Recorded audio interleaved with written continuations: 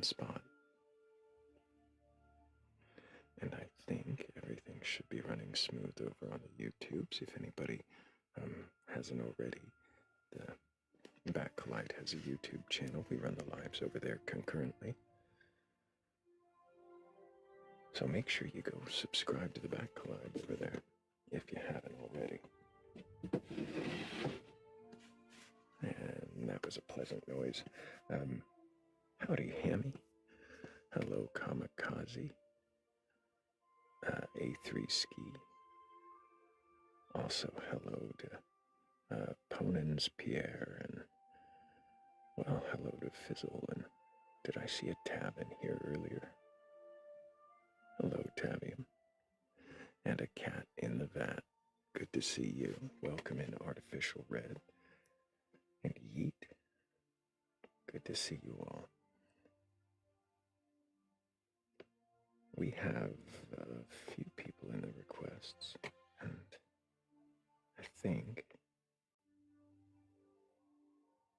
we're almost ready for this.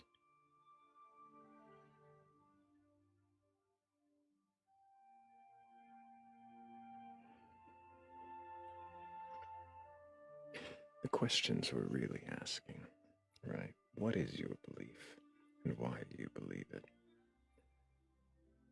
I might get to ask you what it condemns, and what it justifies, and maybe even what the cost is. But before we get there, we have to know if you even can question your beliefs. Is that something you're even capable of? Or is the very thought of questioning that which you've always been taught frightening? Does it scare you to question those old certainties? What would happen if they did shake loose? If they crumbled? How different, how terrible, how great would your life be without the weight of those assumptions?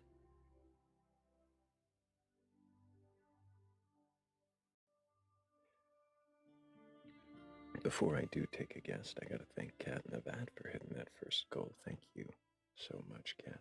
I do appreciate you. And I think we're ready.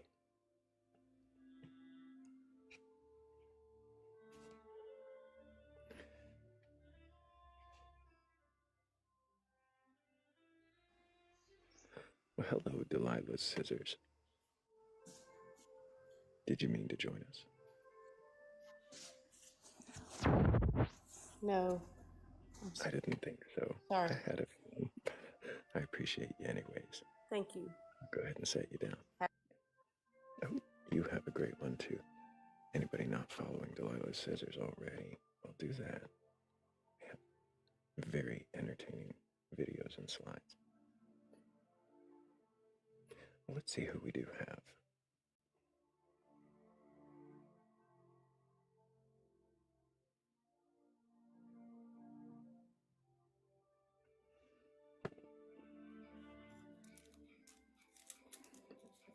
Hello, Tenacious Tasha. Can I get your age for TikTok TOS?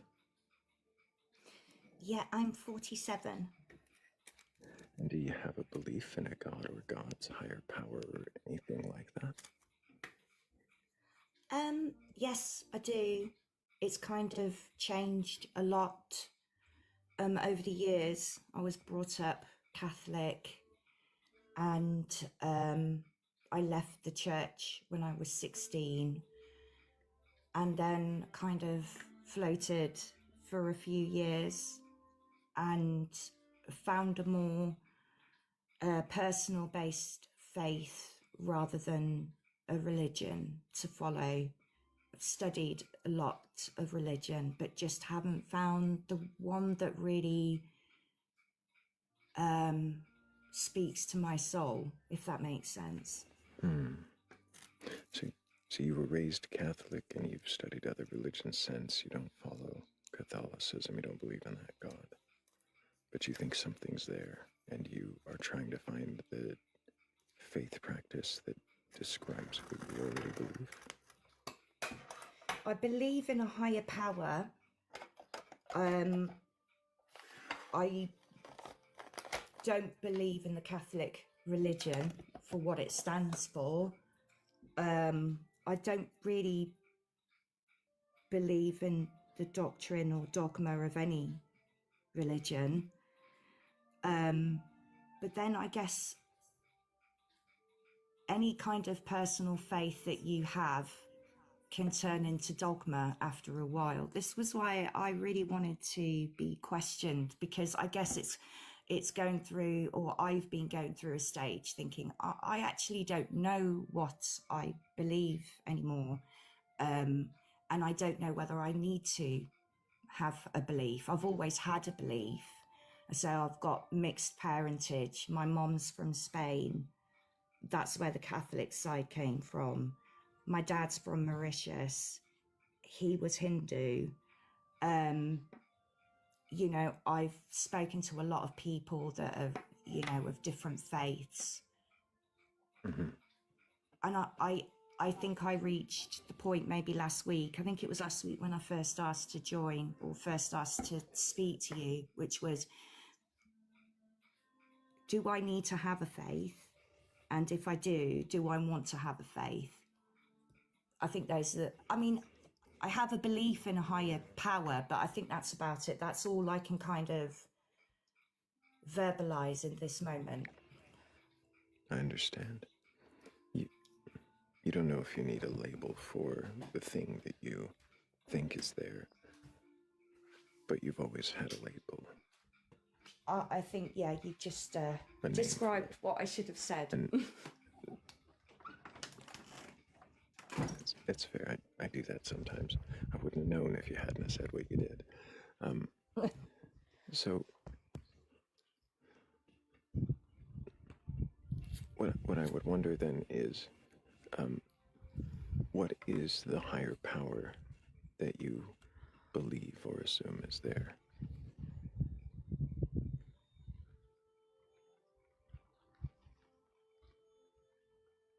I think I try not to give it a name, because obviously I've been brought up with the Catholic idealism of what God is and what God stands for. You know, Can you is it describe it source? in any way? It's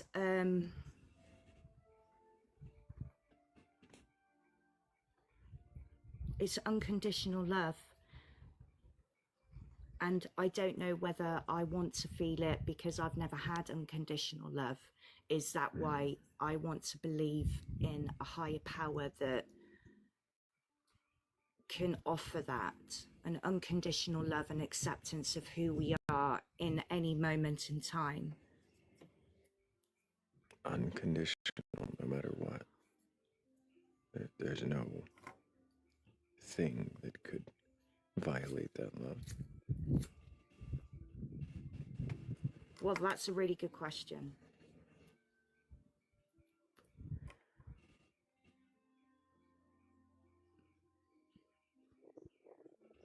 I mean, obviously, if you go around mugging old ladies and hurting people and killing people, does that mean that you can still unconditionally love somebody? But that's an unconditional love on a human level that I can't comprehend. Would a higher power have unconditional love on a level that I, as a human, couldn't comprehend, if that makes sense?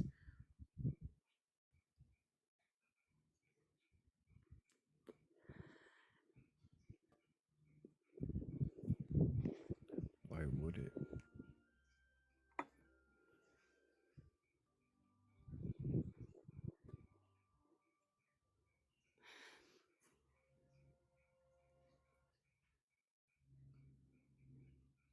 Can I tell you a little bit about my son that may kind of that it may kind of explain all of this.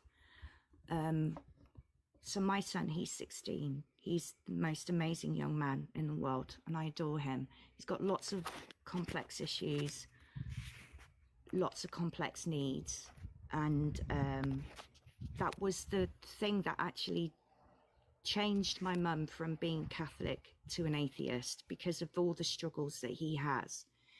And he's got a lot of mental health conditions, as well as autism and other neurodiverse conditions. And I unconditionally love him. But he has times where the voices that he hears tells him to hurt me in some really awful ways. And I still unconditionally... Oh, he's gone. I'm talking to myself. Are you still there? I'm still here. Oh, thank you. I got scared. I was talking to myself. I don't know how to help him sometimes. My fear of failing him and not having the answers. And in the past, when I did pray, I didn't get any answers. So if there was, I think that's kind of where that's why I wanted to be questioned by you, to help me kind of understand, are there answers out there? I'd like to think there are. And do there need to be answers? If you were to find those answers, if they exist, what would they do for you?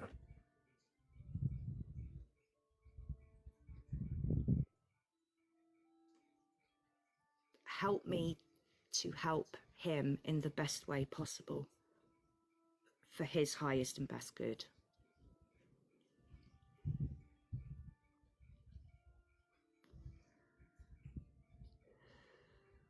Help me to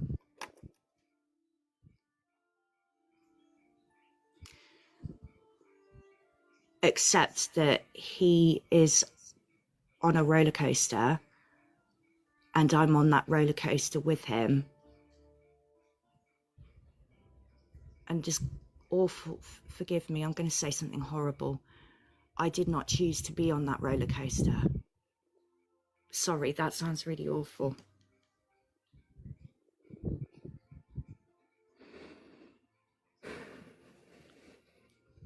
You didn't choose that. You're on that roller coaster. And you make a choice to be there, to provide, to give that love.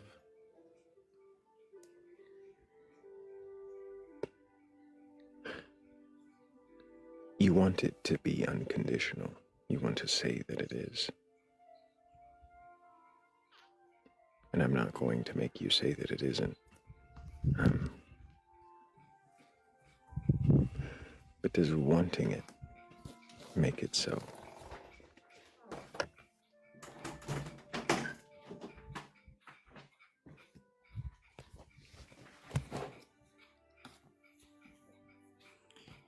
That's a hard fact to be faced with. And I appreciate that. And I think I might need some time to process it. I understand, Tasha. I completely do.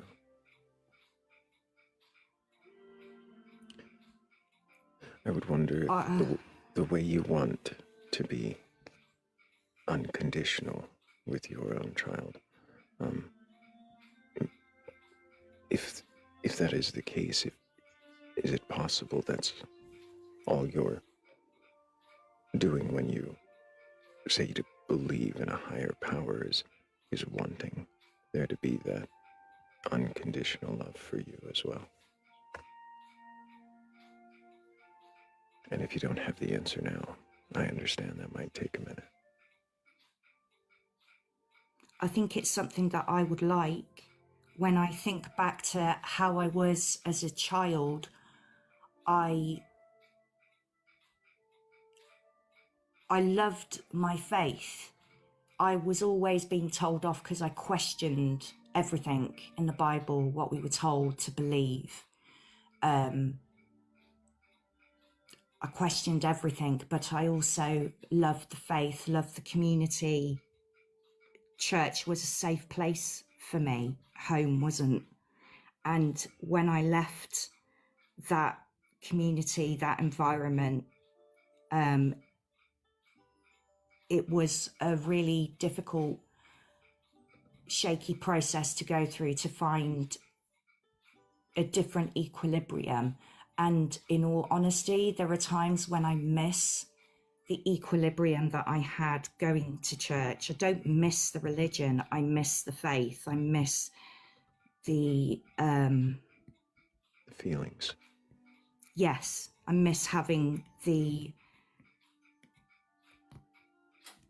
faith that God was there. I miss the praying. I miss knowing that, sorry, that's my clock. I've got about 100 of them. That's all right. It's when I prayed as a child, I believed it would be answered unconditionally. And then my full name is Natasha. You don't And give if me you the read end. that back, yeah. I was like, yeah, don't dox yourself.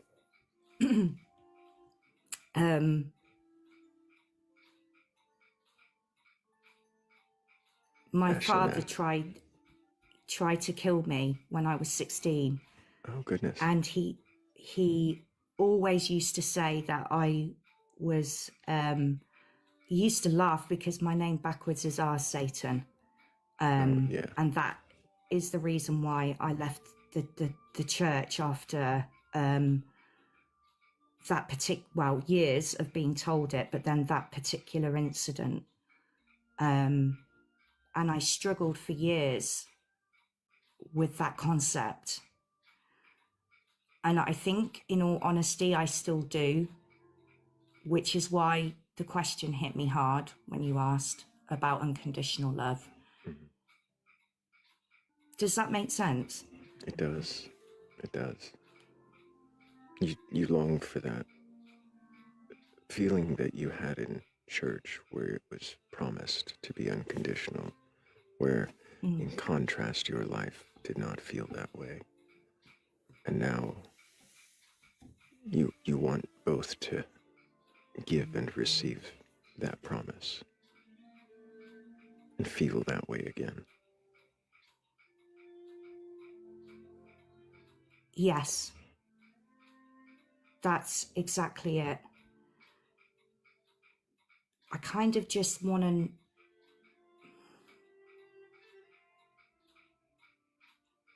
Faith means that you don't need tangible proof. But I need tangible proof. And I don't know if that's a bad thing. I can tell you that you're not alone.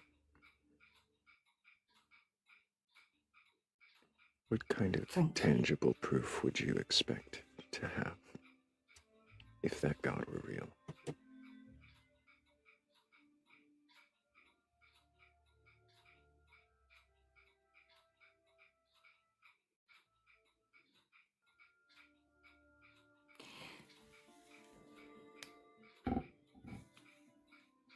When I was a child,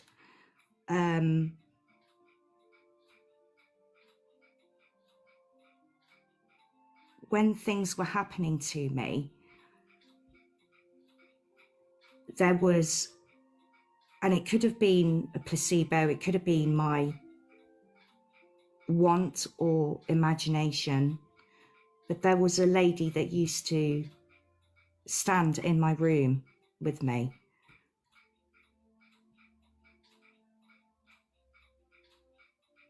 That's the kind of tangible proof. Sorry, that's the other clock. You're a Um, little bit off. yeah, my son, one of his special interests is clocks, and we literally have the house full of them, and they all. I think that second one's about 8 minutes slow. That's right. I asked him not to put them all at the same time because 5 years ago I had a stroke and Oh, was goodness. left with epilepsy. So I said, if you put them all at the same time, that's just going to put me into an instant seizure. Might be a little overstimulating at the very least. Yeah. Tasha, I wonder. I had asked what evidence you would expect to see. I'm sorry, we got distracted there.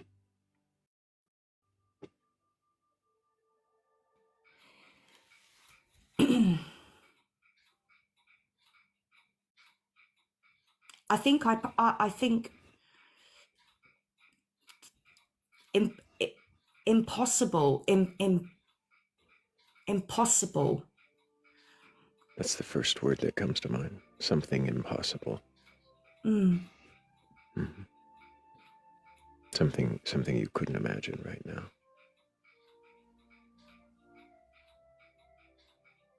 Something that is so unrefutable. You just couldn't either. Yeah, that's it. Something completely irrefutable, something impossible. That if I were to say God or higher power source, whatever you want to call it, I need you right now, then it would be presented to me in a way that I can understand. You know, like at the end of the film Dogma, where God appears as Alanis Morissette, it's basically that sort of thing.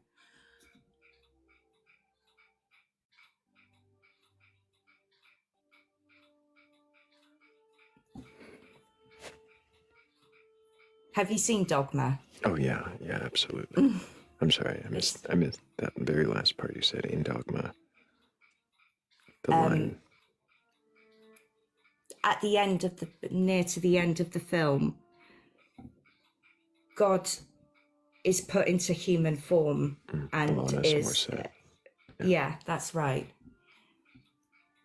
And the one thing I think she says the entire time is boop. She touches Yeah. someone on the nose.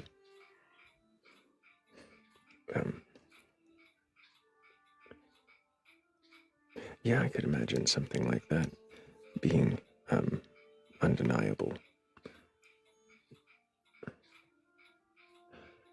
Could it though be questioned as far as your sanity in the situation, your perception of something like that? Could always be a part of your mind. Unless it was reminded to you in the daily reality around you. Even then, there might be questions.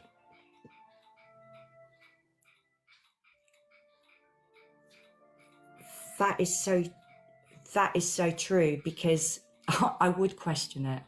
I question everything. I don't always know if I'm asking the right questions, but I do question everything.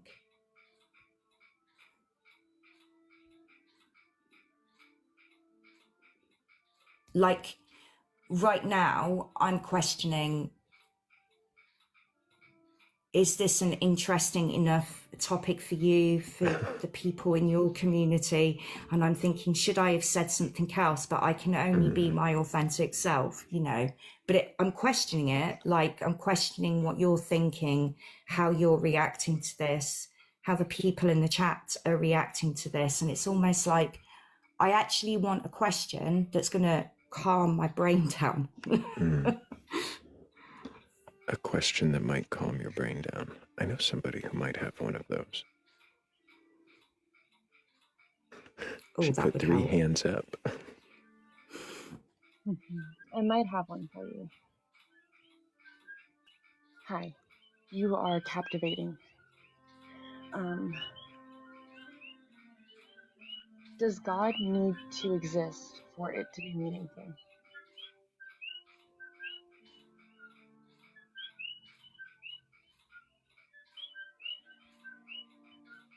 No. Why not?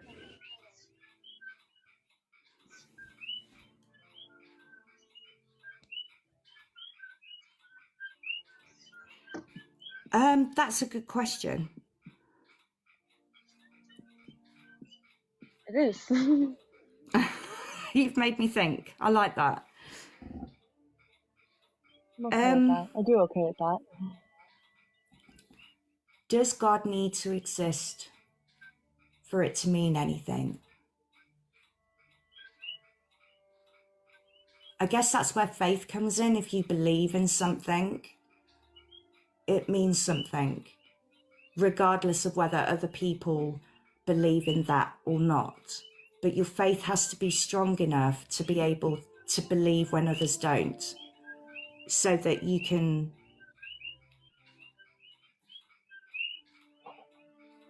keep your faith alive. And what does your faith do for you? Why is that meaningful?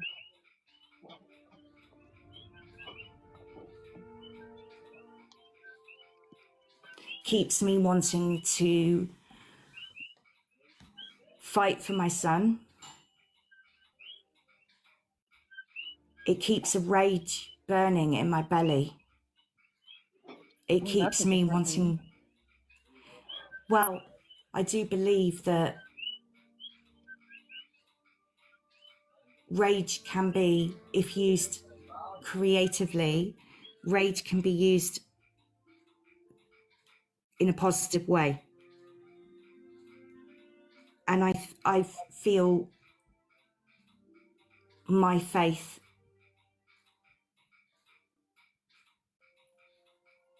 after 2 suicide attempts has made me not want to do a third. There you go. Does that make sense? It does. And I tend to think for myself that anger is a useless emotion, right? But I do see that it has benefits for other people. Faith and rage being associated is not something I've heard. Not that I can remember at least, but is a concept that I will think about after this for sure.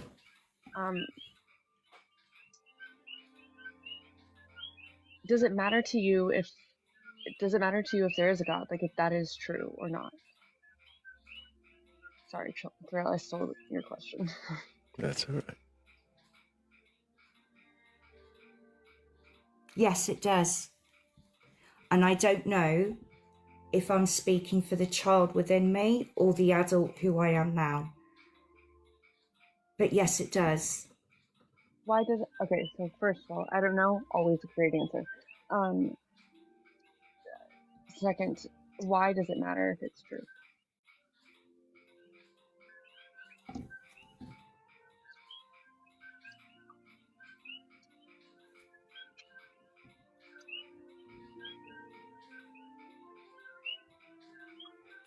There are so many times where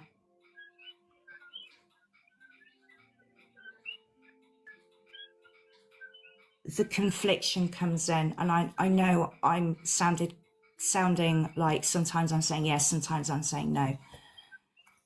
When I'm in a place where I'm at now,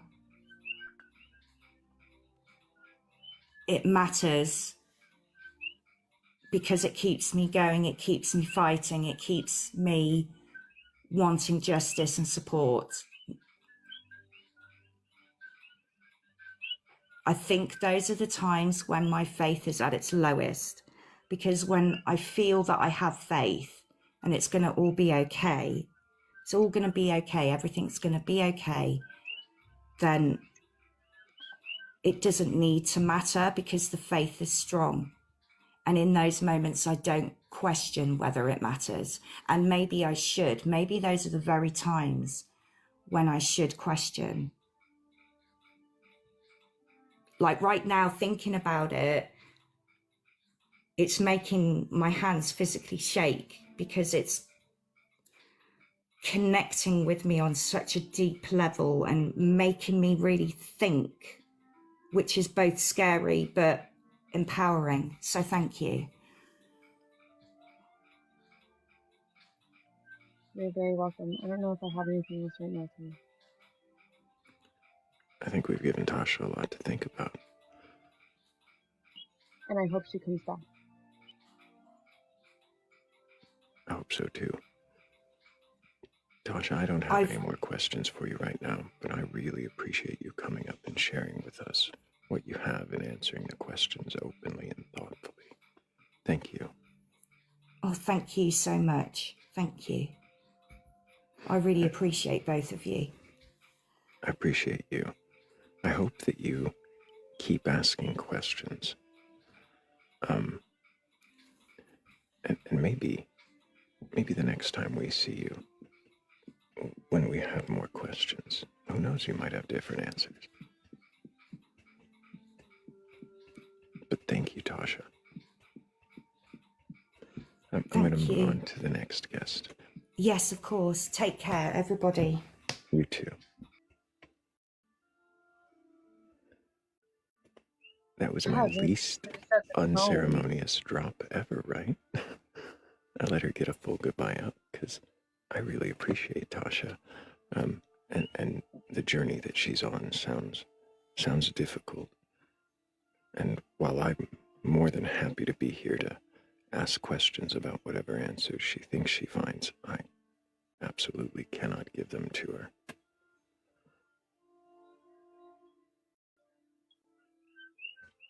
That was a great start. Wonderful start, absolutely. Well, how are you, Kat?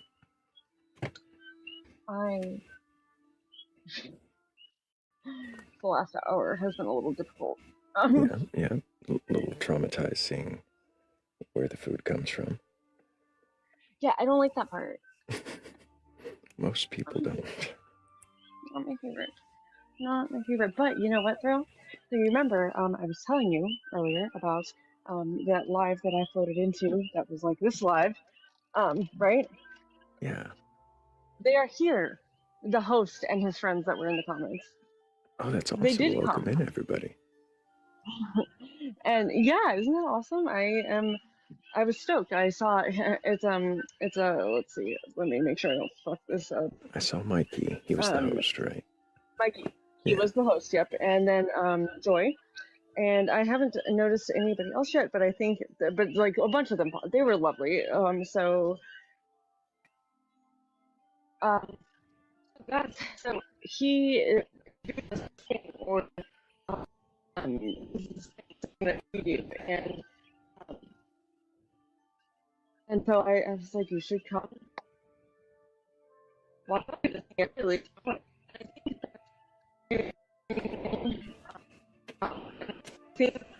I heard you should come. But most of what you said is Hawaii fighting. Oh yeah, I said you should come watch us do the thing, and I think that you have a very good structure, and I think that he will learn something about I hope so. This thing. I hope it's nothing but beneficial.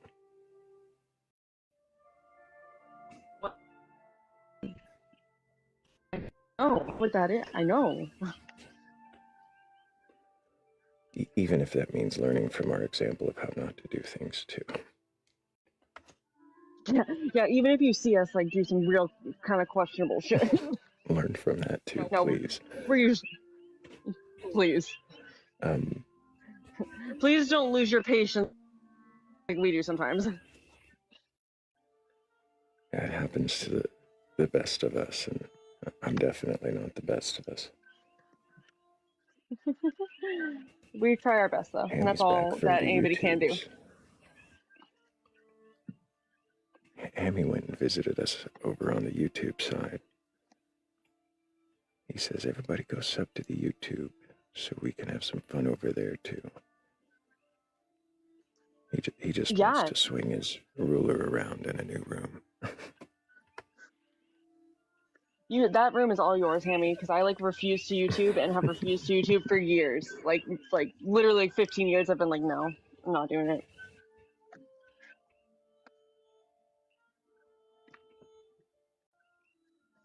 What am I doing right now? PK Heathen, what a name. What does it say? Oh. PK Heathen changed his name.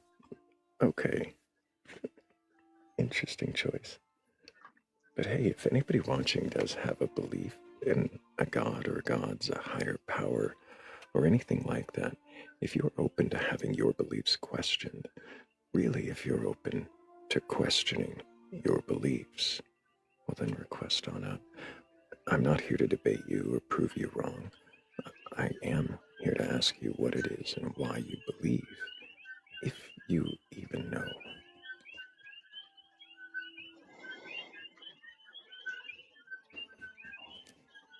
Where is the Yahweh energy drink live? Oh my god. What? PK Okay. Ethan. Phil, can I get your age for TikTok TOS? 49. And do you have a belief in a god or god's higher power or anything like that? Yes, I do. I am a pantheist. A pantheist. So to you, what does that mean? That means that I believe that God is in everything, is part of all. We are all part of one. Everything that exists is of God. The frogs It doesn't object. exist without God. Oh, sorry. Phil was a guest on my live at, last week before, maybe? Yes. Cat in a Bat, you are awesome. You're a great guest. What's that? So she was saying you're great. No, I'm serious. I was being serious. I wasn't being sarcastic. I respect her. I think I like listening to her talk. She has some interesting points of view. She does. But Phil, I'm curious about your beliefs. So you Yes, believe go ahead. that God is in everything, or Yes. is it that God is everything? Correct. You said correct. There was a distinction there. No, I am agreeing with the second statement. Okay, That God is everything. Yes. Okay. Is there anything in existence at all that is not God? No. What does it mean to you for everything to be God? What does it mean to me for everything to be God? That God is the creator, God is the source. Everything originated with God or universe, whatever label you want to slap on God. Interesting. So you're saying everything and source, creator, those are all labels for God. Yeah, I mean, whatever makes you comfortable. I don't care what label you slap on it. I mean, you want to call it the universe, source, all. Okay. So Yeah. are you sure that those are labels for God, or are you labeling God those things? Sure. Yeah, you can say that. That's fair. That's a fair assessment. Why is it that you think everything is God? I don't know. It just makes the most sense to me that we're all one, that we all are connected, and Connected in what way? in every way. I mean, we're all part of the same being.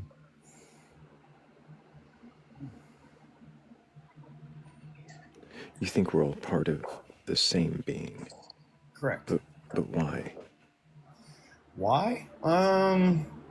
Well, I mean, at the end of the day, I can't. It's not like I have any objective evidence to present.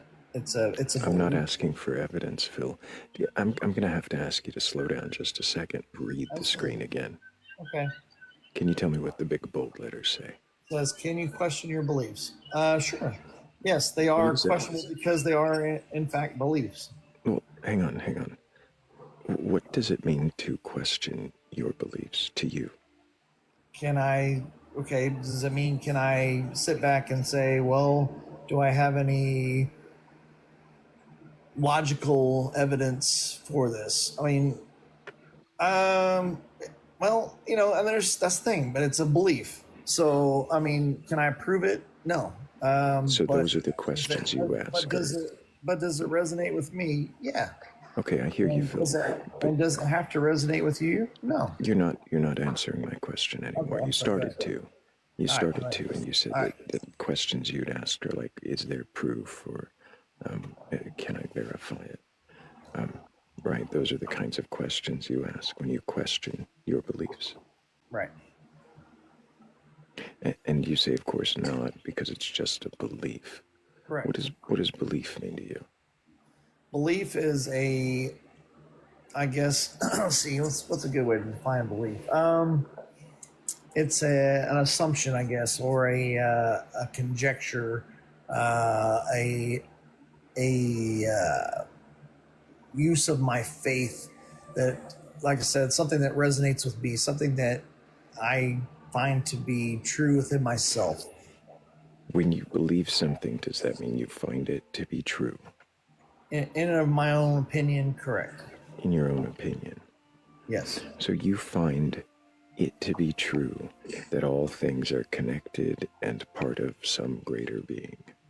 Yes, that's my belief. Yes. Why do you find that to be true? It just resonates with me. It just makes sense. Why?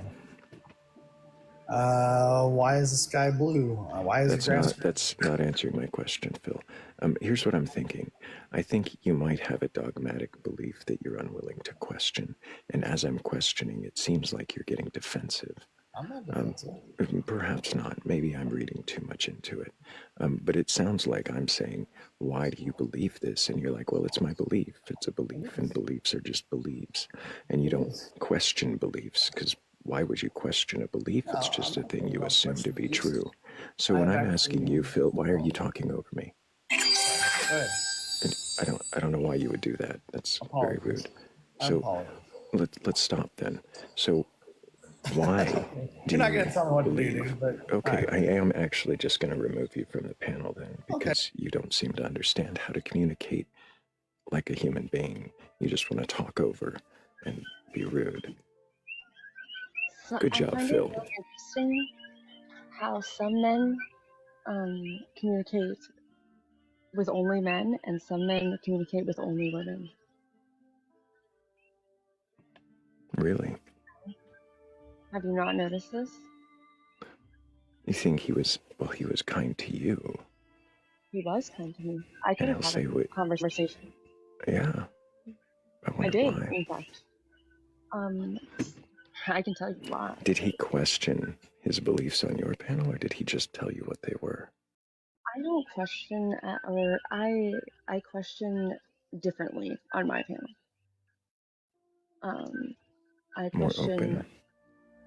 Yeah, you said it yesterday to Jurgon, that like my questions tend to be very, very open, and less outwardly critical thinking, and more curiosity. Exploratory. Almost more Daniel Green-like, you know. I kind of sit somewhere between here and there in my space, if that makes sense. Yeah, it does. So that coupled with the gentle female voice, yeah, I mean that's absolutely it. And Shannon pointed out, it happens often here.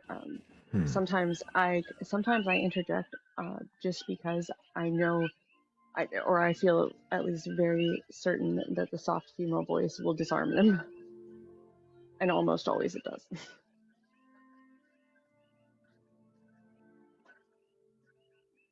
You're not mean or like it just some people are intimidated by any man that speaks confidently and find a gentle female voice very like disarming.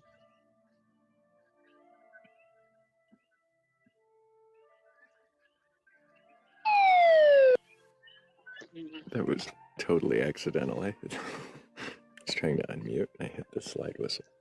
I could tell you were like pondering this for a moment.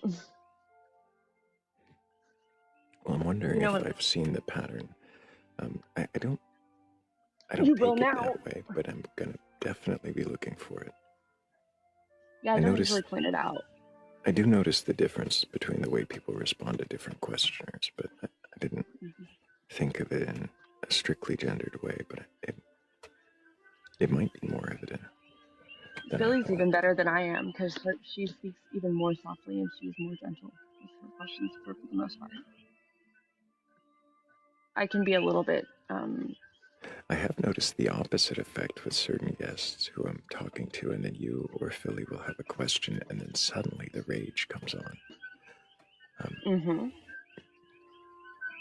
Yeah, no, that's what like that first sentence I said to you was that's what I meant. Like some men only talk to men, some men only talk to women. Some men are just fine and can talk to whoever, right? But there is like a distinct type. And you want to know something interesting? Because I spent so much time a couple years ago like talking to misogynists, I can almost always clock them within the first like 90 seconds.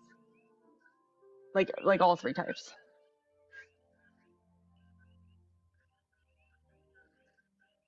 I dedicated a lot of time.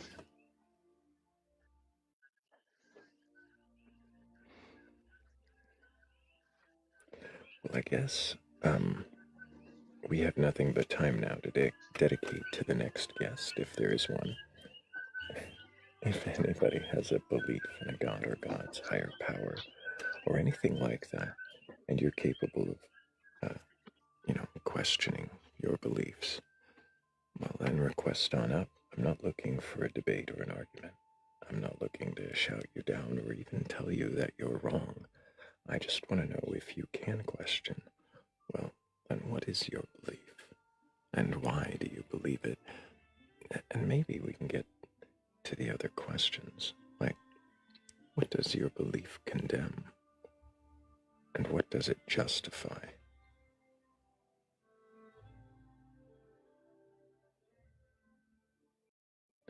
What does your belief condemn, Kat?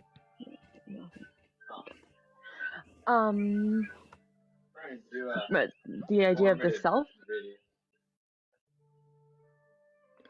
We could go with your brain in a jar. See what that condemns.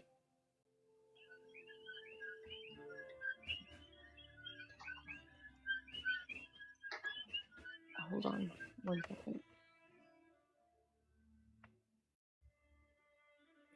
Real life always intervenes whenever it's you on the spot or me on the spot. It usually happens.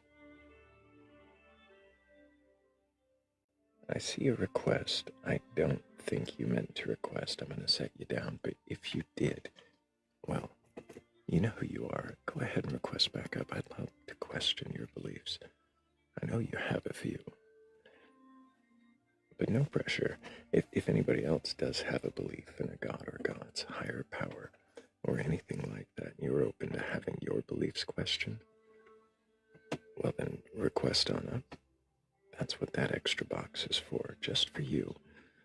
Not so that we can dogpile or debate you, not so we can shout you down or belittle you. I don't want to make you look like a fool. I just want to know if you can question your beliefs. Well then... My belief condemns the self. How does it condemn the self? Well, the idea of the self, right?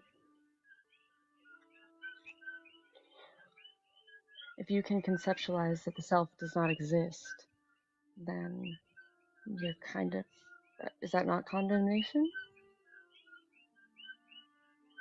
What does condemn mean to you? What does condemn mean to me? Condemn is a punishment, a banishment, maybe is a good one.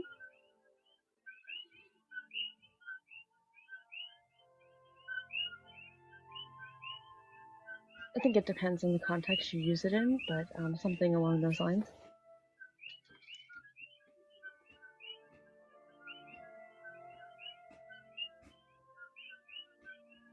So, condemning for you would mean like a banishment of the self. Mm-hmm. Where are you banishing it to? I haven't achieved it yet, so I don't know. Where it's would... like you detach from it, right? You that whole that pesky non-attachment thing again, you know? What would you be banishing it from? Hello? Hey, Oh my Luke. god. Hey, I just Hang on got just a here, moment. so Hang on just a moment. I'm going to ask you your age for TikTok TOS, but I was asking Kat another question, so be patient for just a moment.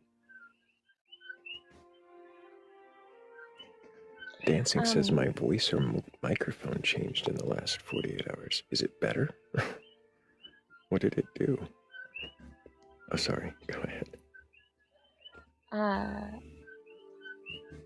Banishing it from your, well, it's like I said, it's like a detachment from the idea of yourself, right? Like, So the where self does it go? would be, Why? How do you do that? I don't know. well, and what would you be banishing it from? Would you be banishing the self from the self? What does that even mean? From you. I'll let you think on it for a second. Mhm. Hey, Luke, can I get your age for TikTok TOS? yeah, 18. What year were you born? 06. 06. What month was that? November. Just turned 18 like 3 days ago.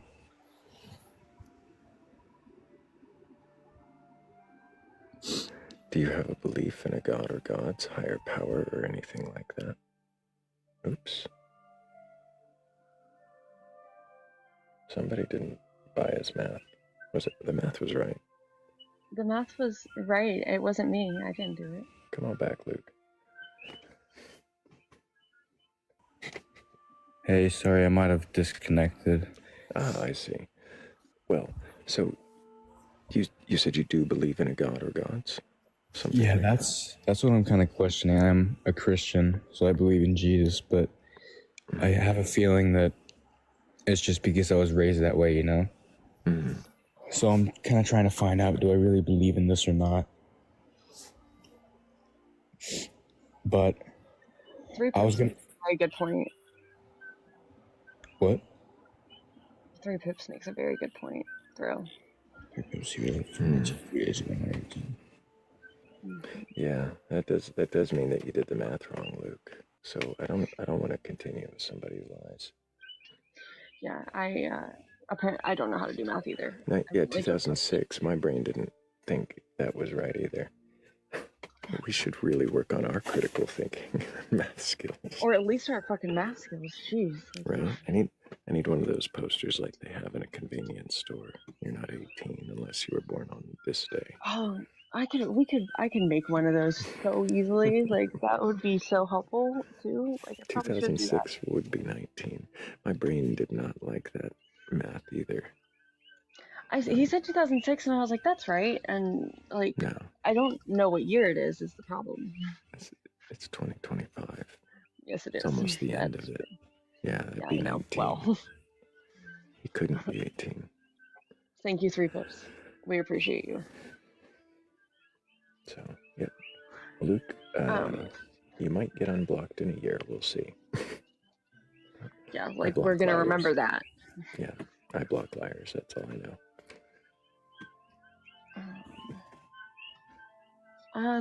So you asked me where you're banishing it to, or where I'm banishing it from? Both. Where to? Where from? From the ego. To I don't know, wherever the fuck it goes. I don't know. It's not really any of my concern after it's gone, is it?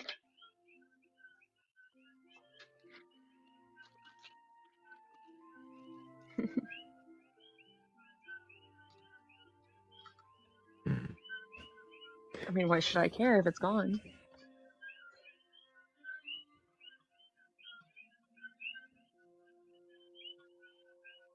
You don't like Well, if it's right, but if it's being banished, then it's going from somewhere to somewhere else. Right, but like, why would I care where it goes if it's not my concern? Well, then focus on the from. Oh, you banishing it from the mind, from the ego, from what the mind? My mind. So you'll banish yourself from your mind. You banish the attachment to the self or the idea of the self. Is the self even anything more than just a product of neurochemistry? Can you banish it? I don't know the answers to these questions.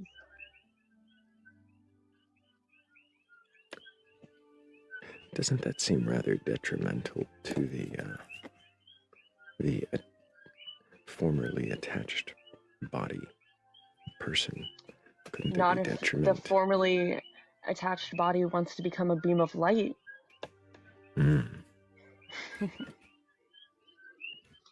Is that something you think would actually happen?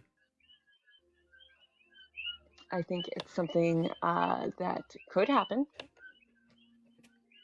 Did you ever see the movie Powder? No. I'm familiar with it, though. Like, I know what it is.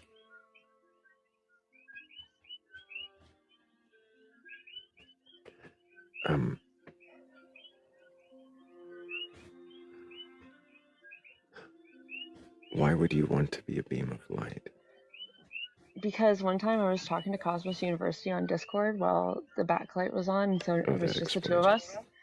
And he told me this story about these ancient Tibetan monks meditating themselves into beams of light, and I thought it was the coolest thing ever. And I was like, that seems like a goal I could have.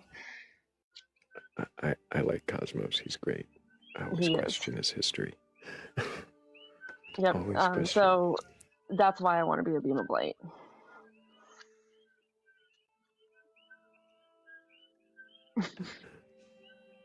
So you want to be a beam of light because other people might have, according to a story, possibly achieved it.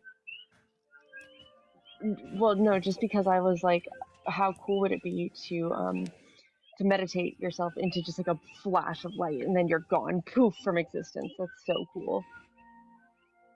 I mean, that is the least messy way I can think to go out. It's also really cool. Cool sounds rather subjective. Well, I think it's really cool, and I'm the one becoming the beam of light, so. There's that. It's your beam of light. Hey, Jay, I need your age for TikTok TOS.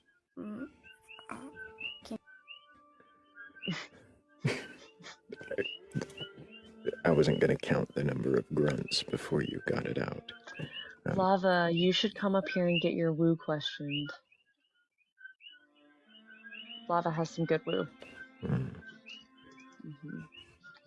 Plus, she's just like very sweet. Prophecy. She's got some good woo. She's also just a very sweet and funny person.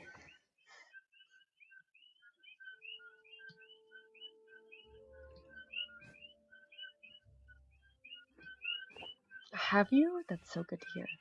That is good to hear. I know we can be a little intimidating, but I promise I don't bite. I can only mute or drop. I wonder, were you here when Bex got questioned the other day?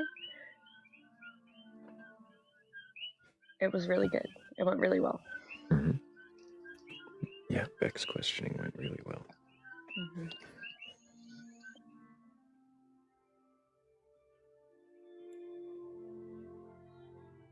Santahua says that they're a witch and Catholicism condemns it.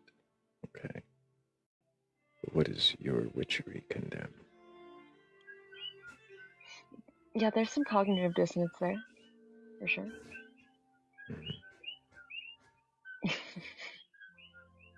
Right, that's why you're a prime candidate, Lava.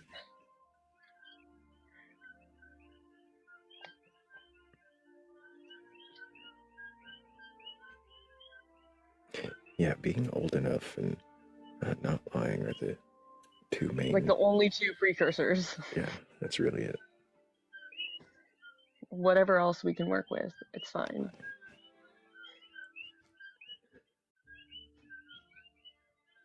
But now we just gotta sit and wait, I guess, for somebody else to be curious enough or courageous enough to question their beliefs. Lava, lava, lava. I'm just kidding. Hello, Luke. Can I get your age for TikTok TOS? I'm 46. Do you have a belief in a god or gods, higher power, or anything like that? Yeah, I do. And what god is that? The God that Jesus revealed. Have you read your Bible? Yeah, From beginning to end? the whole thing. Yeah. And do you believe it to be entirely true and literal? No. Do you believe parts of it to be true and others to be allegory or metaphor? Is that what you mean? Yeah. Well, I guess if it depends on how you define truth, right, Oh, or what you see as truth. But yeah, What is truth to you? truth. I don't know. That's kind of a tough question. Truth to me, I guess, in my belief, would be that that God is love, and that's who Jesus revealed. So when someone says something is true, like it's true that I went to the store today, what I'm saying is it's God is love that I went to the store today. Well, no, I was putting truth in context of my belief. But you were telling me what your belief was, not what the meaning of truth was. Yeah, I was telling you that the truth in my belief. Right. This led for me trying to find out if you believe the Bible is entirely true, and so that's why I was asking what your meaning of truth was, because you said it depends on what your meaning of truth was. So you see why I wanted to seek clarification. Yeah, I appreciate that. But truth is, I mean, it's kind of subjective to different people. I see. Let me ask these questions a little differently then. Do you believe that that everything was created in 6 days in a very particular order given in Genesis 1? I believe that Genesis 1 speaks more about our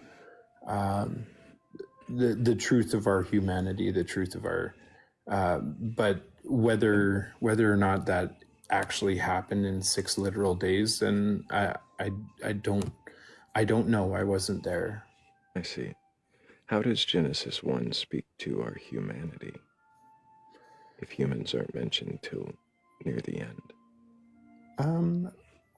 To our humanity, like humanity within the context of creation on the planet. So it's just telling us that we come last? Is that what Genesis 1's entire message is? Well, not the entire message. I like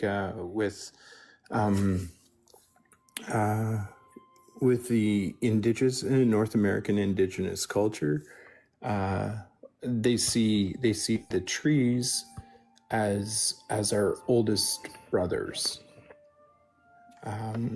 and the animals as our other brothers. As our other brothers. So the order does matter then. It's telling us that trees come first, and then animals, and then humans. Yeah, okay. And that there's lessons for longevity within the trees that we can learn. Does it matter if the very next chapter of the book contradicts that order and says that man came first, and then plants and trees, and then animals, and then a woman? So that's where that's where we have to look at the story and what the story is trying to tell us. Right. I'm just speaking about, in this case, the orders given. I have no problems with the contradictions that are within the scriptures. Why is that? Well, because the scriptures are like the Bible is a kind of a series of stories. I see. And so they're not all stories are true. So do you believe the Adam and Eve story is true? I believe the Adam and Eve story is true within me. Within you? Yeah.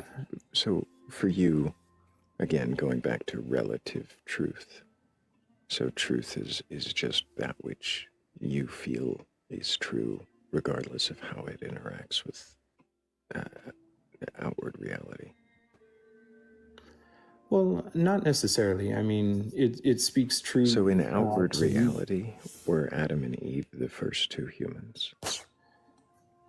That I probably not, but like what is the matter of that? Like why does it matter that they were, or if the Bible, if that story is about my origin, in my conscious origin.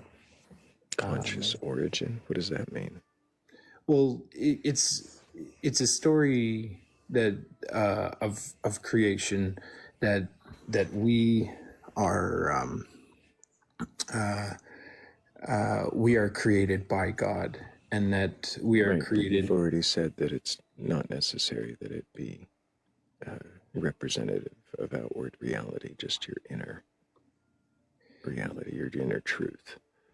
So if you're saying it shows that we're created by God, I mean, does it really, or is that just the story you like and tell yourself? Well, I mean, it's a story that I do like, and I see truth within it, within my own consciousness, within my own experience in life, right?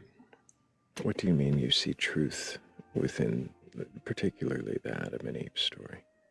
The Adam and Eve story is about God creating humans in His image. God is a creator, and we have the ability to create within our world. Within my life, I have the ability to create, and I can create love, or I can create hate. So it's a metaphor about you being a creator. Pretty much, yeah. So it doesn't matter if... Let me ask you this question. Does it matter to you if the God you believe in is real or not? I believe he is. And so I guess that does matter. You believe he's real. Why? Well, through my own personal experiences as I walk along this earth and witness. You have personal experiences that lead you to believe the God of the Bible is true, or just something that you're giving that name and face? So when you say the God of the Bible, I don't ascribe to the God of the Bible, because that can be a pantheon of different gods that you can read within the Bible. I believe the God that Jesus revealed is Jesus. God. Okay, but that's then the one that I'm asking. Do you believe that God exists based on personal experiences? Or do you believe something exists and you put that name and face? I believe it based on my personal experiences. What about your personal experiences actually informs you of the existence of this particular God revealed by Jesus? The law of love, the blessings that come from acting out in love. And what is the law of love? It's love your neighbor as yourself. You love your enemies. What does love mean in that context?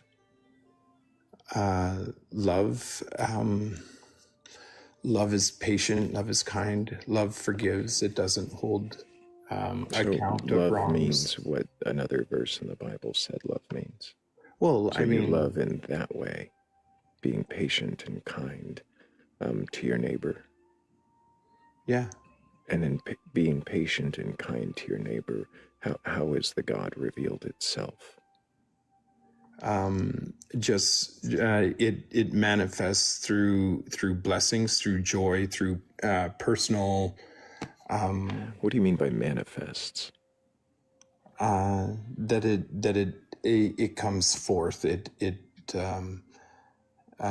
Like I've prayed for people and they've been healed. I've prayed for people and they haven't been healed. But So then why would you think the praying did anything if it seemed to be effective or not effective at different times? well, just like, so if you pray for somebody for their sight to return to them, and it returns to them, you do feel like you're part of that process. Why? Well, if I didn't pray for them, would they have received their sight? You think that you were able to change the will of the God of the universe in order to restore a sight he had taken from someone, to change his mind and make him do something different? Yeah, see, I don't see that it was God that took the sight. So God is only responsible for giving it back, but not for taking it. Yeah, kind of.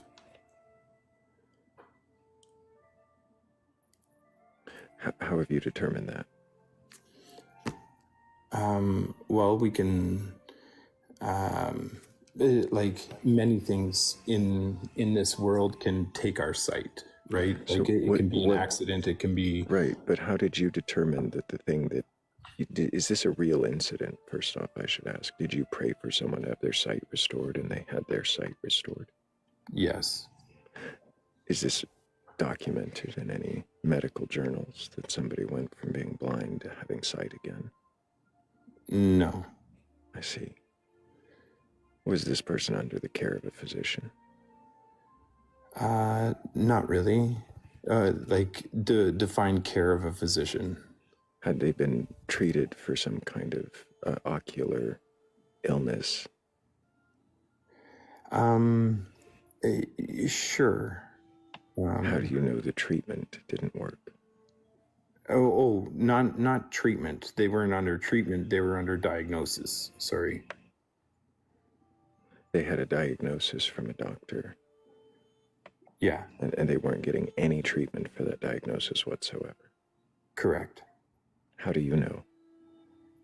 Because they were poor and they could not afford any treatment, and also most of those treatments don't really work for glaucoma, cataracts. And cataracts, they had both. Well, What was the actual diagnosis? see, I don't know. How do you know there was one? How do I know there was what? A Loss of diagnosis. vision? How do you know there was a diagnosis?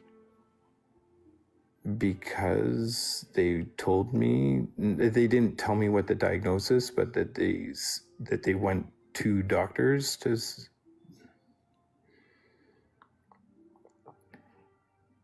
They told you that they went to doctors and you believed them. And then you prayed and their sight restored and you believed them. Yeah. Why? Well, because their sight was restored. Have you ever come across somebody that had their sight restored? It's not. I've come across people who lie. I don't know that I've come across someone who's actually had their sight restored.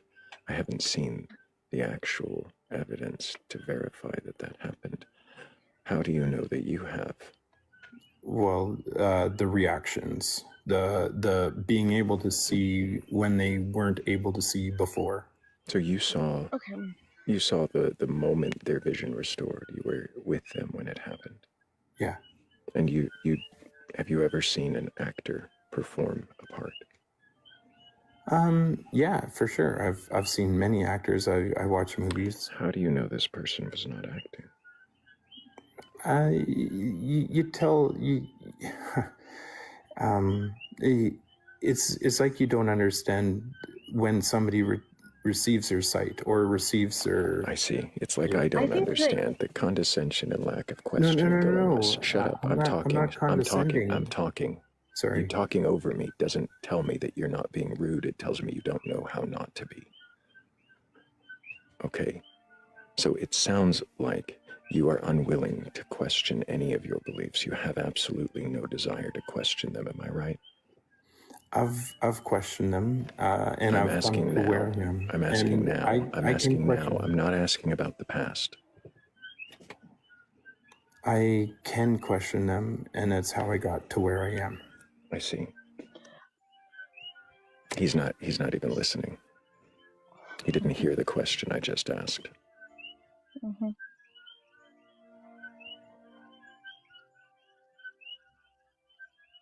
He could try again if he thinks he can question, but I didn't hear questioning happening. I heard incredulity at the potential of every question.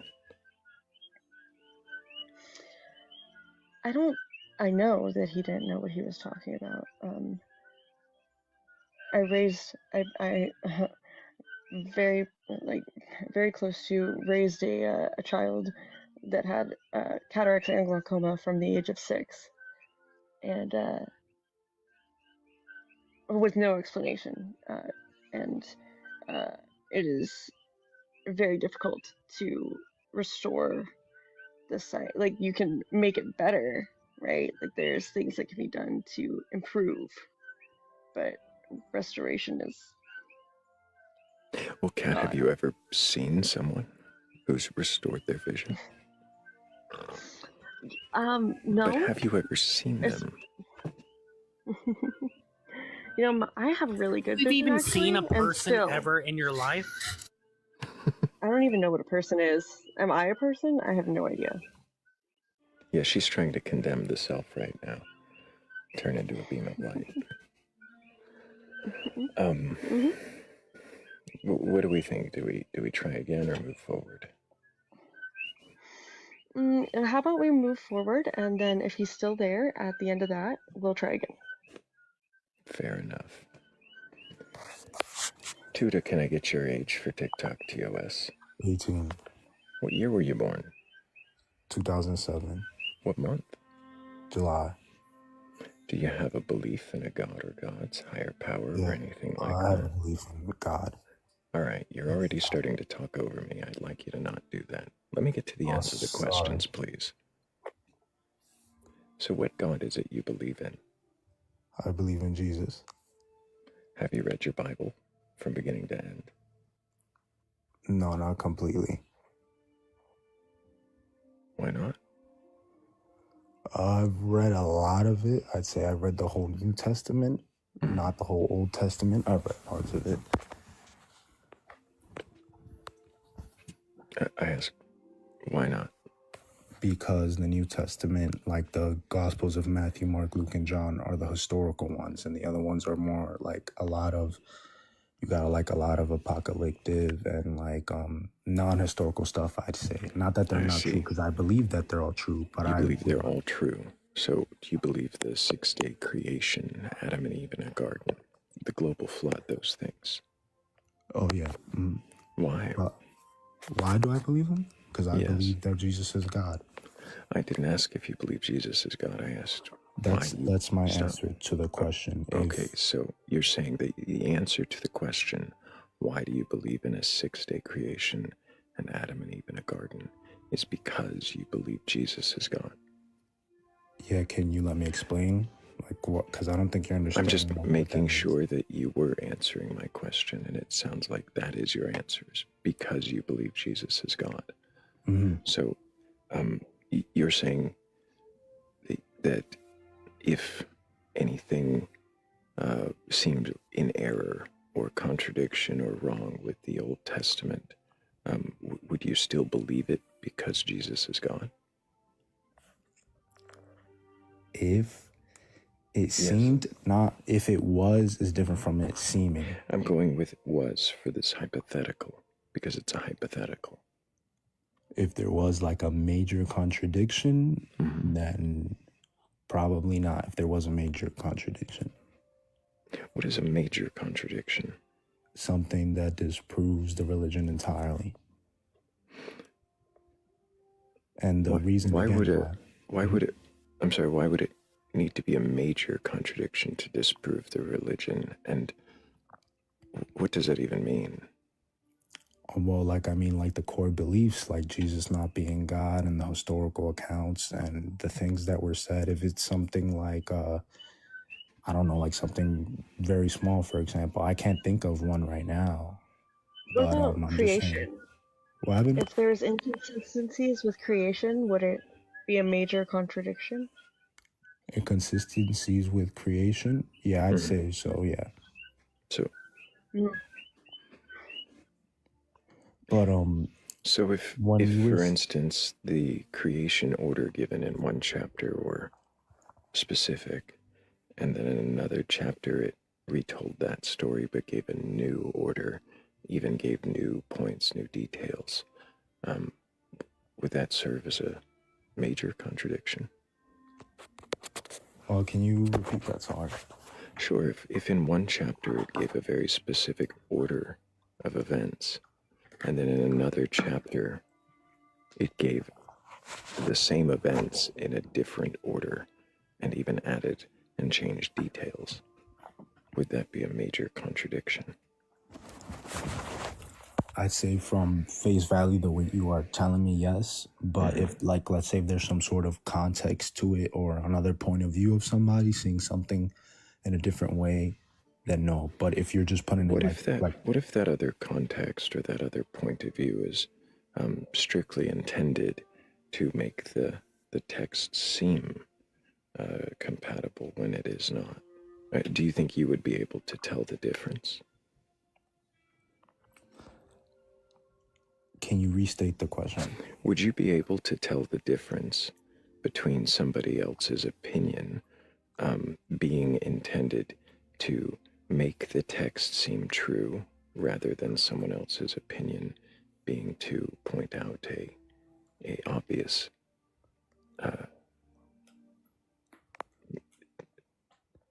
part of the text, regardless if it's true or false? Would I be able to tell basically if someone was like making like a false, I guess, account? Are you trying to say? Not a false account, but yeah, making it seem as though it's compatible when it's not. I think you might be able to tell, and it would depend with like the inconsistencies. Like, you know, for example, like eyewitnesses in a court, you know, usually the detective can point out the inconsistencies of the story, whether or not if they saw the same thing or not, and you're usually able to come to a conclusion most of the And time. when it's the same witness, if it's the same witness giving two different stories. The same witness giving two different stories about the same exact event? Yeah. I'd say it depends the context in a way where like Could I offer you one to? You could probably let me know what you think of, and how you would reconcile. Before you do that, Thrayle, who do you think wrote Genesis? me. Yeah. Yes, you. I think men wrote Genesis. Do you have an understanding of who the author might have been, or who your faith practice believes it to be? No, of the Old Testament, I'm not sure. I know of the New Testament, of Fair the enough. Gospels. Fair enough. Of the Gospels. Many scholars believe it was Moses, or not scholars, but many religious officials might say that it is Moses that wrote Genesis. But I was about to present something to you to ask how you would respond to it, if that's Okay. all right. Yeah, So, sure. But after that, I want to ask like you a question. Well, we'll see if I'm open for questions, but for right now, the question is, Yeah, that's fair. if there is a contradiction between Genesis 1 and 2, do you have a Bible handy? Yeah, I do have one. Okay. You know the order of creation in Genesis 1. It would be, well, skipping ahead, day 3, right? Day 3 is the plants. Right, he created heaven and earth, or depending on your translation, began to create over the void. Right. Okay, I'm following. So on day 3, he starts with the plants, and then goes on day 5, I think it is, the animals, and then on day 6, the people. Right. Mm-hmm. So that's the order of those relative or related events here. Relevant, that's the word I was looking for. The relevant events would be plants, animals, people, man and woman at the same time, right? That's the way it's given in Genesis 1. Okay, yeah. But Genesis 2 gives another story starting at 2:5. What does it say there at 2:5?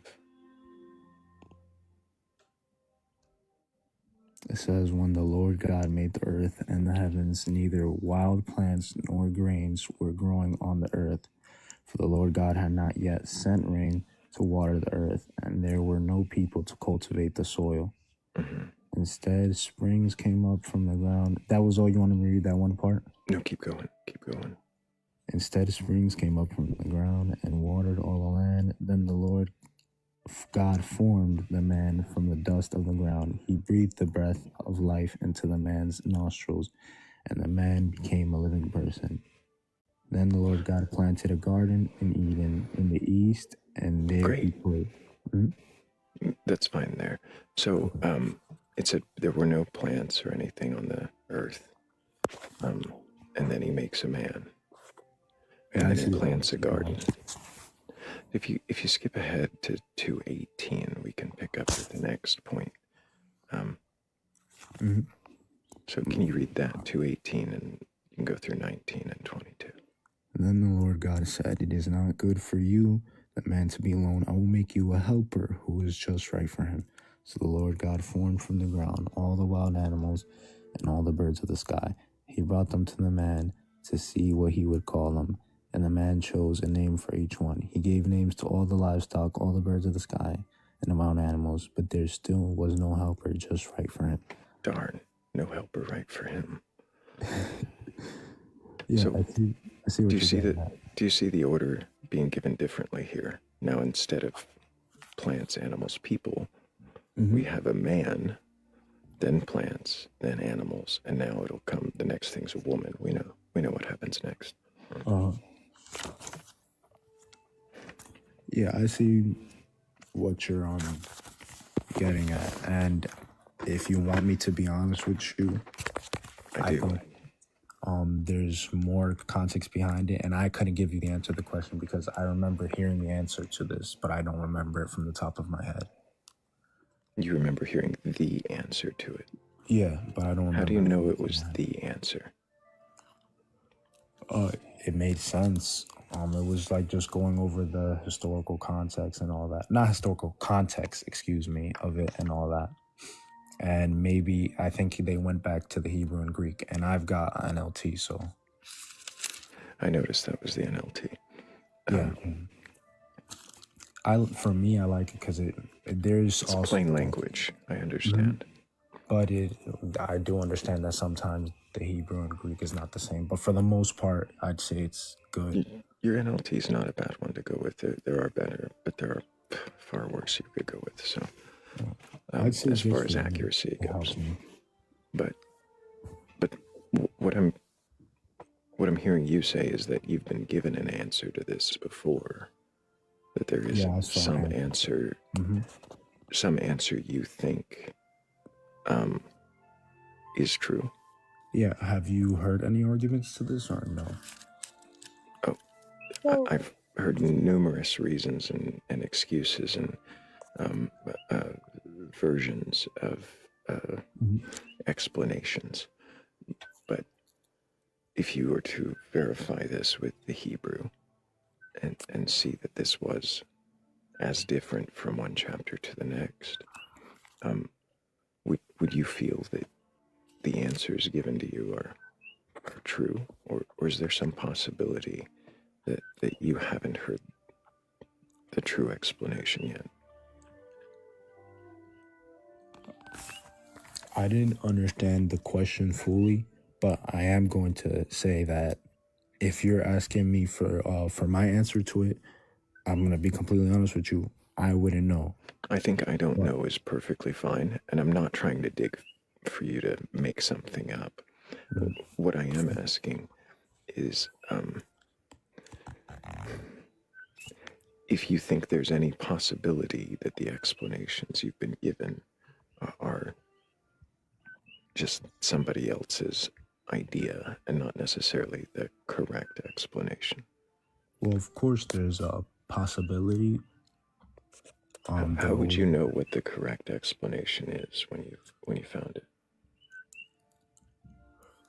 I mean, like anything you go with, I'd say go with the most logical, which one makes the most sense, and go unbiased and trying to see all the sides of it and see which one makes the most sense, you know? That's how I would go about it personally. I feel like, though, the only thing is, even if, I'm gonna be honest here, is even if you try to be unbiased, everybody has like some sort of little bit of bias, but I try to go over everything unbiased, like other opinions. I can look at other people's opinions and at least, you know, understand their strengths. But I would say it is hard to get over like little personal biases that we have. But you have to try to, like, you know, not, if that does that make sense? Do you think it'd be possible for you to examine this without your personal bias? Actually, yeah, I think it's possible. It's a little hard sometimes because sometimes you don't even notice. So what is the first step to looking past your bias? Do you know what it is? Well, first of all, you have to understand when you're being biased, because sometimes you right, identify your bias, right? So what is your bias when it comes to this contradiction? What do you automatically this one specifically want? Yeah. I don't have a bias for this one specifically because, like I said, I don't know the answer to. I don't remember it. Do you not think you have the bias already to think there is an explanation that makes it make sense? Oh, because I remember hearing it. That's why. Right. Does that not lead you towards some bias that there is some explanation? Some explanation that keeps the book true in some way to you? I don't know. There could be, but like I said, for me, the biggest parts are the historical parts of the Bible. Everything for me, honestly, if I believe Jesus is God, I understand. I believe that the whole thing is true. So I do believe the whole thing is true. Even if there's contradictions within it, even if this were verified to not have a solid explanation, that it were a mysterious contradiction. If it was a mysterious contradiction, then I would have to seriously question my faith. Like with no explanation, 100%. You're a little muffled, Kat. I couldn't quite hear you. Can I ask him a question? Absolutely. I know Philly's got her hand up after that, I think. I have like something really quick, and then Tuta.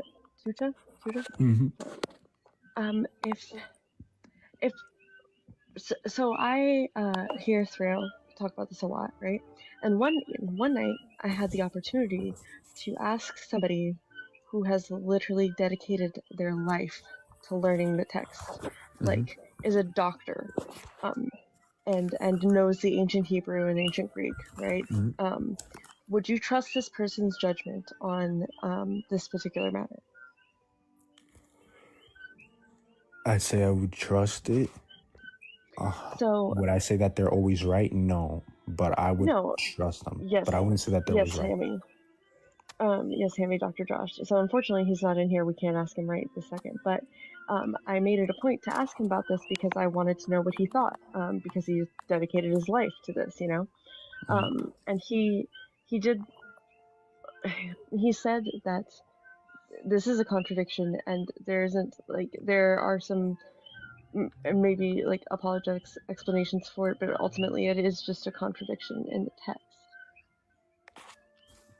Okay, that's an interesting opinion. He could be wrong, he could be right. I don't know for certain because, like I said, I don't know the answer to the question, and I Would you wish I say could he get. probably knows the answer better than any of us do? Than we do. I'd say he knows it better if he's that into it, but I wouldn't say that he's completely correct all the time with that, because there's other people with other different opinions who also read the Would you say that you are being inconsistent on what you said at the beginning of this little line of questioning? I'm being consistent. Yeah, I think so. Inconsistent. Inconsistent. No, inconsistent. I think you told me before Thrayle started asking you questions that if there was a contradiction in creation, that was a major contradiction and you'd have to question your faith. Well, yeah, and like I said, I don't know the answer right now, but I remember hearing an answer to it. If you just, can't being remember honest the with you. answer to it, how compelling is that answer, do you think?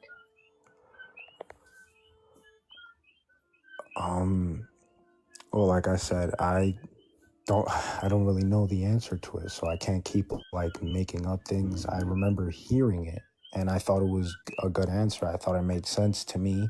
I thought it was logical when I heard it, but I'm not gonna pretend like I remember it right now. I don't. That's I could fair. go back to it eventually, but as of right now, I don't. Where did So you hear it? Do you remember? Yeah, I've heard it from Cliff Connectley, one of those very great Bible scholars. Rare, great Bible scholar. Cliff? Yeah. I will concede to Hammy and Philly. Go for it. Have Bible study. Enjoy. What happened? I want to make sure I'm hearing this correctly. You said Cliff? Yeah, that's one of the main like people I listen to. And his last name? Connectly. And does he have a YouTube channel? Yeah. And has he done debates? I think he does. I don't, because he mostly just Yeah, I know answers exactly who he questions. is. He mostly just answers questions, though. Like, he doesn't go out debating. Like, I know exactly who he is because I have I've watched several of his debates. yeah. He's debated scholars and I'm just gonna keep my mouth shut. But yeah, that's one of the main guys I watch. I also watch God Logic, a couple of other people. Do you have any reason Watch to Mike believe? Jones. What happened? He asked about Mike Jones. No. Do you not have Mike. any reason to believe that these YouTube scholars are actual scholars? Yeah, well, they've went back to the Hebrew and Greek, and they Does going back to the Hebrew and Greek make you a scholar? I'd say, well, they study, well, first of all, Cliff, he studies like major religions. He studied Buddha. He studied like Allah, Muhammad, the Quran. He's read it. He actually read it in the original language. And he tries to go and learn everything and see what evidence points him to the most. He's also terrible at his job. What? How is that any different than Kat just talking about someone with a doctorate who has spent their entire life focused on studying these things? If they have differing views, how do you determine who is correct? Well, I would say you wouldn't know 100% for certain. I'd say you choose based off what sounded the most logical. Based on what sounded the most logical. Mm-hmm.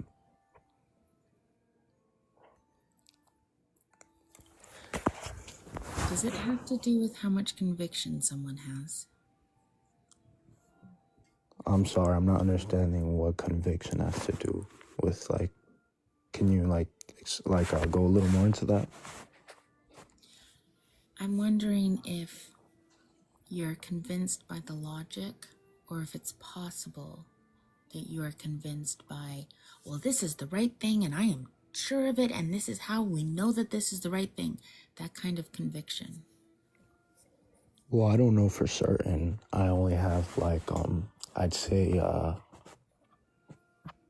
would I say? I think it's more reasonable at times, other things than not. Am I saying I'm the one who's right and everybody else is wrong? No. If someone has a higher IQ or smarter than you, does that automatically mean they're correct? No. So, you just got to look at everybody's point of views and to you which one seems the most logical. And I'd say that's just how I try to look at it. Have you ever disagreed with the logic of these YouTube scholars that you watch? With Cliff, I've pretty much agreed with everything that I've seen him explain and say that I've seen, because there might be something out there that I don't know that he said. With other ones, there's... Huh? Do you actively look to see what the opposing viewpoint is? Or do you just look to Cliff or those like him? I hear whatever the other person has to say. What do you mean, what other person? Whatever the opposing argument, what their argument is, I do listen. I don't watch their YouTubes of those, I would say. But if you have an argument, I'm completely open-minded to listen to it. And, I'm not a closed-minded person who's just going to be like, no, I'm not going to listen to this. Or I hear you saying that you hear them, but do you consider them? Is there any possibility in those arguments you hear? I say I try to understand them in their way. I think that's very important. Even if you don't agree with somebody, you can try to understand them. Can I ask you then, do you understand what the contradiction that Thrayle brought up in Genesis 1 and 2 is?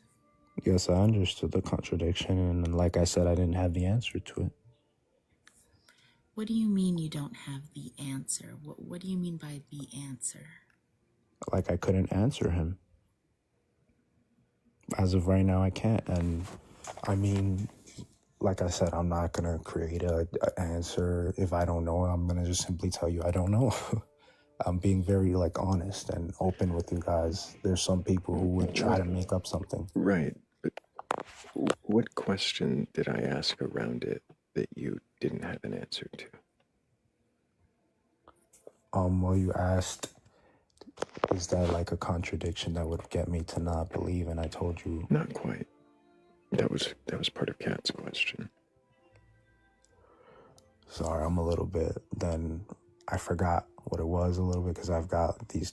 I've already been asked questions by 3 of you guys, so it's a little lost fuzzy. If you could remind me. Fair enough. I'd asked at one point if you had any way of making the 2 orders make sense, or if one was more correct. I think I asked if one was true.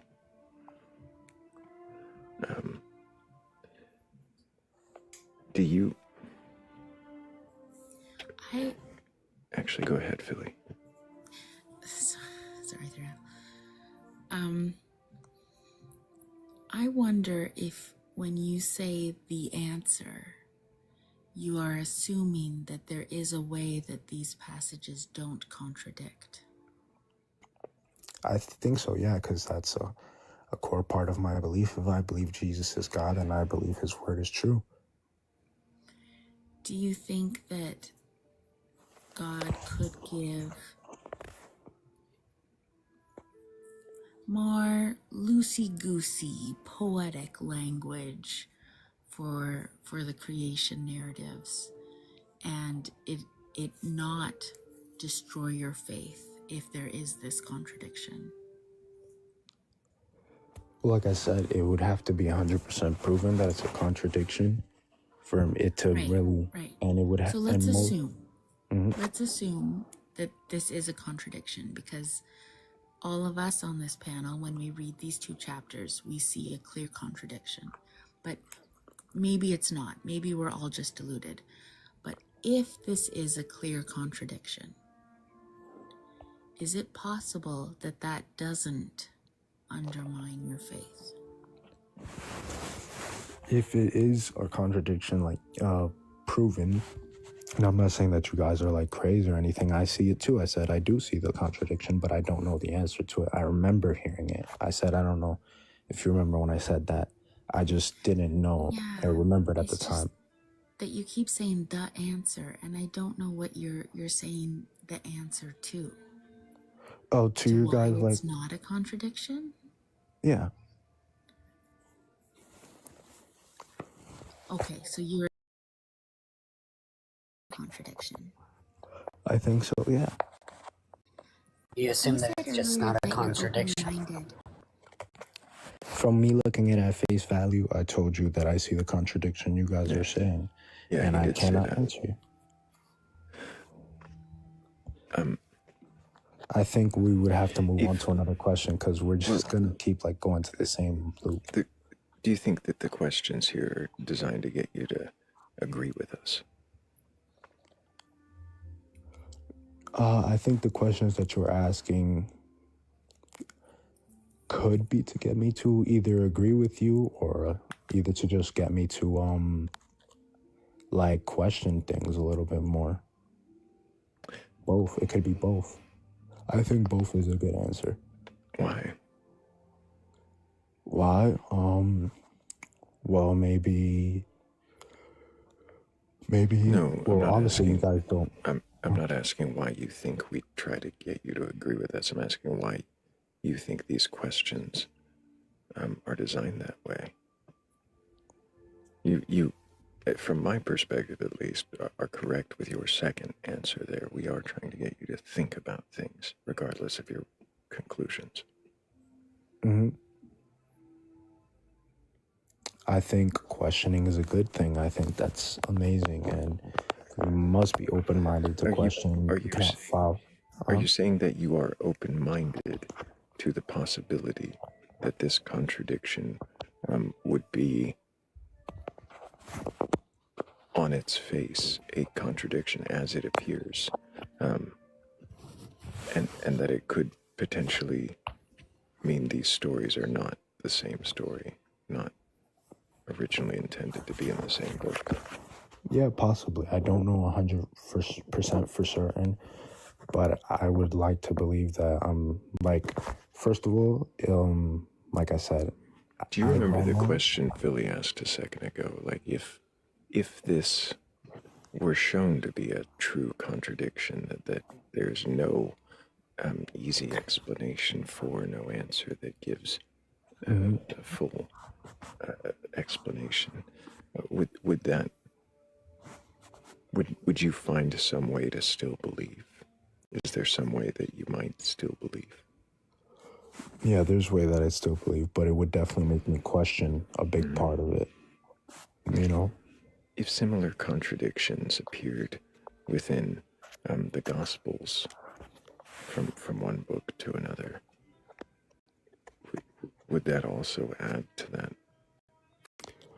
I say every like time that there's something, you have to like question it more, and then, but we don't have all the answers. I'd say that the Bible is a very intricate book that we're all still trying to understand today, and scholars still don't have full understanding over all of the text. There's different, Do you leave any room for the possibility that it could be wrong? The Bible. Yes, there would have to be a lot of. There's small still room there, but you'd have to disprove a lot, like a lot of the historical stuff with it. It'd have to be disproven. And so for you, if a claim is made, you will believe it until it is disproven, or is that just with the Bible?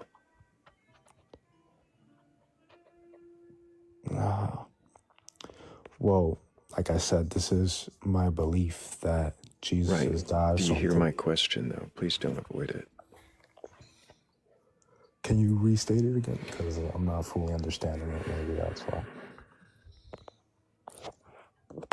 When you read a book that has a claim that says this is the truth, is it any book that says this is the truth that you believe until it is proven false, or is it just the Bible that you have this approach with? No, I would say no, I don't. Because You don't what?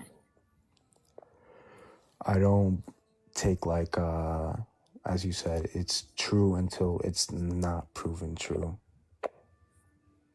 For the That's not Bible, what you're yes. doing with the Bible? For the Bible, yes. Okay, so you do that with the Bible, but you don't do that with other books. With other religious texts, no. So why do you approach the Bible differently? I don't approach it differently per se. I read them the same way. But like I said, if I believe Jesus is God, then I must believe his claims. And he says that he is the only way. So if I believe in him, then I must believe that. Why do you believe in How do him? you even know that those are Jesus's claims? That's a better question. I think that's a good question because of the huge amount of historical accounts and everything written about him. You know, he's But written you know about... that I'm sorry, I interrupted you. Please continue. He's written about, like, I mean, because the thing about Jesus... Is he written about in anything more than those books? Than the Bible, yes. Where else? He's written by Josephus, and he's written by Pilate. He's written by, a Roman governor. He's written by Jewish people who don't believe Jesus. Is it possible, Tuda, that you're mistaken on any of those things you think he's written about it? No, you can search it up. You don't think it's possible at all that you're mistaken about him being written about by Pilate? Maybe it's not the right name, but there's a Roman governor who wrote about him and him being crucified. Written about outside sources. I mean, if you look... So people at the time that Jesus was around, or was it later? There's some... Was anybody writing about Jesus while he was alive or within just a few years of his death? Yes, there was. Can you tell me who? Within a few years. The Gospels. When were the Gospels written? Those people who were... I'm sorry. I don't remember the years exactly, but they were way more before Aristotle, Plato. Okay, you really don't know much about history at all, apparently. No, like historically, yeah, they're written within like 60 Stop. AD. Stop. You're saying they were written way before Plato and Aristotle. Like closer to Jesus. Closer to Jesus. So I don't know why you brought Plato and Aristotle into it. The reason why I'm like bringing them is that's why. You know what dates they lived? When was Plato? I don't remember the date, but I know that probably best we just not. No. Say things you don't know, right? I mean, you can search it up. The first writings we have of them are not as early as the first writings we have of Jesus, is what I'm trying to say. I see. That's what you're saying. So it had nothing to do with the actual dates of Plato and Aristotle. You mean that the writings we have of Jesus are closer to his life. That's so real quick, Tuda, what's the earliest writings we have of Jesus? I think like 30 AD. Can you tell me what? 30 AD? Yeah, I think I could be wrong. I said I think. So then, Tuda, what if you were to look into it and find that there was nothing any sooner than 70 or even later? 70 is still historically how many years pretty after close. His death? I'd say it'd have to be. Well, we have that are not within the lifetime, and we have within the lifetime. What's written within his lifetime about him? I'd say the ones of his disciples, the one who lived and walked with him. The ones that end with his death were written within his lifetime? I'm saying like the ones who Tuda, who's the ones? Can we be less vague? Who wrote about his Jesus? Disciples, Matthew, Mark, Luke, and John. So they wrote about him during his life? I'd say after his life. Okay, so nobody wrote about him during his life? That we have today, I don't think so. Okay, because that so I way, don't know why you've said that 3 different times. So let's get past that. I think maybe I either said it wrong or you misinterpreted me. I meant like we have within their lifetimes. You definitely said it. So maybe you said it wrong. I think Philly's got a question. Yeah. So I mean, we can keep going on the dating questions if that's a worthwhile path to go down. But it seems to me like perhaps Tuta, you might want to do some more research on that.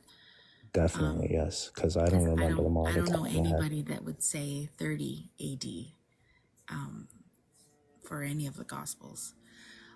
But in terms of what we were talking about before, when you said if a claim is made about Jesus, you take it to be true because you believe that Jesus is God. What do you do with things like the Gospel of Thomas? By the Roman Catholic Church and considered to be canon, like those ones that are like outside, if you're talking about those ones. So how do you then determine? Yes, that's exactly what I'm talking about.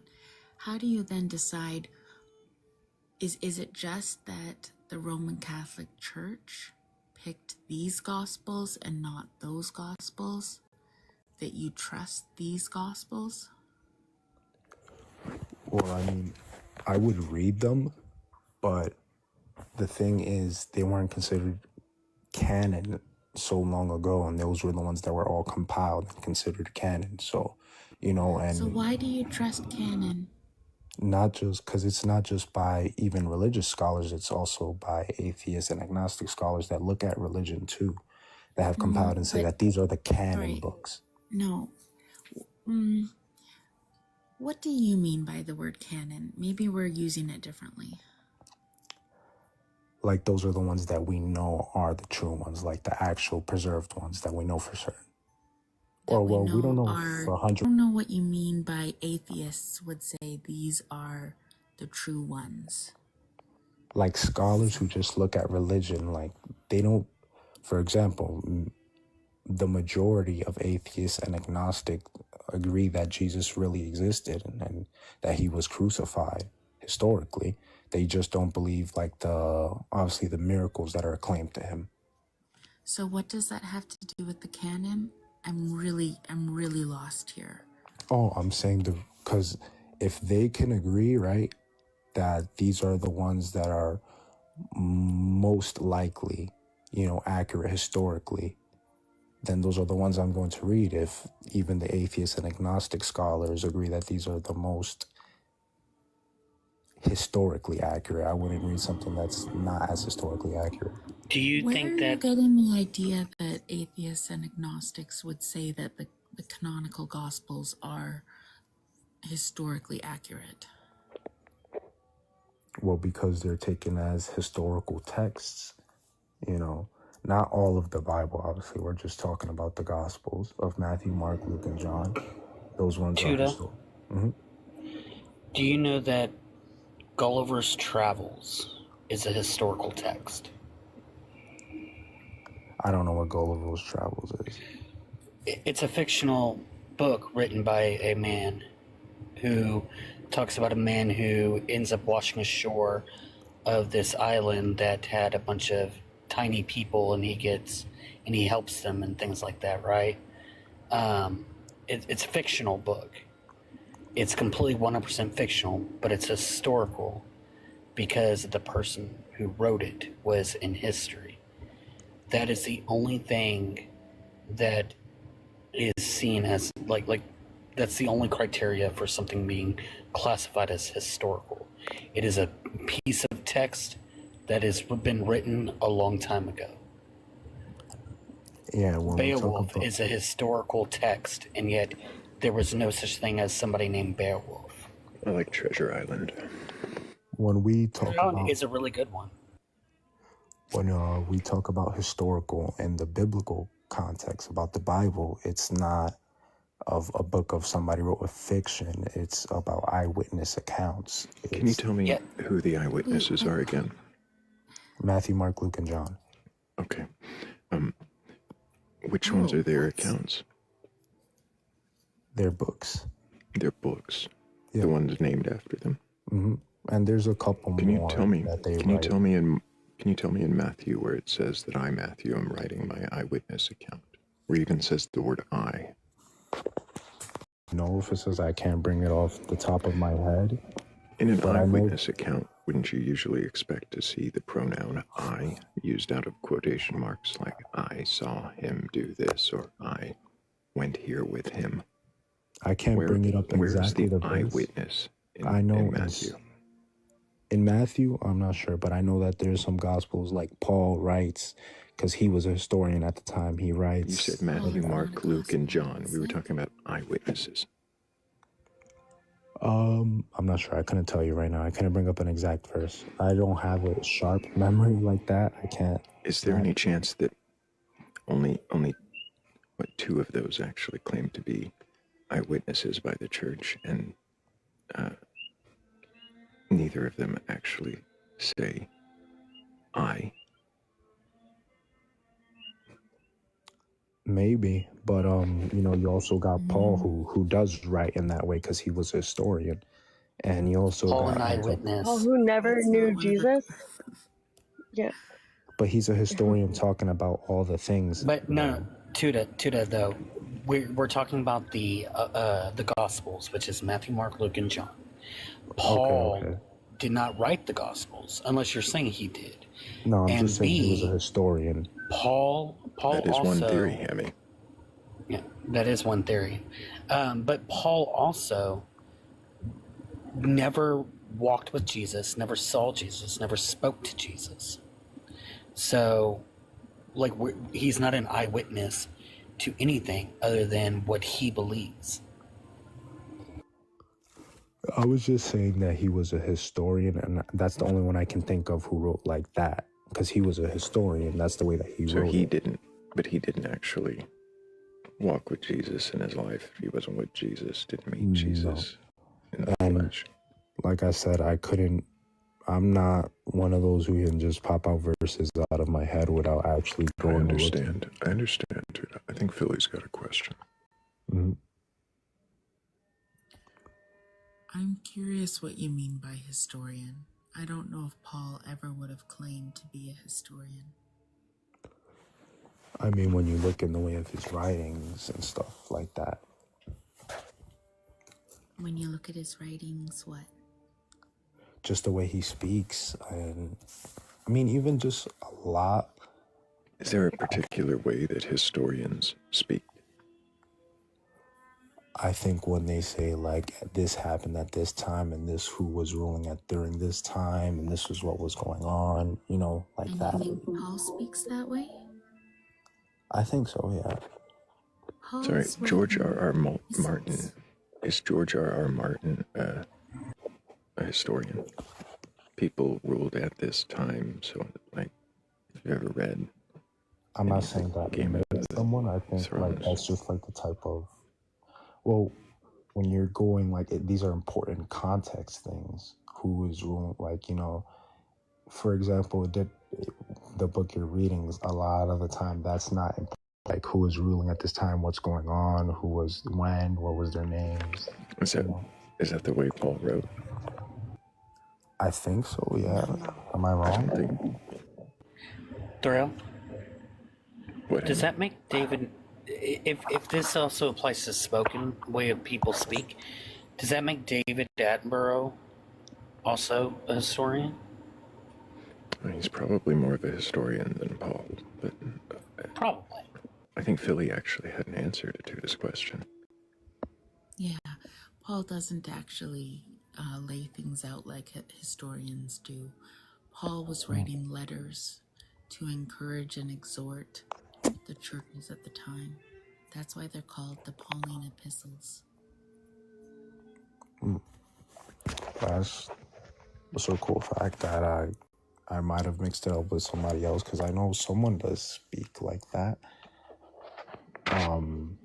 Like I said, I can't bring it off the top of my head. Do you think that it's possible, Tuta, that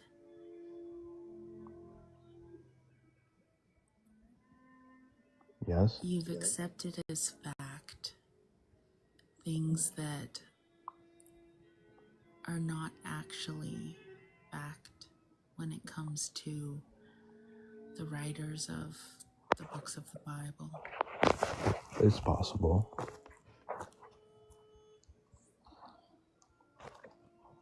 Does it matter to you if you know the truth about the Bible? Yes, it matters if I know the truth, because then I'm like following false, obviously, and that is it's a waste, I'd say, if it's false. How might you determine if it's true or false? Well, I'd say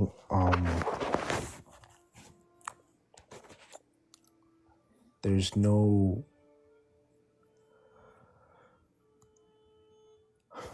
if it's true or false. I guess if Jesus isn't God, then it's false, or like, you know. How do you determine it? I say you couldn't fully determine if he is or not, but Okay, but can you determine if the book is true or false? And you're fidgeting with your phone so much, it's gonna... I think you'd have to look at the historical side of it. You can't go to a lot of the other books that are not historical to get the context on that and find out if it's true or not. I'm not following your answer. Do you mind explaining further what you mean? Well, to find out if the book is true or not, you'd have to look at the historical side of it, and if these are false writings and these are, not actually compiled, and like if those are their writings or not, the stuff that we got like that. So, do you think that there could be some true things that could be confirmed, but then also some false things?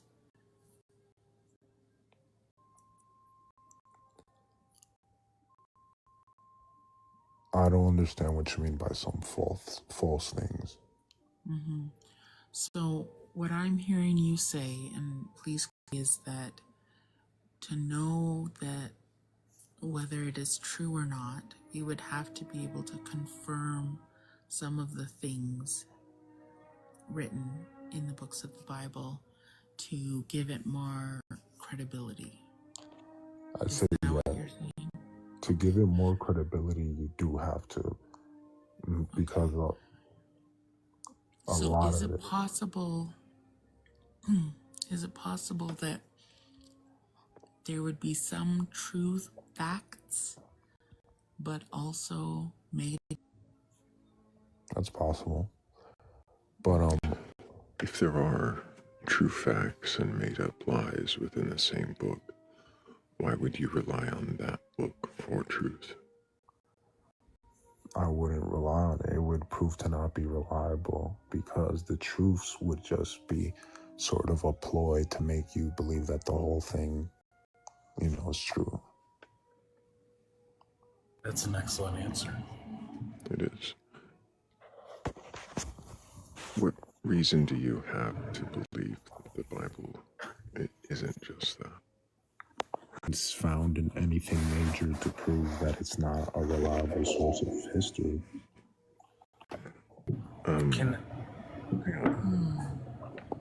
That's huge.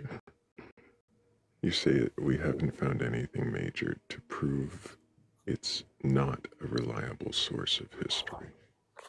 Yeah, I don't think we have, because then why is it still a pretty big debate today, and you still have a whole bunch of scholars who aren't religious agreeing that Jesus really did so much they would argue for it.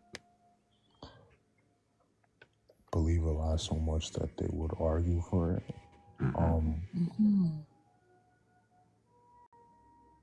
Can you restate the question? Do you think someone could be convinced enough to believe a lie that they would argue, even fight for that lie?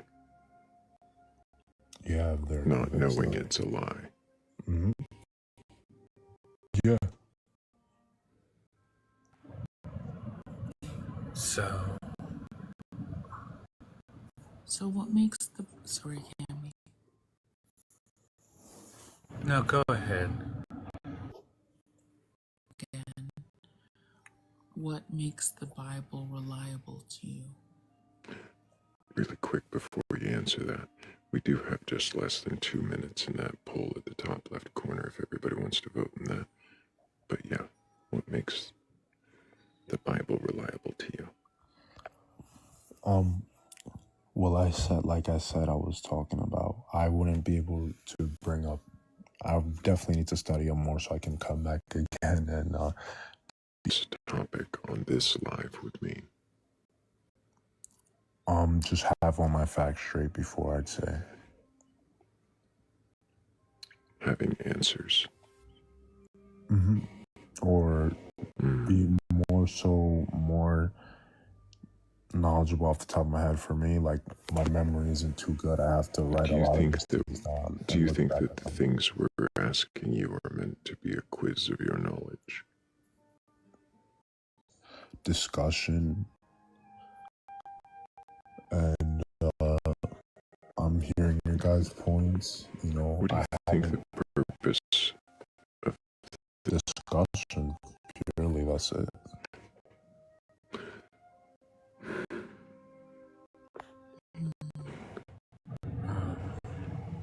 That's unfortunate. Well, the audience has, but was I wrong? Before you say it, Thrayle, dude, I would about zombies. Zombie. He doesn't call them zombies, but yes. Okay. There's a part towards the end of Matthew, particular attention there, and ask why the earth doesn't quake and the dead don't rise in the other 3 Gospels. But close. It is meant for calm discussions, but these discussions are not just general fact and question and answer.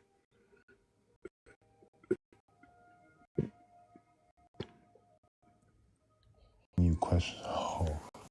The purpose of this live is not just discussion. It's to see if you even can question your beliefs. And so far, Tuda, it sounds like you would show us that you can question your beliefs. So I wonder if you will take the information that you've gleaned from this, the questions we've asked, look into them and see if you don't come back with more answers, or maybe of course take care and keep asking questions, Tuda. Can I say one? No, I do that to everybody. Don't take any offense. Thank you for the conversation, Tito. Still there, we'll see. Luke, are you still with us? Yeah, I'm here. Welcome back, Luke. Thank you. Mm-hmm. So, just as a reminder, your age for TikTok TOS. You have a belief in the biblical God, correct? I have a belief in the God of Jesus. I wouldn't say it's fair enough. That was the distinction from our previous conversation. The God of the Bible. Correct. Because there could be multiple gods according to translations and understandings. Oh yeah. Revealed God and is God in nature, which God's nature is love. And Jesus revealed that completely. So Is Jesus divine? just like you are divine in the nature of love that you express. I had a question. Do you mind if I Go for it. Okay. Oh, please go. Luke, I remember from your conversation earlier, you were listing off all the things that love is. The same particular verse most people do, right? Yeah, the one that was read at my wedding. Yeah. First Corinthians. Yeah. And you, sure. yeah, talks about how love is not quick to anger, love is not boastful, it's not prideful, yada yada yada. Right? Do you think that the God that you worship is all those things? Yes. And I get that it's not necessarily the God in the Old Testament at all. Sure he is. If we look at Jesus, and when Jesus read from the scroll, the Spirit of the Sovereign Lord is upon me, because he has anointed me to preach good news to the poor, sight to the blind. So the God that gave us the commandments and things like that. It depends on what commandments you're referring to. Commandments are love the Lord your God and love your neighbor as yourself. Yeah. And in your whole entire I think that love is also jealous. No.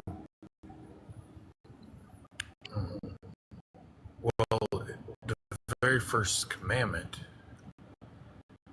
it says there and says, I am the Lord your God, for I am a jealous God. My very name is jealous. So did your God write that one, or was that a different God who wrote that one? That was, but, yeah, sure. I don't believe that he is jealous, or she.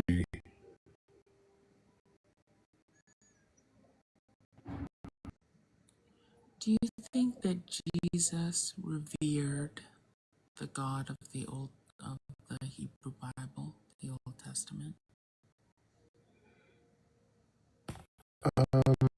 So it all depends, and we have to see how Jesus saw the God of the Old Testament in order to really answer that. Question. Yeah. Yeah, and so how Jesus saw was not about the day of mind.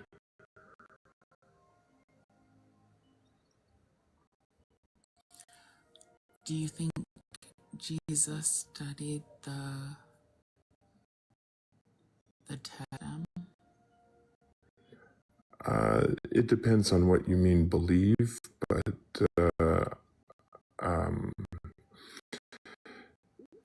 see, if we look at the Testament is more like the nighttime sky. In its truth. I'm sorry, Luke. I don't mean to interrupt you, but truth earlier. Sure. It's the Bible in its truth. Because I don't believe the Bible is all truth. The Old Testament is all truth, but it has glimpses of truth. Like when we look at the nighttime sky, we can see stars and stuff, but we still stumble in the darkness. And that's our understanding of who God is. So most of the Old Testament is kind of the blackness and stumbling in the dark. But there's glimpses, there's little bits of light that I can be like, oh, the North Star, I can kind of travel north. But sorry. Do you believe that the gospel accounts of Jesus are reliable? Believe them? What do you think about when Jesus said that not a single bit of the law would be gone until The heaven old and earth passed away? jot nor tittle from the King James. Yeah. Yeah, some commissioned for it to be written. Anyways, Jesus, there's more than one law. There's God's law, and then there's man's law. And I believe Jesus was referring to God's law. And how which do one? you know what are God's law? Well, basically, Jesus puts it out to us that love the Lord and love your neighbor. All the laws of God kind of fall into those. Right, but Jesus said not one word would. Do you think Jesus was meaning what Jesus said about the two greatest commandments? Sorry, I don't understand that question. Can you rephrase that? Yeah. So, in the time when the law, as everybody was familiar with, the law from the Pentateuch, meaning that Jesus was saying the commandments, or what the people of the time would have understood Jesus to be saying. Pentateuch in all 613 laws, are you referring to? Something like that, yeah. Like, Sorry. do you agree that that's what the people of that day would have understood the law to mean? Saying, go study what this means. I desire mercy, not sacrifice. Yes. But that doesn't answer my question. So God's law, and wasn't referencing the Mosaic Pentateuch, 613 laws. And when you say God's law, you're meaning the two greatest commands are these. Well, it's the law of love, but yeah, all things form under in God's law under that. Okay. So you think that Jesus was saying something that his audience would not have understood? He said a lot of things that his audience never understood at the time.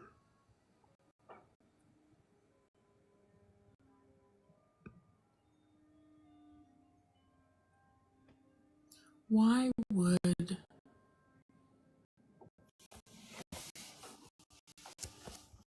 the nature of God, love, Jesus, why would Jesus communicate in such a way that people would not understand?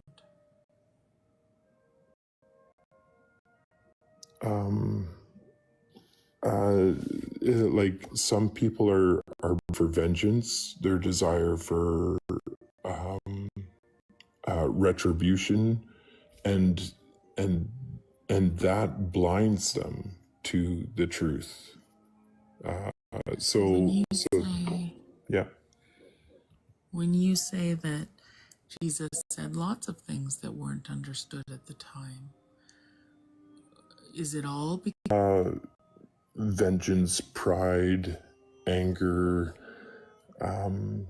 Yeah, I mean that's a huge blinder.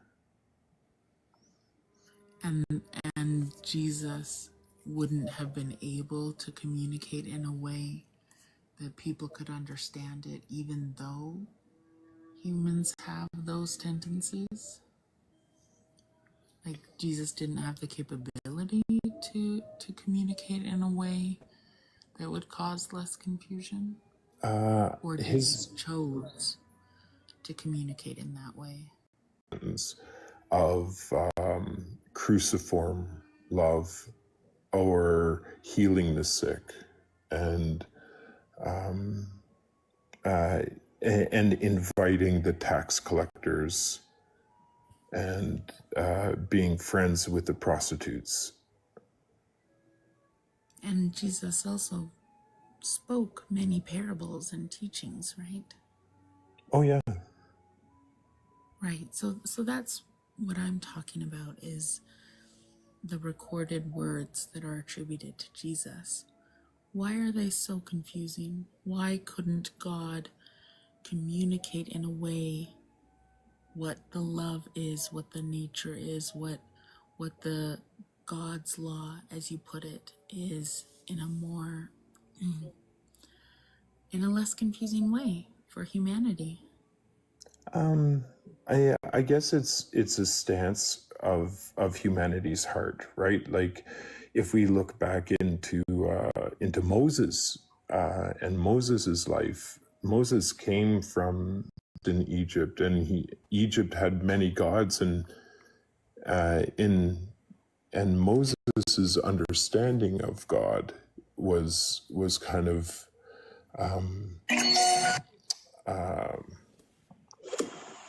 influenced by Egypt and the Egyptian gods.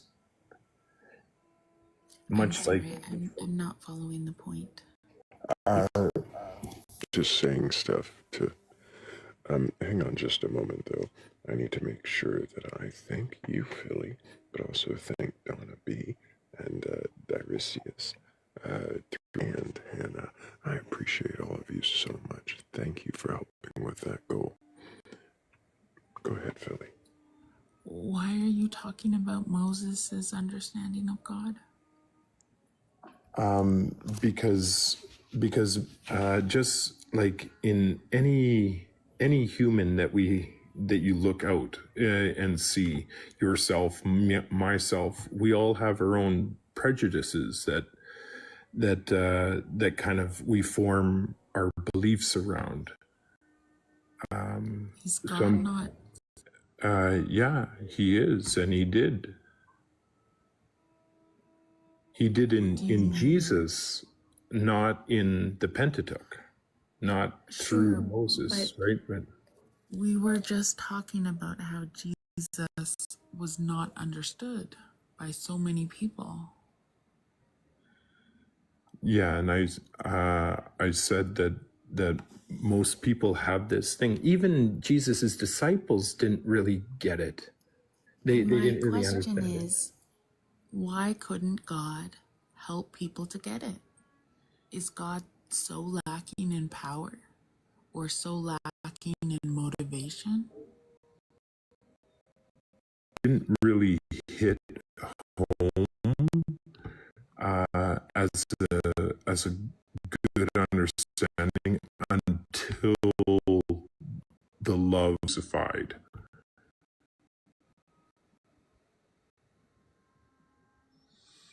So today, the fact that still so many people do not understand how God, through Jesus, Are you saying that that is all to do with the state of people's hearts? Oh yeah, totally. That's, Wow. Okay. isn't it? Like, Why would it be? why wouldn't it be? We That all doesn't bring, answer my question. Why would it be? yeah, so we all bring our own trials, and like I learned at a very young age, and most likely so did you, that if somebody kicks me in my shin, I want to kick them back. Right? It is, but Jesus teaches a different way. Shows that God is not like that. God So he doesn't. shows God is not like that. Does God forgive non-belief? Sure, he does. Why wouldn't If he? you don't believe, when does he forgive that? So don't believe what? In any of it, the God, the Jesus, the story. In that aspect, it doesn't really matter what you believe. There's it's what you believe in your heart, right? Like in I'm sorry, in your heart, what does that mean? that if you act out in love, and you forgive your enemy, and you forgive your neighbor, and you forgive the kid that kicked you in the shins, you forgive your children, you forgive, like those are all acts and fruits of the Spirit, that the Spirit is living inside of you. That I believe that all I'm sorry, humans. you're not. I must have not I must have misunderstood the question. Sorry. I think Philly's got a question. Are you saying that you only have to act in love? You do not have to believe in or worship Jesus or God? Well, I believe that your acts are part of your belief. I Can I understand. clarify, Shirley, real quick? Mm-hmm. With you more than anything, honestly. So it is my understanding, and I've never been a Christian, but it is my understanding that the only sin that is unforgivable is the sin of blasphemy. Blasphemy, that's the word I was looking for. Is that correct? That's the unforgivable sin, and there is some debate as to what that means. Some Okay. would say that it is rejecting the Holy Spirit. Which rejecting the Holy Spirit is rejecting love. Is that different from not believing in God? Some would say that is exactly what it's talking about. Yeah, some people say that, but belief in God is kind of a catch-all phrase. Do this and then you'll be saved. But that's not really defined, really. So I feel like we should define what's not defined. The belief. Hold to the New Testament. Not all of it. I mean, Peter had a hard time understanding Jesus when Jesus was right next to him. Paul also had a hard time understanding Jesus, and Jesus wasn't right next to him, right? So again, I think that's a communication issue from a God, but yes, I understand. How do you determine what in the scripture, well, particularly the New Testament, because you said Jesus conveys God's love. How do you determine what in the New Testament you see as truth and what is not? if it form love, then it's speaking truth. When you act out in cruciform love, you act out in truth. When you speak it, you speak in truth. I'm not familiar with this word cruciform. Can you explain that? It's self-emptying, sacrificial love. Like it's a love that it will cost you something in order to show forgiveness, show love, show respect. So if somebody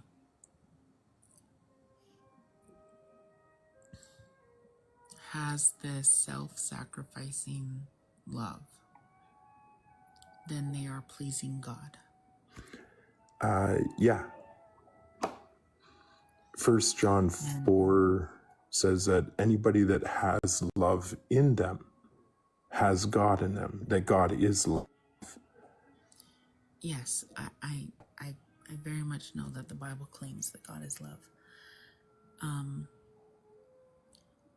If earlier you said that actions show belief, can people have this cruciform love, this self-sacrificing actions? Well, it all depends on what belief. So if we're talking about Hindus or Muslims, can they show cruciform love? Oh, yes. And is that God? Oh, yes, it is. So somebody doesn't have to have ever even heard of the name Jesus in order to have this cruciform action. To act out in cruciform love? Oh, yeah, no, they don't. In your belief, is what happens after passing away? Well, funny you should ask. I had a mystical experience of what I envision is heaven or the afterlife, but I'm Do you believe there's judgment? I believe there is judgment, but judgment in a corrective judgment, like something that will lead you back to the place of love. It's restorative judgment, not punitive. I'm sorry. I'm still like really confused on this. So you don't have to believe in Jesus or God to be saved. Like, is that what's being said here? Well, kind of. It depends on what you mean by belief. If belief is your acting out in what you think is right, and if it's loving, if it's love, then you're acting out with God, right?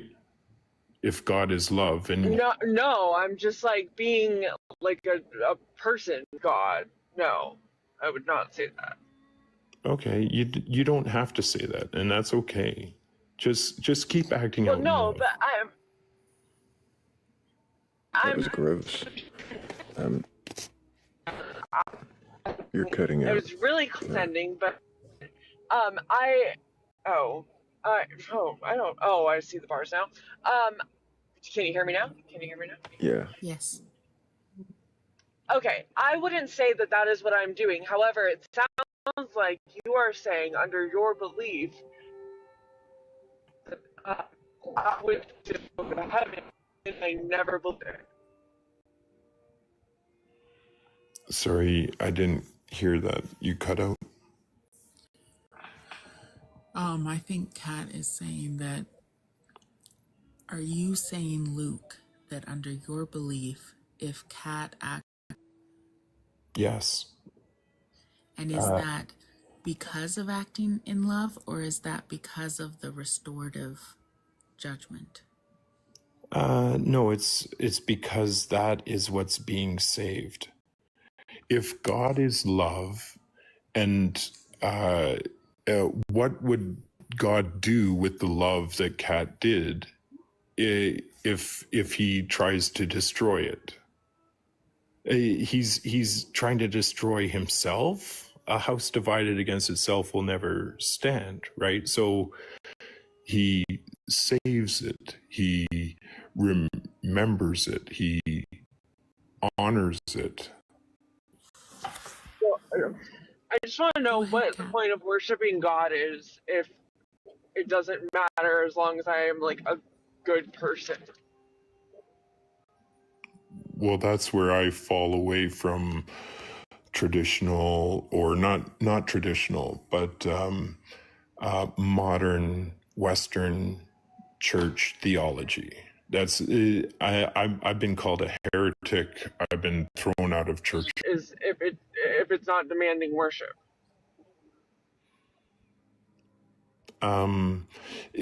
Define worship. Reverence. Singing songs. I don't know. I've never worshipped anything. Attending church services, reading its book, singing its song. Sure, reverence. It's trying to follow its rules. I think that's what worship is. Does anybody want to correct me? That's a workable definition, Kat. Yeah, it's definitely a workable definition. And same with belief, right? Like if you act out in love, then hate. I really think that Philly probably has more pertinent questions than I am, but I really want to understand before I hear her ask her questions. And because it'll probably inform my following the conversation better. But so what's the point of the worship if either way I'm going to heaven? The point of it is the point of life, right? Like you get 8 different avenues, different ways for love to exist in the world. And that's going to be honored, and that's going to be remembered. That's going to be saved. So I don't want it to be honored or remembered or saved. Okay. Like, this is not me being an asshole. Like, I just genuinely, like, really struggle, especially with the Abrahamic God sometimes, and, like, understanding why. May I try to... Absolutely. Please, Philly. Yes. May I try to summarize what I'm hearing you say, Luke, and you can tell me if I'm off base. For sure. I'm hearing you suggest that God is not accurately portrayed in the Hebrew Bible, but that Jesus is an accurate representation of God, and that Jesus's call to humanity would be to act in love, because that is what God wants. And whether people know Jesus, know God by the name God or not, if they live in a way that is love, that is self-sacrificing, then they are expressing the divine. Okay, the divine, and therefore that is what heaven. Yeah. What is the divine? Is the divine just like the love. godliness? Love. God Okay, is love. love. And so divine equals God equals love. Self-sacrificing love. Yeah. Specifically the one described in the Bible. Okay.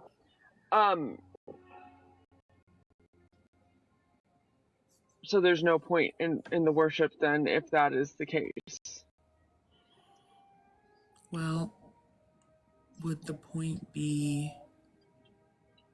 to, I know some Christians will say things like, focus on what you value in life. And therefore, if you prioritize focus on love, that is worshiping God. Does that land, Luke? That lands awesomely. Thank you, Philly. But if I do that without the belief, I still get the same place. I'm sorry. I'm like, Yes. just like, Yeah. okay. Yes. So the it comes down to preference at that point. What do you mean preference?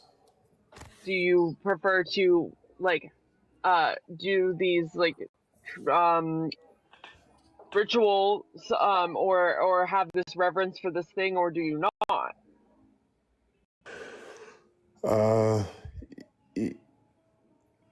I guess it's about preference. I guess you can say that. I can. If I'm off base, please tell me. But like, No. Yes. Preference. You can use the word preference with that. That's fine. Okay. Sorry. Thank you so much, Philly.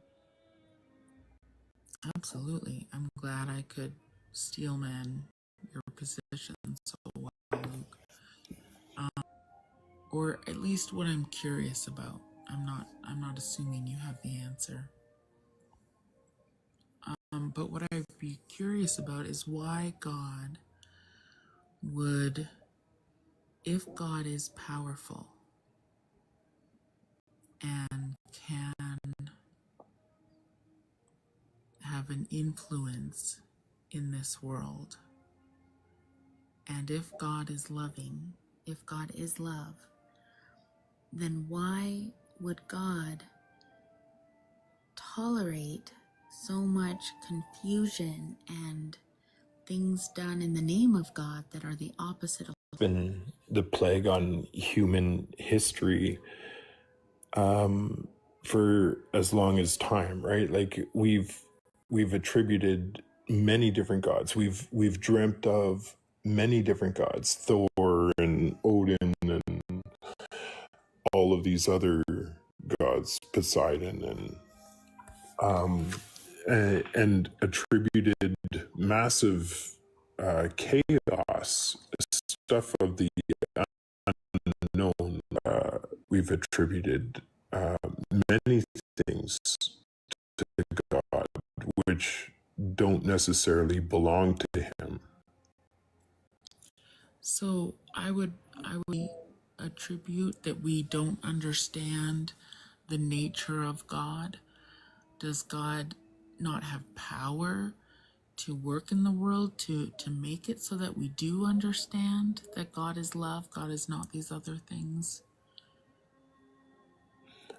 I mean, like, so I can only speak for my own experience as a father. I have 6 children, and I can only show my kids love, and I act out in violence towards them. I mean, that more speaks of my own inability to control myself, right?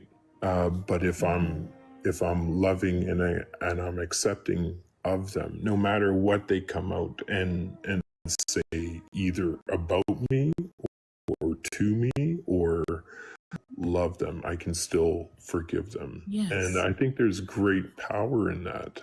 I think that's... But as a loving father, if somebody is telling one of your children mental and is punishing and is not out for their best interest, whatever it is, yeah. Right, yes, all of these things, wouldn't you as a loving father do the best that you can to help your child understand that that is not true with you and with others? Wouldn't it be unloving to allow your child to continue under this wrong impression of who you are? Yeah, but that's not reality, because that happens outside of my own sphere of influence, right? Like that's them, whether or not my child believes what they're hearing from said friend or enemy, whether they believe that or not, that's up to my child. And if my child would ever come to me and say, hey, this person is saying this about you, and I can set the record straight, and I can be like, hey, I love you, and I am for your best interest. I am all about you being better than I am.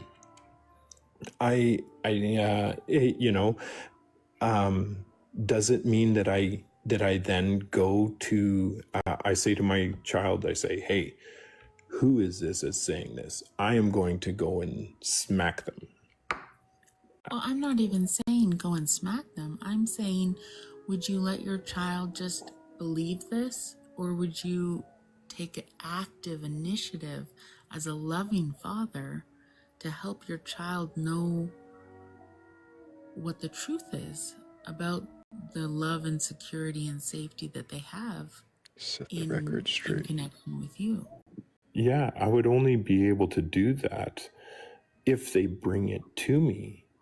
If they don't bring it to me, then Why though? Why? As a loving mother, I am gonna take initiative to go to me to be like, are you actually loving, mother?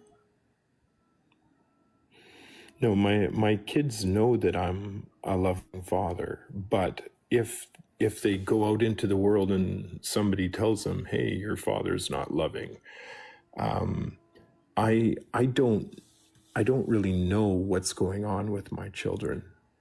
Unless they come to me, right? And I hope that I foster a spirit that they feel safe enough to come to me. I think that's beautiful and that's wonderful as a parent, that your children have this foundation of you as a loving parent, as a loving person that they're safe to come to. But do you believe that that's what all of humans have, is a foundation of an understanding of a loving God? No, Can come to? I don't think so. I think it's sad that there's all these other gods that are made up or are false. How do you know that yours isn't made up or false? Well, like I was saying earlier, my personal experience is that God is love. So, how do you trust those personal experiences so wholly? Is there no way that you could have fooled yourself into believing something you wanted to? Yeah, there's that possibility. There's that possibility that I am delusional and crazy. That doesn't mean you're crazy, and a delusion doesn't have to be lasting, though its effects can be on the way you think about the event. Yeah, that doesn't necessarily mean an illness or diagnosis is due.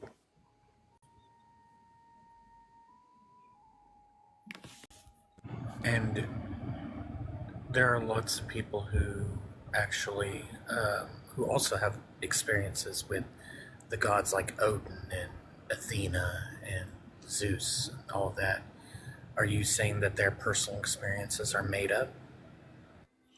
I'm not saying that their personal experiences are made up. They are what they are, right? If I go outside in a storm and I get struck by lightning, do I attribute being struck by lightning to God, or how do you attribute your experiences, whatever personal experience you've had? And I wouldn't wear a copper hat in a storm. Yeah, no, don't do that. But how do you attribute the experiences you've had to this God of love, and how do you rule out your own bias? So I was talking to you earlier about praying for people and them getting better. I have this experience of I was out in India at a pradanaku. That's an outdoor prayer service, and we weren't. You can't really get into these small little villages in India without being invited in as a Christian. And we were invited in, but there's this one guy at this pradanaku that did not believe in God and did not want us there. And so I went up to him and I said, "Hey, can I pray for you?" And he says, "No, I don't believe in it. You should go." And I'm like, "Well, that doesn't matter. If I pray for you and you..." And so he's like, "Okay." So he was very skeptical. And I'm sorry, what was his illness? It was his stomach. I'm not too sure so what. He had an upset stomach. Yeah. And he said no. I'm not too sure what it was. You didn't hear the no as a denial of consent, and you went ahead and prayed. What happened then? Well, he then started to believe in God. I'm sorry, you prayed for him, and then he believed in God. Yeah. Because his stomach got better. Yeah. Yeah. That was evidence enough for him to be like, "Hey, this God is not like the other gods that I know and have known my whole life, where they don't interact with me. I don't really matter to them." Just to be clear, did you like lay hands? Yeah, basically what it was I put my hand on his stomach, and I invited God's love to come into his body and command the pain to leave, and it left. How do you know that he did not have gas that was somehow assuaged by the pressure of your hand?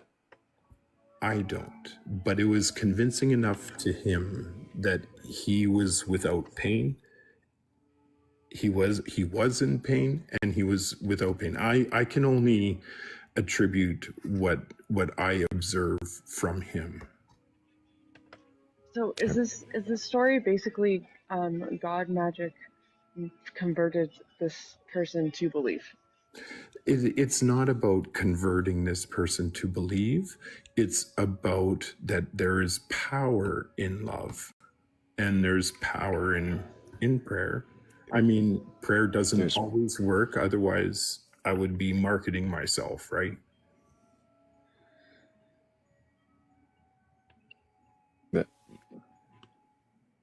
That's your first thought, is if prayer worked 100%, you would market yourself. Well, wouldn't that be the Isn't that the problem with? Well, if we can convince enough people, we can line our pockets. Yeah, exactly. But that's human nature. Yeah, exactly. That's human nature, right? Consent doesn't matter either, does it? Please, tell me that you hear that, how disgusting that sounds. Awful. I don't see it as disgusting. I see it that this man was in pain, and then he's not in pain. I see that as beautiful. Yeah, you see it as beautiful. You also see it as something that could potentially turn a profit for you. You know why I like to help people out? Because it's the right thing to do. Not ever to make money. I totally agree.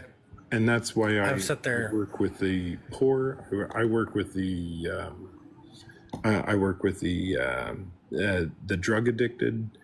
I go overseas to the very poor where they can't. Do you cure all of them? Not to cure all of them. I've always sat there and said that if I had, if there was a God, and He gave me the ability to heal I would put hospitals out of commission because I would spend the rest of my days traveling to every single hospital and healing them, not for charge, because I would consider that the right thing to do. I would consider going to healing a child who has cancer and taking away their cancer as what my duty to this earth. Would money ever come into my brain? What was the thing about the guy saying no that made you want to just do it anyways? Like when I don't know. I don't know what it was. He seemed upset, and I wanted to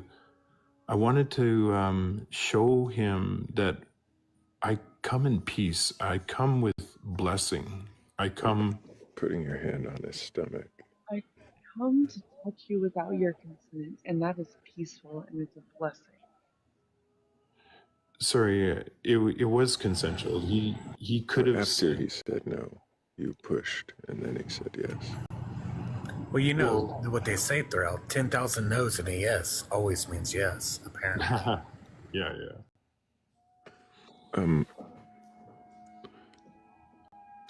So you don't see any possibility that this supposed that it could have just been he had an upset stomach. You pressured him into letting you touch his stomach, and then who knows, maybe he just said whatever he thought you wanted to hear to get you to go away, because you didn't take no for an answer. Maybe. Yeah. I can see that. I totally can see that. And it might have been something mundane, but then sometimes they're not mundane. In the next village over, the 2 days later. Is this one going to end with and everybody claps as well? It actually will. But how are we to know that any of these stories are even real? Well, you don't. Why would we? So these stories that convince you say supposed miracles where you pray and something happens for you.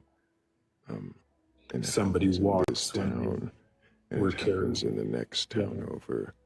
And how can you be sure any of these people are not just performing for you?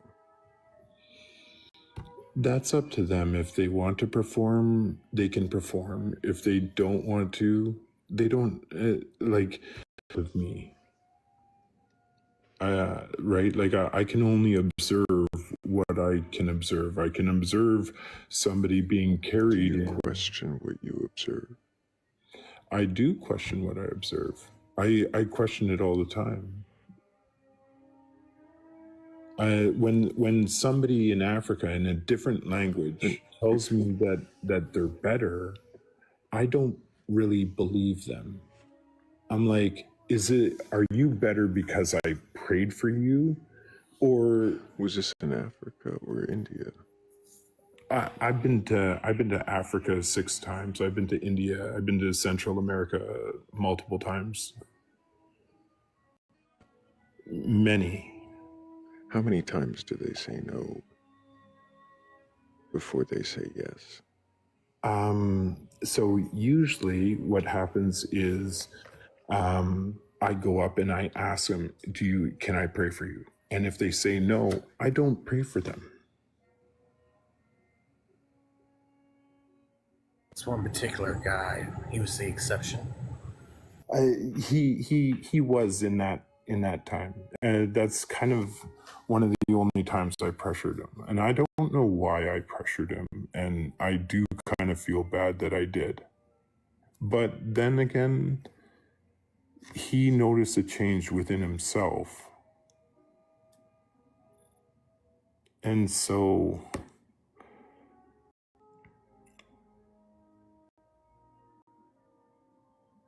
does that make sense?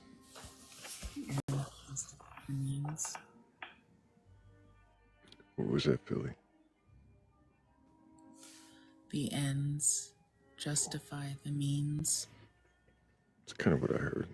Yeah, that's what I heard. basically what I said. Yeah. So, do you know that that same people have used countless times throughout the centuries to justify some of the most atrocious things that have happened? Yeah. Because the And that's ends terrible. were great, and so, they justified the means of what they had to do. Yeah. No, I get that. I'm not talking about dropping massive unalivement vessels on civilians or anything. But mostly how it happens is that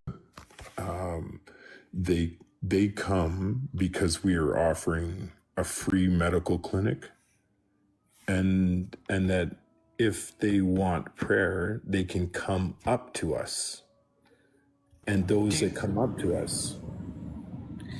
I'm sorry. Do you not see that as somewhat predatory and kind of coercive? Do you check up to see if the patients that you pray for are actually healed and recovered and not just feeling some kind of adrenaline or Yeah. There's you do the checkups and I don't do the checkups. I'm not a doctor.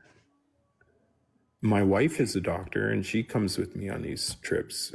She's not standing there right next to me as I'm praying for people. She is running the clinic, making sure that the meds that the other doctors and nurses are prescribing are right and are not going to do harm.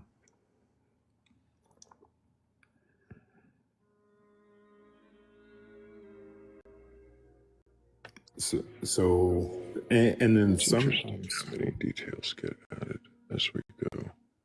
Well, do you want I'm not telling the whole story, but you're asking me to dig deeper, so you're going to get more details.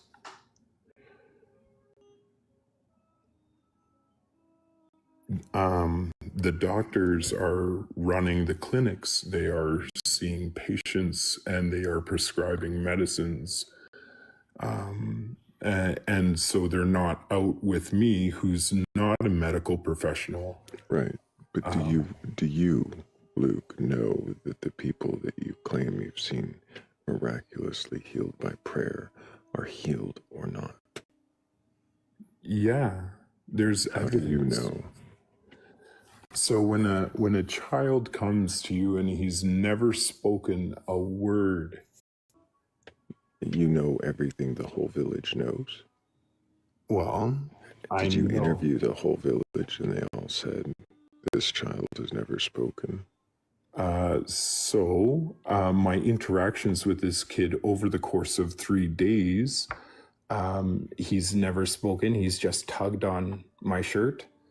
And then I put my hand on his head and I pray for him, and then he doesn't get healed. And then did you ask his parents' consent before you put your hand on his head?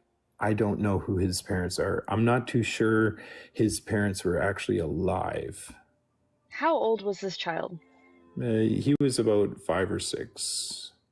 Maybe so 7. you think 3 days of interacting with him, let's go with 6. Like, you think 3 days of interacting with this child is indicative of what he's done in his entire 6 years of life? What do you mean indicative of? You said he's never spoken. Well, his friends. Sorry. His friends know him to not speak. He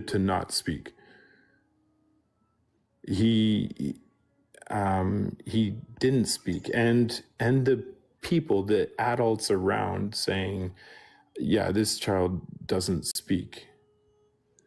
The adults in the village, I don't know what other evidence you want me to present. I'm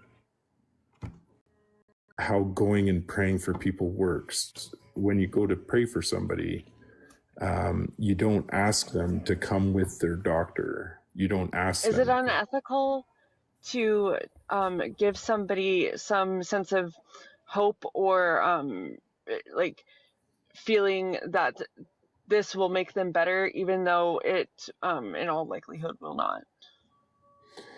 So define better. If somebody comes to you, This will heal their illness. yeah. So there's many different kinds of better. There's No, I just defined it for you though. yeah, and I'm trying to expand your idea of better. Moving on. Yeah, it doesn't really matter. Yeah. So, you know, anybody with a belief in a god or gods, higher power, or anything like that, go ahead and request on up. We're gonna move on, Luke. Thank fucking God.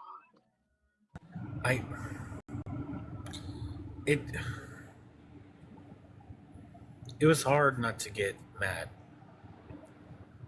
The fish get bigger. Philly, thank you so much for letting me interrupt you to like understand, and thank you so much for helping clarify that. I cannot tell you how much I appreciate it. He's not the first Christian I've heard talk like that. I didn't mind. And that's the thing is like usually I'm like I can follow, just like I have no idea how we got here or why we think this.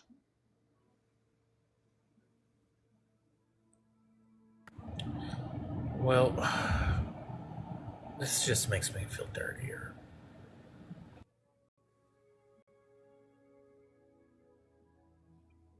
And I really don't like the touchy, pray, faith healy thing. That's no good. The first story he tells us about it is about somebody saying no, and he's like, well, but then I pushed. And he said, oh, okay. And from that point on, my stomach was upside down on that. Every story he told seemed to get more, the fish got bigger. Well, and the fish got bigger. Pretty soon he was going to say that he healed all of Africa. Well, it was like Hammy said, like 100 no's don't matter if you get one yes, and then he laughed, and I was like, this is the grossest thing I cannot. I just, like, that was my biggest thing. I said it in the comments too, but the fact that he laughed at the sarcastic joke I made told me everything I need to know.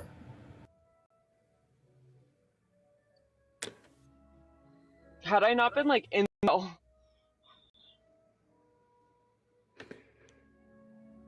I'm sure we've talked to Todd before. I recognize that face. But can I get your age for TikTok TOS? 33. Which 3? What? I said 33. 33. I didn't hear the first part. Do you have a belief in a god or gods, higher power, or anything like that?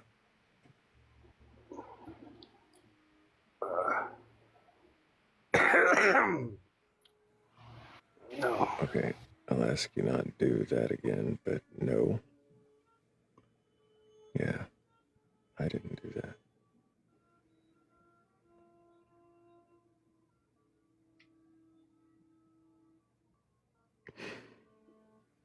Well, now we sit and wait for someone who has a belief in a god or gods, higher power, or anything like it, that is capable of questioning that belief and not just trying to make the fish bigger and bigger. How you doing, Philly?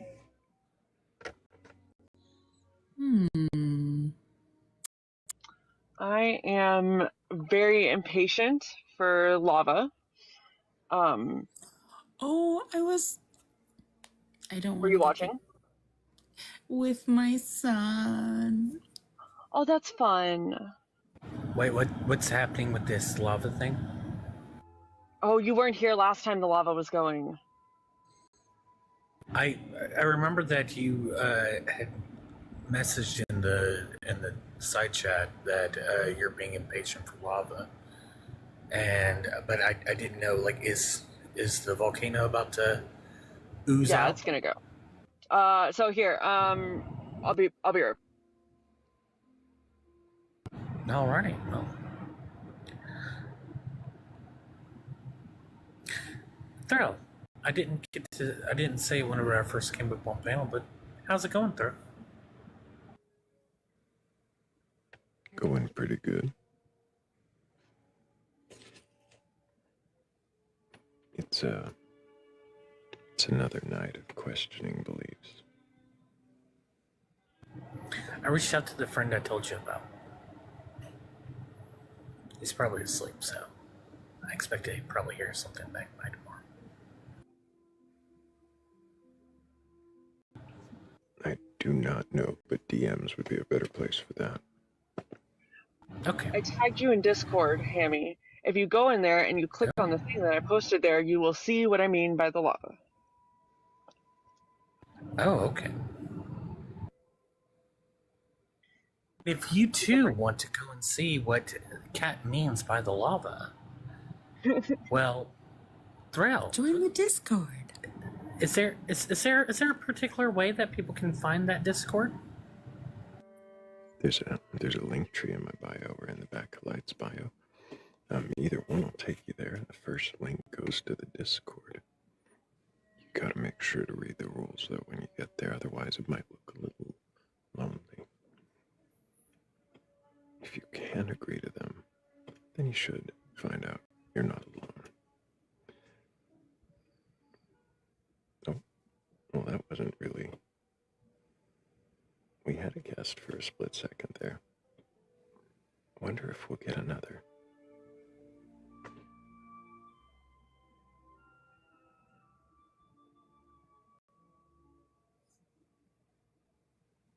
Also, it's a different camera, has a better view than the last time. The V1 cam had a really good view, and this time it's a different camera. There's 3 cameras, but it's really oozing tonight. It's we're getting there. We're very close.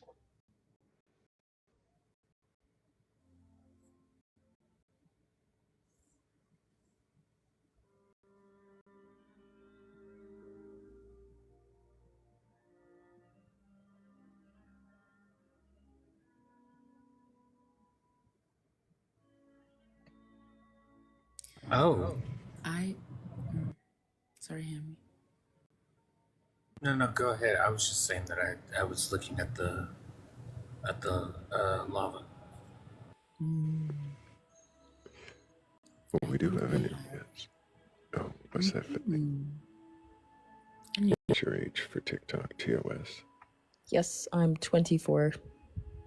And do you have a belief in a god or gods, a higher power or anything like that? I have a belief system. It doesn't necessarily involve a deity. It's more so kind of surrounded by humanitarianism and community. I can go into more detail, but it's... No, that's, so you don't have a deity? Not necessarily. I'm more of like believe? Oh, go ahead. No, go ahead. You can ask your question.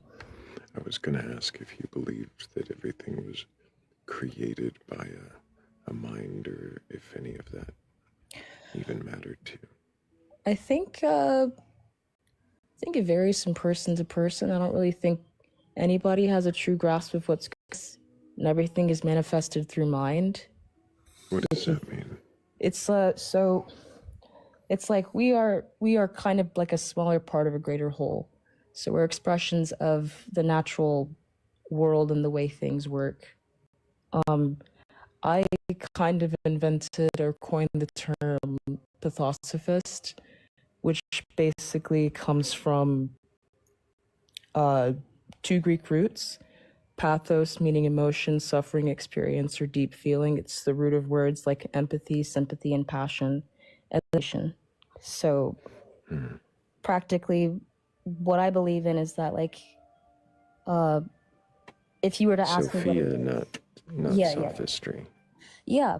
Well, so really it's just more about like feeling to know. So emotional experience as a teacher equal to logic. So avoid numbing yourself and engage with joy, grief, and awe.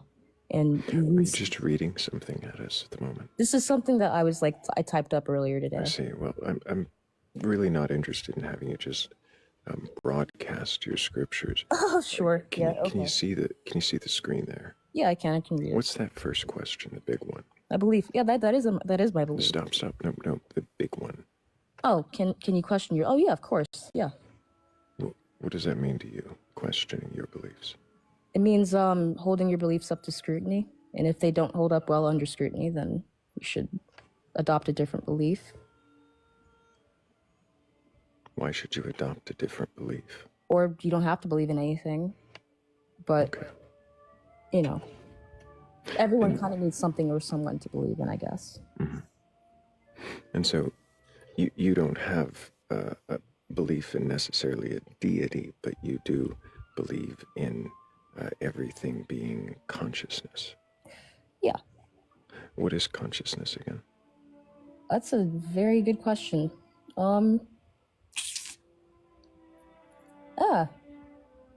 What's the root of consciousness? I think if something has the ability to think and feel, and it's sentient, you could define that as consciousness.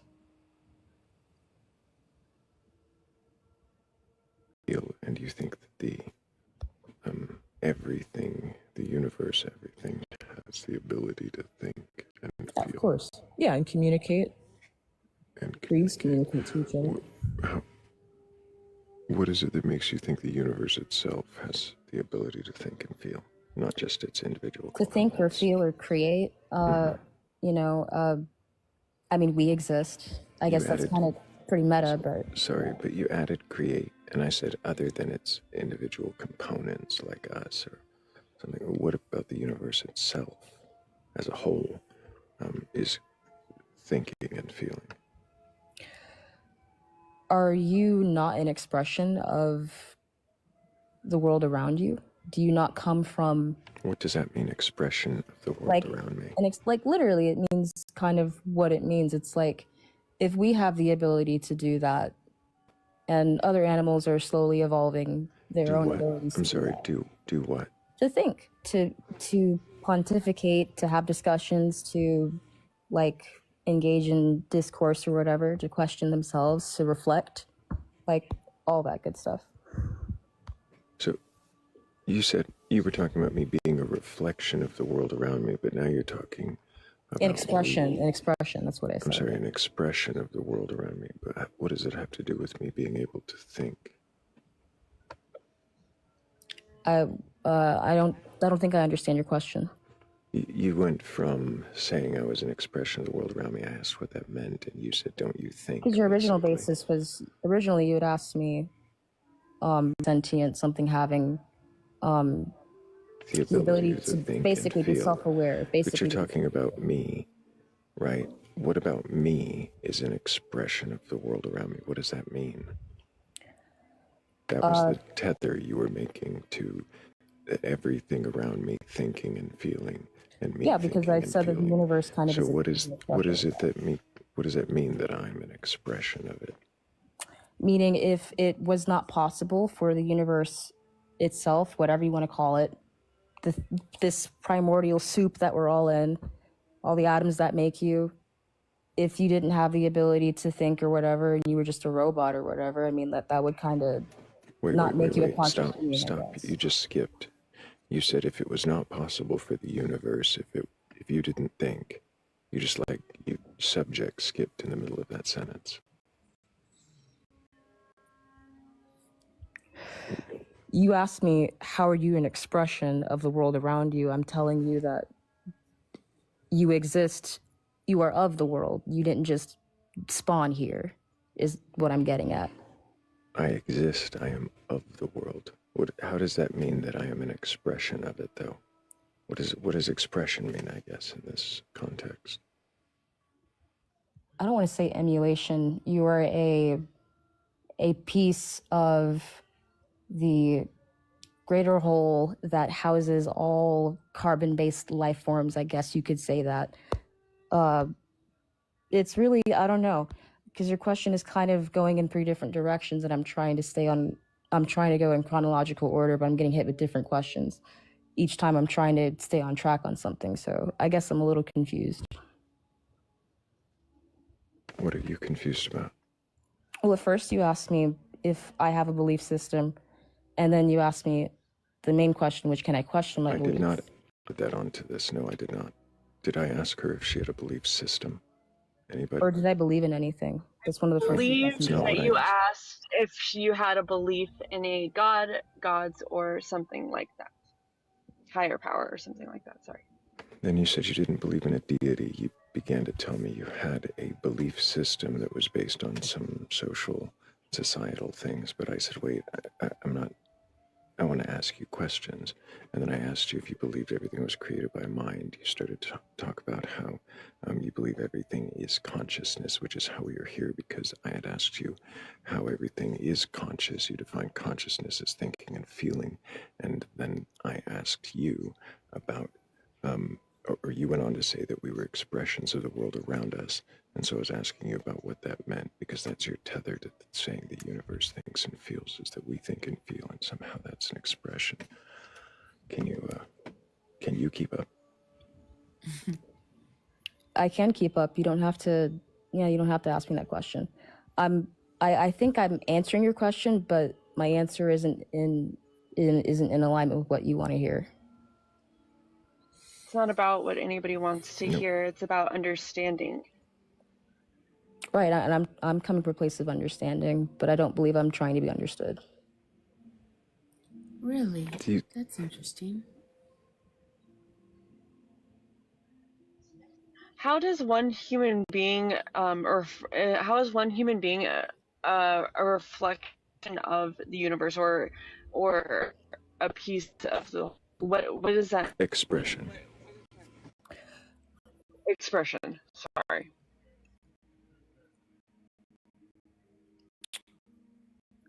I'd be sitting here talking myself in circles for hours.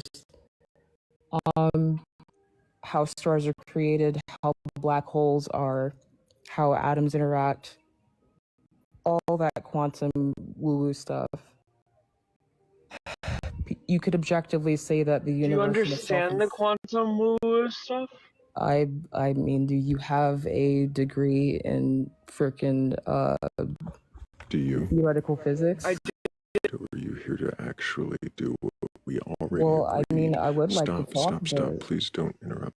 Are you here to do what we already agreed upon? Remember when I asked you to read the big question? You asked me to read the big question after you asked me what my belief, or Right, if I but had that a was belief. to make sure that you understood the conversation, and it really was remarkable how it sounded like you understood what we were going to do. Do you remember what you said after you read the big question? Question of how so 2 people are trying to ask me 2 different questions. So which question should I respond to first?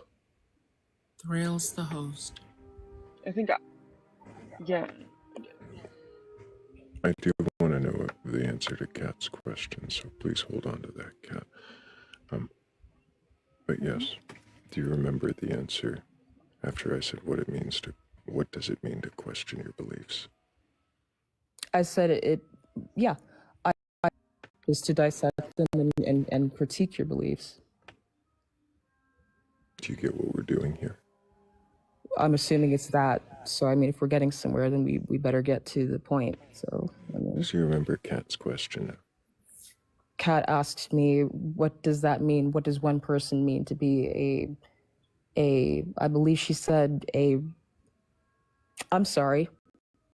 I don't want to like paraphrase your question. Can you ask me your question? No, I said, I don't remember what I said, but Thrayle corrected me to expression, which is what you said, and said that's no. I was getting to a point that I got cut off. Yeah, I was getting to a point that I got cut off. Well, yeah, because I was I'm a clarifying question. I asked if you understood quantum physics. And then you asked me if I had a degree in theoretical physics, and I didn't make a claim that I understood that question was irrelevant to what I was trying to get at. And you can't like ask me a question and then ask me another question. I haven't even finished answering the first question yet. Clarifying questions. Making a claim that I even understood any of that. I've looked into it. I've read a couple of things, but I'm not an expert at all. What I was getting at is that the Why would universe you bring itself it is, into? because I mean, like I Why would said, you if I introduce would it to the conversation? if I would be allowed to actually elaborate, I could probably get somewhere instead of, you know. Oh my God. Why don't you drop the attitude if you are actually willing to participate?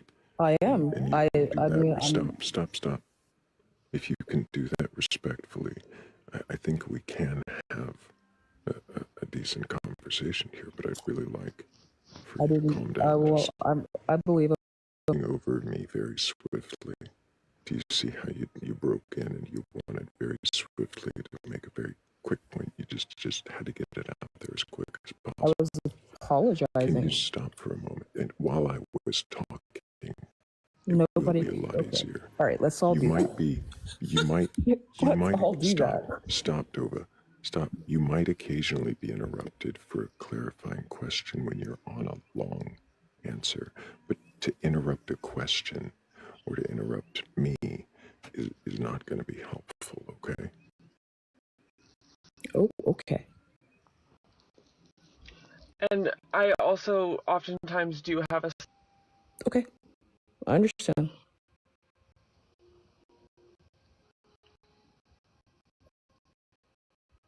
Do I have the floor? No, I don't have it. Your main point, though, of your question. What I mean when I say that is that, like, I mean, the universe itself is inherently chaotic. So are people, because I guess you could say due to free will, you could say that people have the ability to do whatever, think of whatever they want, believe in whatever they want, create whatever they want, destroy whatever they want. What is free will? Very definition. My definition. You say it. It is literally the ability to choose who you want to be day in, day out. You don't have to choose who you want to be. Yes. Is that a metaphor? What does that mean? To choose who you want to be, meaning you can choose to either be a force for good or you can choose to be a force for. So it's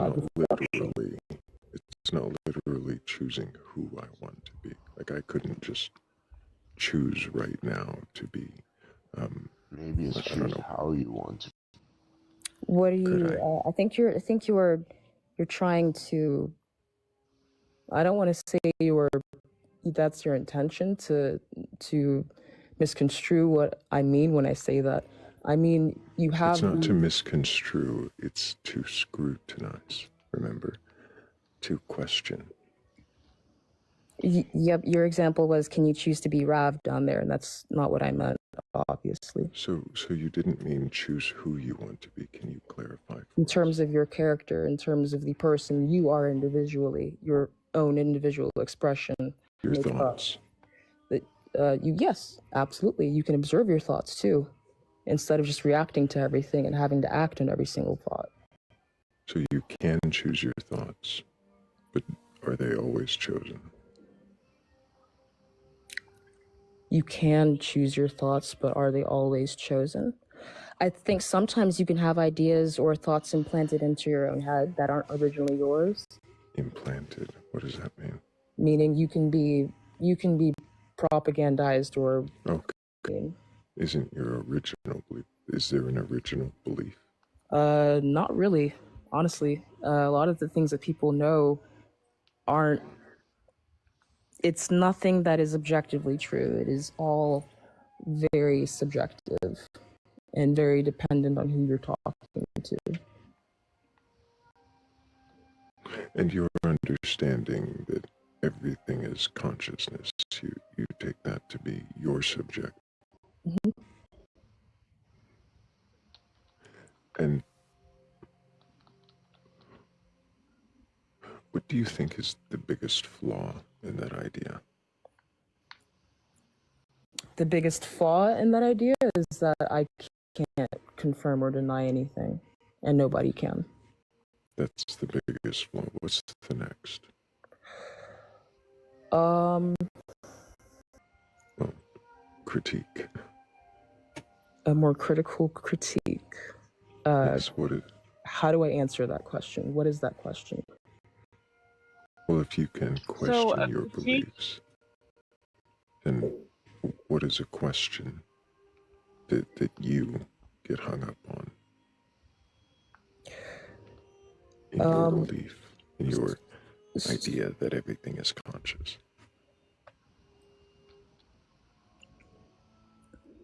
So just to clarify, your second question was, what is the second biggest flaw in my proposition that everything is consciousness? Looking for something a little more critical, a little more in-depth. Substantive. Thank you, Ralph. Okay, you want me to substantiate what I mean? No, I do not want you to substantiate what you meant by the answer to the first. I was asking your at least Give your first. This particular idea. Oh, okay. I have a thing. That it is extremely broad, and like nobody actually needs to like adhere to it, and that ultimately, like, I think it doesn't adhere to like most people's conception of what a god is, which actually I think is actually a strength. I think it makes it more accessible anyway. Right, but it all. Could you give me something a little more specific to your worldview? Me? Yeah, Rav. Yeah, sure. I think that, like,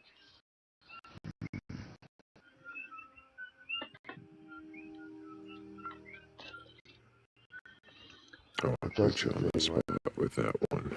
No, it's okay. But I like, that's the thing. Like, because it doesn't apply to any other people, and because it is entirely my own experience and going through it, simply like, you know what?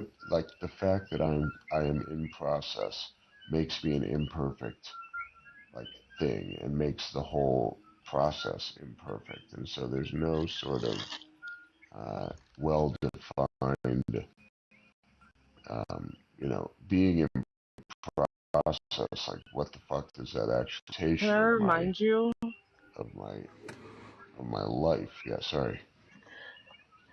Can I remind you of the first answer you gave me to that question? It was Please, that you think you know what's right. Oh yeah, that's a good one too. Thank you. I wasn't, No, you let me pick on you every time I need to get a reminder. I think it also kind of demonstrates how it's not always the same. I'm not always feeling exactly the same about it, What about the idea? Oh, no, I think we'll get too far in the weeds. But you did make me realize something just now, that there's an oscillation around like a relative equilibrium. Like, I have That's kind of in alignment with the rubber band theory of the universe, if you guys know what that is. Yeah, it's not really what I'm saying. What I'm saying is like just some keywords which I did want to ask about. Yeah, yeah. Do you want it or no? I don't have to do it now. Yep, yeah, but I did mean what I said. They buzzed though, didn't you? Yep, I knew it as soon as I said it. But I was ready to explain it. The point of this was to show like what a more specific critique of a worldview looks like. Rav is a theist, and so that is why I asked him. Oh, that because explains. he has a belief. Oh, I have a better read on what that question meant. Why don't you ask it this time, Kat? What is your best critique of your worldview? My best critique of my worldview is, I would say that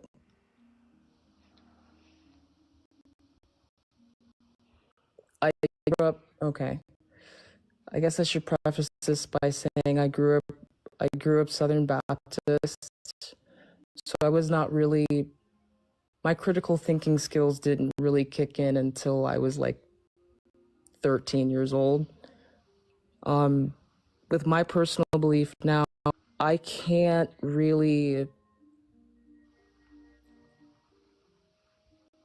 like, there's really no way for me to actually have any concrete, I guess you could say, evidence is the word I'm looking for, as to whether or not, well, it's hard to really answer that question. I'll be honest with you. I've never really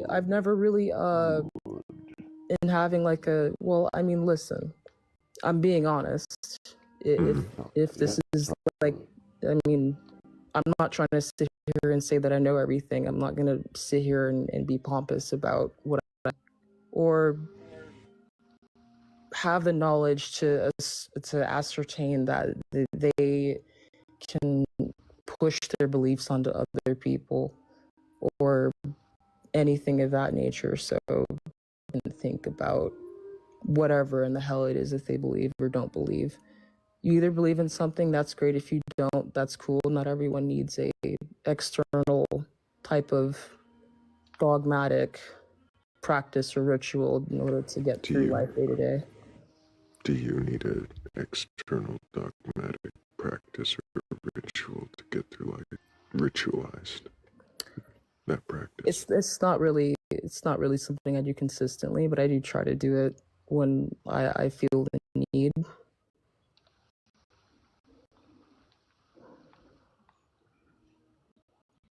Is there anything dogmatic about it? Not really. It's more so, Do you believe in a way that is unquestionable and unfalsifiable?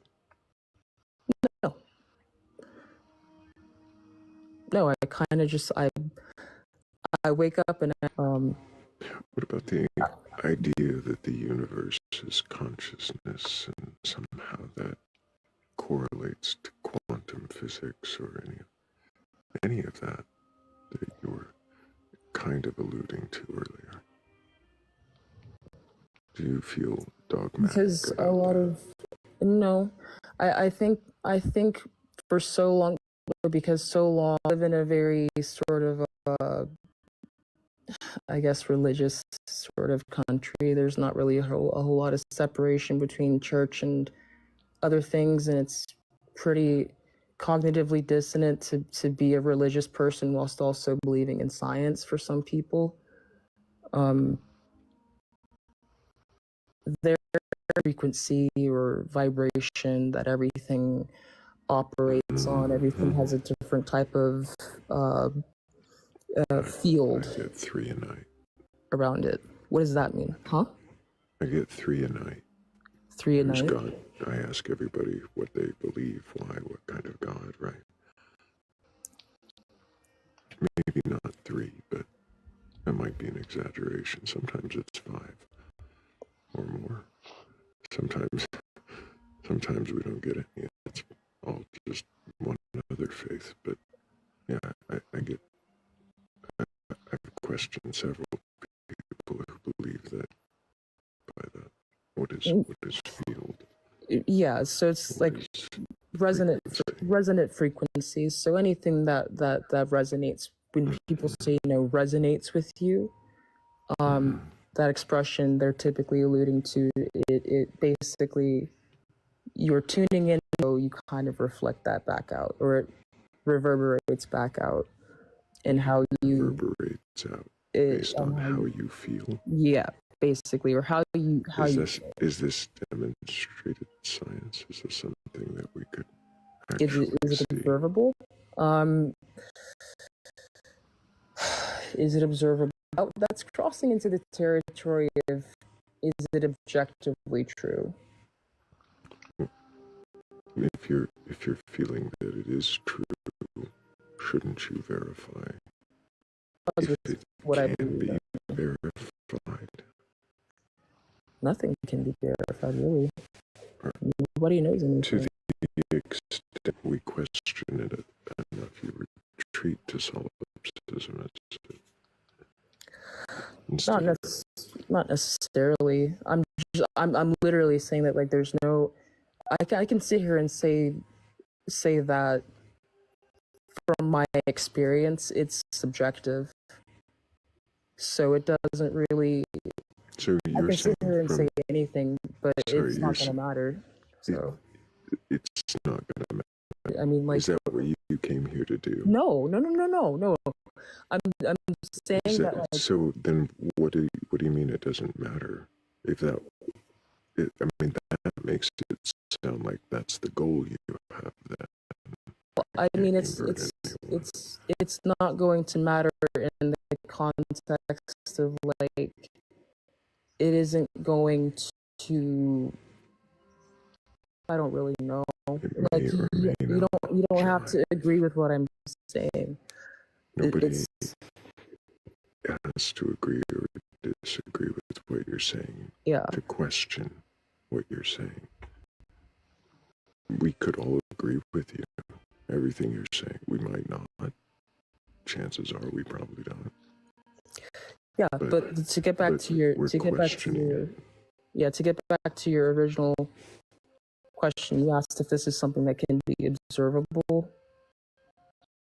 Have right now, I don't really think we're at a place that experiences that have shaped my perception, just like everybody has. So everything is uniquely individual. I believe it's kind of just like it's an as above, so below type situation. I don't really think there's a mysterious. What does that mean? So, like, what is the best way I can explain this? You said as above, so below. Yeah, everything is earlier we talked about you so below. Does quantum physics adhere to as above? The universe is kind of made up of a lot of different sorts of patterns, different sorts of geometry. And let me find it. I'm going to find it. I'm going to find it. Why? I just haven't really had this conversation. Why are you going to find it? Real time, like what I want to say, because you're asking me how does as above, so below relate to quantum physics, and I'm sitting here telling you, like, I don't really know a whole lot about quantum physics to really introduce it. To give a tiny example of, like, if everything is made of observable patterns or processes that make up other carbon-based life forms,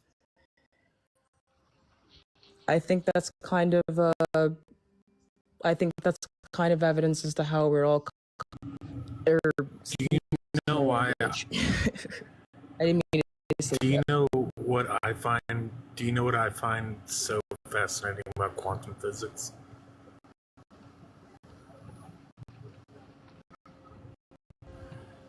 The same patterns that we expect to see, we don't. Because it's one of the biggest things that people have every point in every situation, that the patterns we see quantum field. And yet every time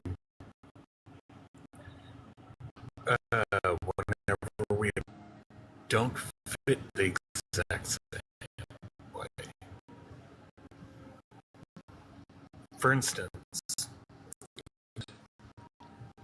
there's no way in between. There's no way for it to exist at one point and then not exist again. Quantum field. We see quantum particles that pop in and out of existence in our observable reality around us. Thank you, Hammy, for elaborating on that. Thank you. you. Have a question? Appreciate it. I Dope, I kind of interrupted him. Did you have a question on the tail end of that, though? Yeah, it's why would it matter if the quantum realm doesn't adhere to the same?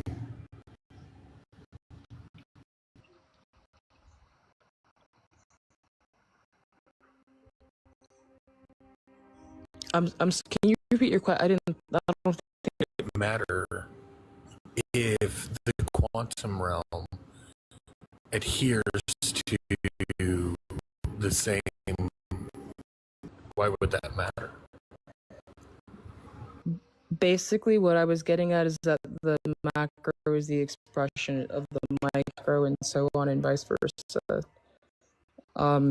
Ways, but I don't know. I think we're straying off from the original nature of the question. I don't know how we got here.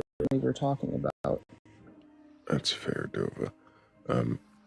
Hello, Blake. Hello, everybody. Good evening or morning. Did you have any questions for Dova? Yeah, I made you wait for a while. I apologize. Oh, no worries. Yeah, I can fill because we were exploring why you were like using these phrases to like explain your beliefs and then like probing how those like hold up to reality. So that's like where we were coming from. I mean, okay, sorry, but you did bring up. Have you heard of Schrodinger's cat? Yes. Like the whole point of that thought experiment is not to illustrate anything about a cat. It's to show that the quantum world works in a way that is completely illogical to us on like a Newtonian scale. So that's to illustrate that like what is called decoherence. So it's and decoherence literally means that like the quantum world is operating in a different way that like we don't see on the macro level. Right. Reality in that sense. What is reality to you or to anybody who wants to answer this question? I don't think that that is relevant to exploring your beliefs. What is reality in that sense? Like, how do you define what reality is? How do you define when something is logical and something is illogical? Hang on, Dova. How anybody else on the panel would do that doesn't help you question your beliefs. Okay. It can't be a two-way conversation? No, not for this exercise. Okay. Unless somebody wants to also answer your questions, but for the most part, what we're doing is trying to get you to critically think about your assumptions. We're trying not to introduce our own. No, I'm just saying, like super smart. I'm sure you heard me get questioned also. Like, you guys are super smart. Huh? I mean, it's difficult to define if you're asking someone who doesn't necessarily believe in anything, but sort of has a spiritual connection to certain things. What does spiritual mean? Okay.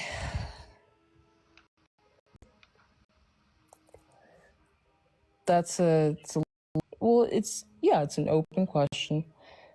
But I mean something basically. Ah, God damn it! How do I even define what spirituality is for me? That's a great question. That's why I asked it. You're doing great. I'm not necessarily being respected. I'm being condescended and I'm treated sorry. like I'm just What I not, was just. I don't think I was condescending. Yeah, no one does, but I'm detecting that. Sorry, how was I I'm not that slow. condescending? I was trying to be encouraging. Well, yeah, sure, but everyone here is sitting here believing that, like, oh, well, you can't really define what your belief system is, ergo, you're stupid.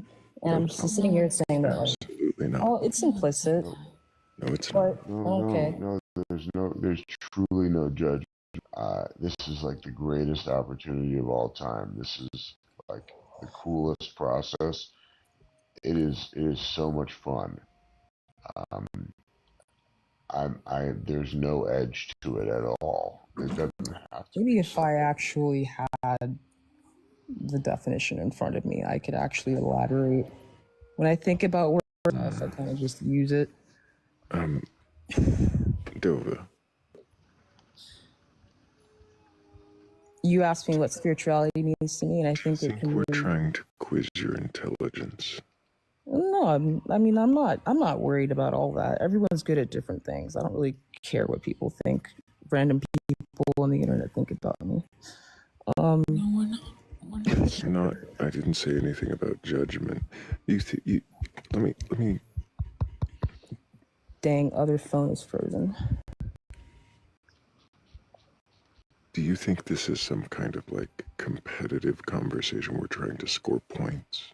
Do you think we're trying to win something here? I don't really know what. I'm new here. I'm just on live.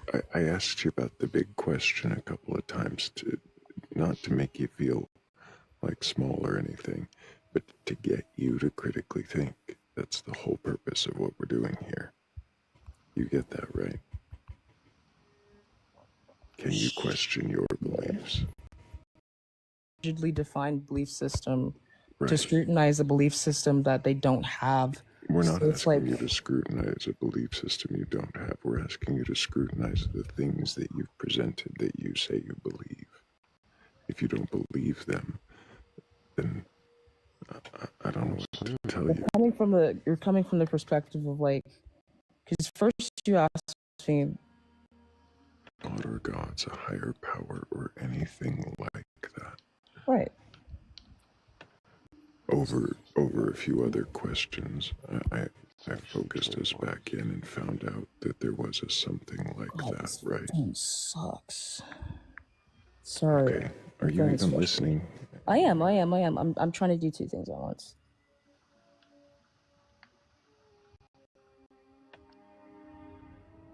I'm listening. Not for you to look it up and find it, or so that we could represent it to you. Well, because I have to you're kind of wrong. Stop talking when I'm talking. I asked you to understand what you mean when you say the word.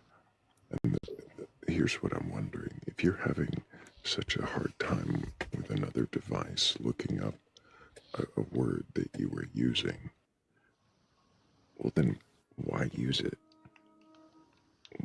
If you don't know what it means when you say it, if you can't explain what that word meant when you say it, if you go off app, we can't hear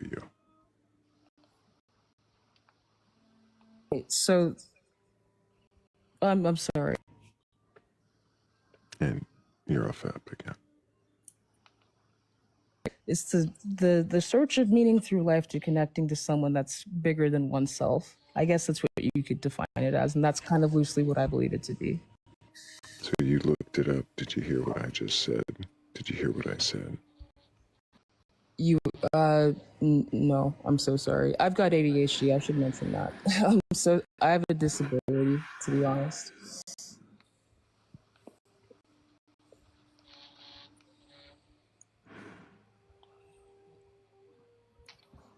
The question I just asked while you were looking it up was why you would use a word.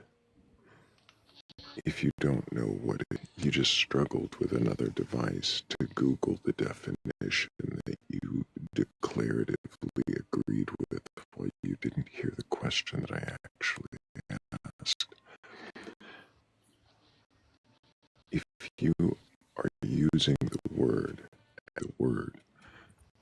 why then, if you're looking it up, are you using that word?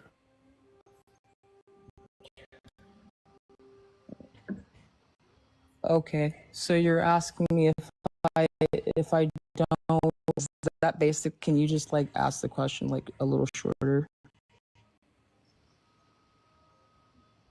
Because it's on the basis of I don't know what spirituality means, and I was loosely struggling to kind of define it. And then you said you don't want the Webster's Dictionary definition, and you want my interpretation of what that word means. It's the same thing. It's like literally the same thing. My definition is the literal definition of what spirituality is. Go ahead and read it again for the whole class. Okay. Well, if you don't want me to go off,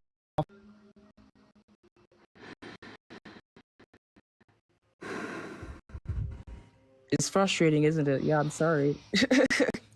I'm trying to be fair. I'm not trying to troll or anything. I really am trying to adhere to the rules.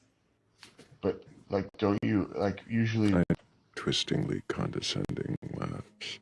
I'm tired of the defensive posturing. I'd really just rather move on to a mature guest who can actually question their beliefs without resorting to childish behavior. I just remember my teacher saying, like, you say it in your own words or something like that.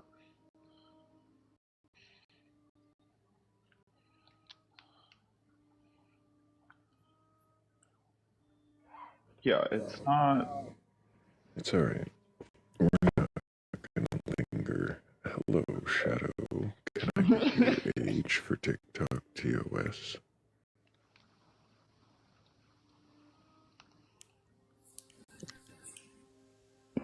Shadow, are you there? Yes. What year were you born? 1987. Do you have a belief in a god or gods, higher power, or anything like that? I believe in Jesus Christ. Have you read your Bible from beginning to end? Most of it. Most of it, but not all of it. I haven't been in church in a while. Yes. I see. Fairly true and literal. I do. I believe the earth was created in 6 days. Adam and Eve were the first two humans, and there was a global flood. I do. Why? Why? Yeah, why the 6-day creation, Adam and Eve? Why do you Well, believe technically it was 7, but why? Because the Bible told me to be So believed. Believe the story because the Bible said so. Yes. Is that why you believe any part of the Bible to be true? Just because it says so? I do. How can it be the 7 days? Do what? You said technically it's 7 days. Mm-hmm. I said, how can it be 7 days of creation when God didn't? Well, he rested on the 7th day. Right, so wouldn't that be the 6 days of creation and the 7th day of rest? Yep. Okay, just clarifying. Thanks.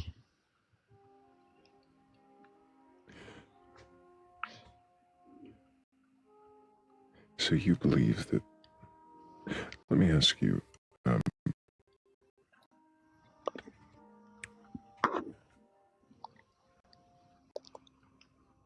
Why do you believe the earth is flat? That's what the Bible says.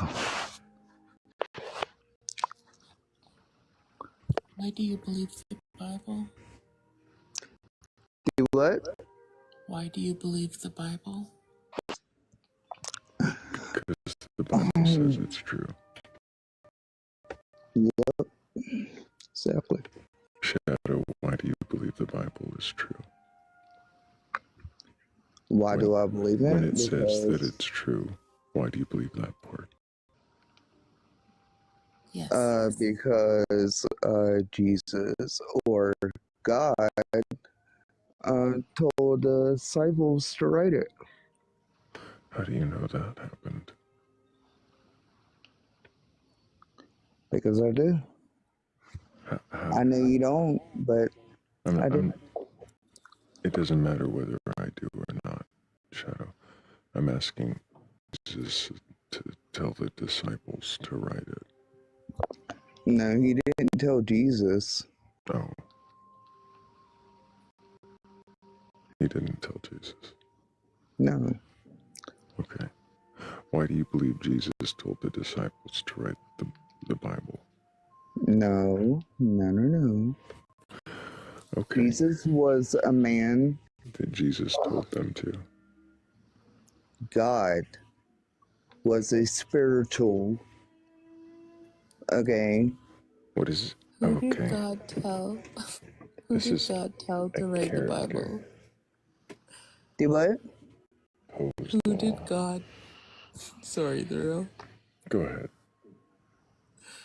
Who did God tell to write the Bible? All the different disciples, like Moses and. Is that disciples with an F? No. I'm sorry. Go to the flat Earth. Turtles. Water. All the way down. Water. Why isn't everything quicksand then? It's not quicksand. Well, I know it's not, but if it was all water, why isn't everything soaked? Because now what happens when you put a little bit of dirt and a lot of bit of water? Yeah, you want. Shadow, we're not trying to make you sound crazy or foolish at all. We are simply asking you questions about what you believe. Why do you think we're I know trying what I to believe, and it's okay. I'm just curious. Like, I see what's on this side of the flat Earth, but like, I've never been told what was on the other face of the flat Earth. So, water. But I have to say that that doesn't make sense to me. Heather's descent. Also, Donna B, Noctis, Mom's Red Kitchen, Sonoli, Danny Cracks, Shell, Freya, and anybody else with a private account whose name I missed. Thank you all so much.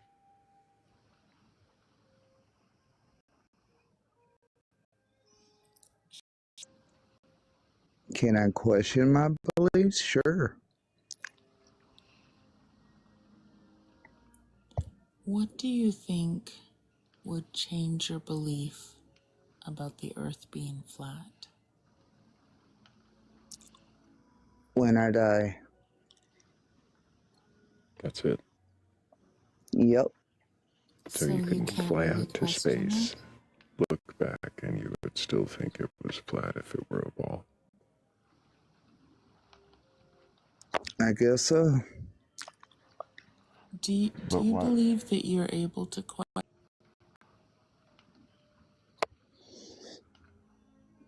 Maybe. Why would dying give you the ability to understand whether the earth was flat or not? More than Because then I'll know if everything's real or not. Because I don't know whether you're here or not. Oh, well, never mind. I mean, just So saying. I was gonna try to steel man the logic, but I don't think the troll actually has logic. I feel like this is a character. I really don't feel like we're talking to a real person at this point. Oh, I'm a character? Okay. I don't know why you Okay. present this like it doesn't feel like you're actually being honest with us. Are you in a denomination? Am I what? In a denomination. Christian denominations like Baptist, Presbyterian. No. No.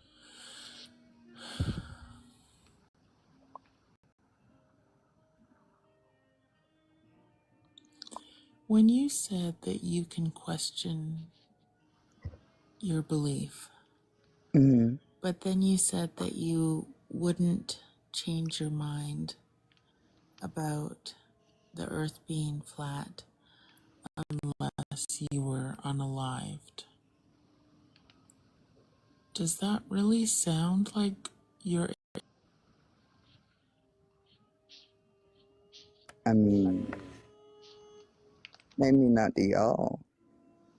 What does it mean to be able to question your belief, Shadow? I mean, honestly, maybe not to y'all. Shadow? Yeah, Shadow's a breaking character. You've gotten notably more southern as the conversation has gone on. Yeah, Shadow's breaking character. And do what? Why did you come up on my panel to lie? Lie about what? How much of this is honest? What you've answered so far. Oh, I am a Christian. Don't get me wrong. Do you believe in flat Earth? Hell no. Why did you lie? But I am a Christian. Why did you lie? Because I thought it would be funny. Was it fun? Fuck yeah. Maybe not to you. Maybe But not I mean, to you. Maybe not to you. Maybe not to you. Fucking look at that profile. I'm kind until you disrespect me. You came up here disrespecting me. You shat in my house. Fuck off, you troll.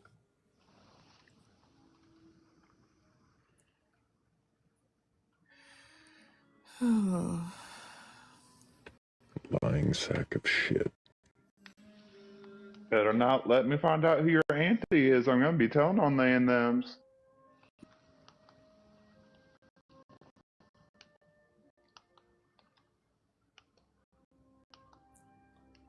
Nobody's pretending to be a doctor, Disciple John. That's a lie right there. Nobody pretended to be a doctor. Is anybody a doctor on the panel? No. Nope. No doctors. Thank you.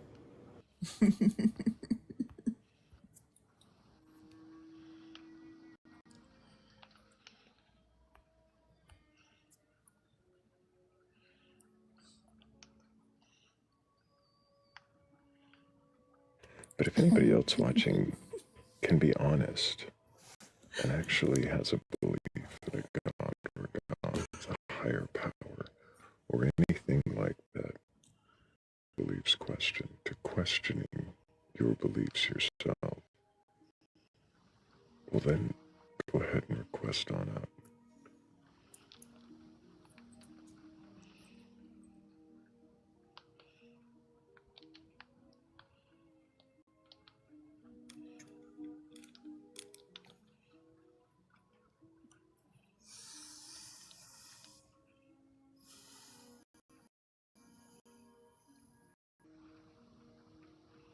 Is it a belief? You what belief? I'm questioning why I'm still awake. I just saw the clock and I'm like, what the hell am I doing right now? Questioning your lucidity. Yeah. I guess I'm just looking for a novel idea. You writing a novel? Or are you just looking for something new? Nuevo.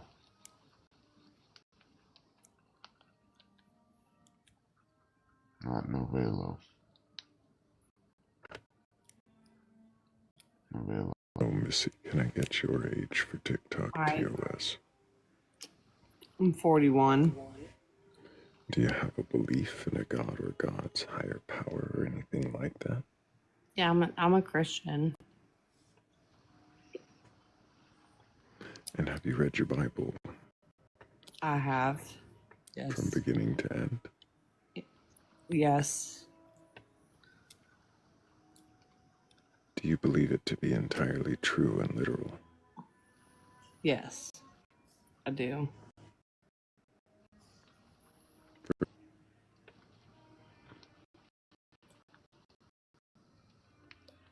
So the earth was created in 6 days.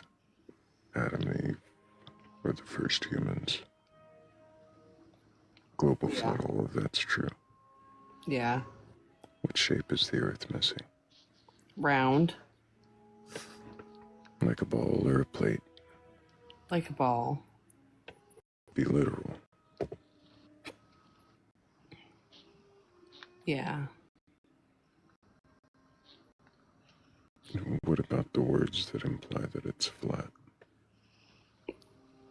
I don't know what words are you referencing. 4 corners of the earth. The edges of the earth. The depths. Like clay under a seal. Firmament.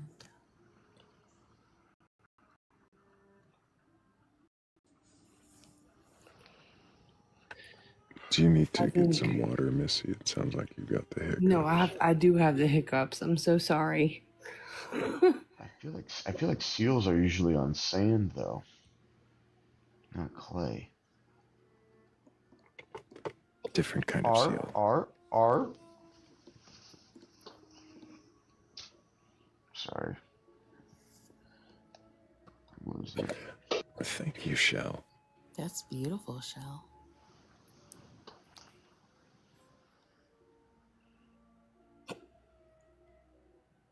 Missy. Hey, have you been drinking tonight? No. Okay. I'll take your word for it the first time. Do you need to get some water or something? You can mute your mic. Sorry.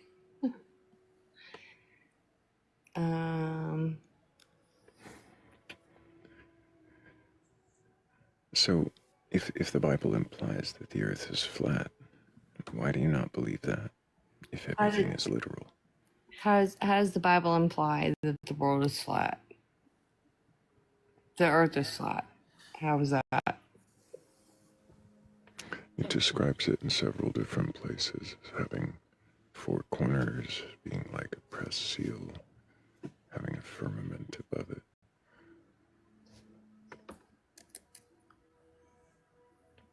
Like a dome, I think.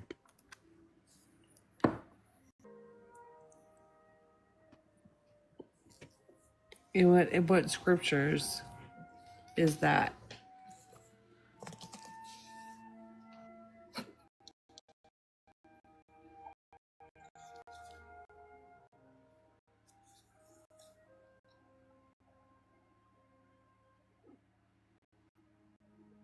Real quick.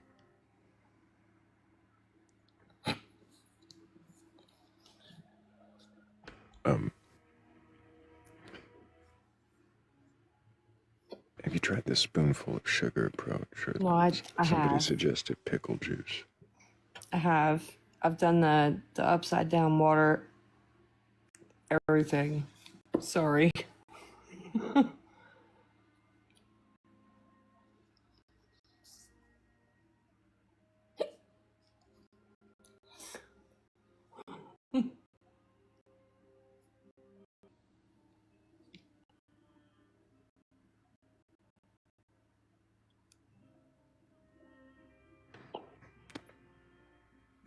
So you'd have the, is it Isaiah 40:20 is the one where he who sits above the circle of the earth.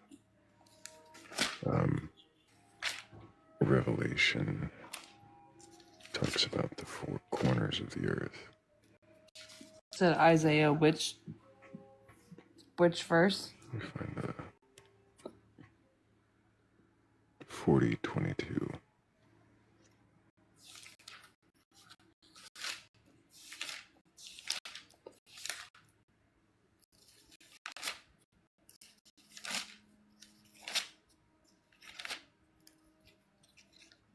Oh, it was Job was the other one I was thinking of. Job 38.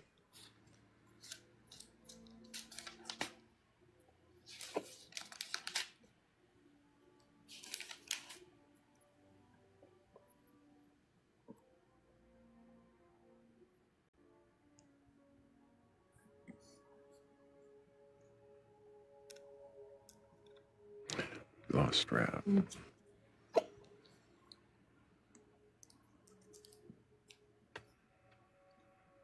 We almost need the frogs just to balance out the hiccups. No, I said I'm sorry.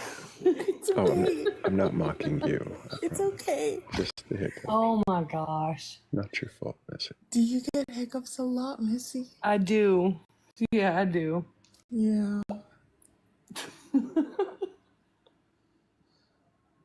Okay, so you said Isaiah, and then you said Job. What now? Yeah, go to the Job one, Job 38:14. Job 30.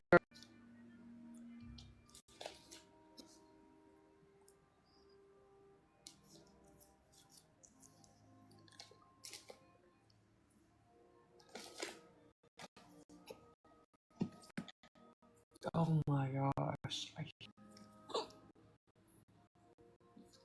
Oh.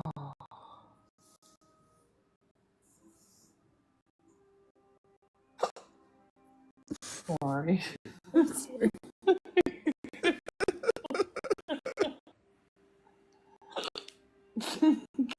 I can't stop.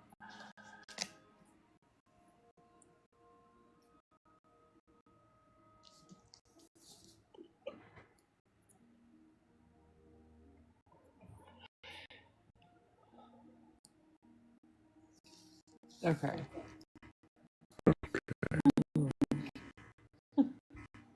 38:14. I believe in you. Thank you.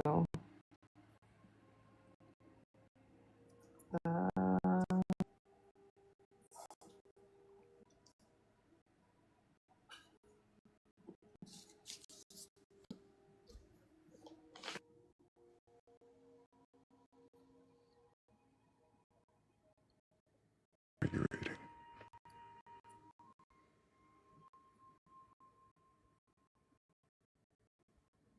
Just so I can be on the same page. Oh.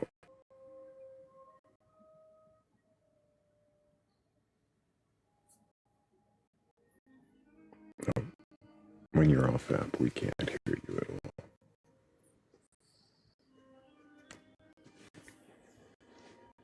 Maybe Missy got a phone. Thrayle, you should read the... Should read that whole section of 38. You should read the verses.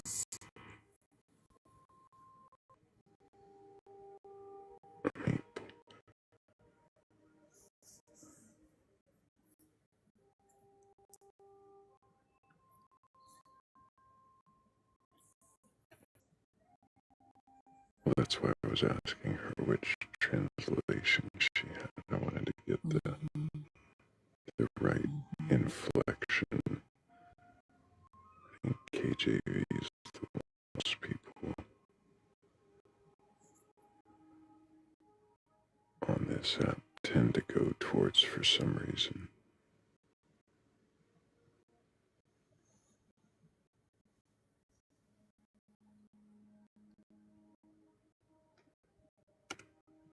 I read it. No, I've never read the KJV.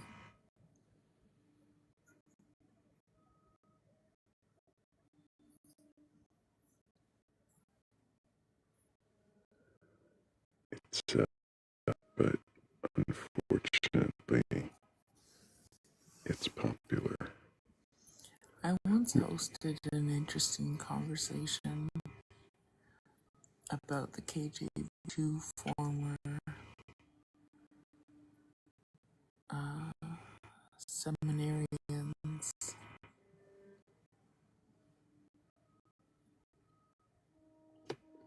Really? Yeah. I won't say their names right now. Oh.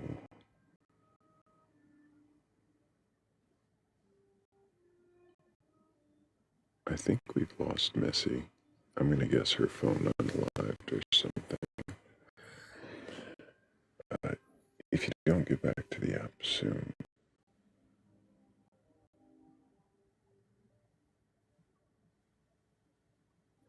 Yeah, I think we've lost Missy.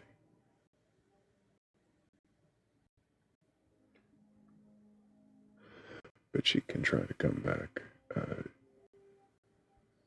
If she gets back to the app, we have more people in queue.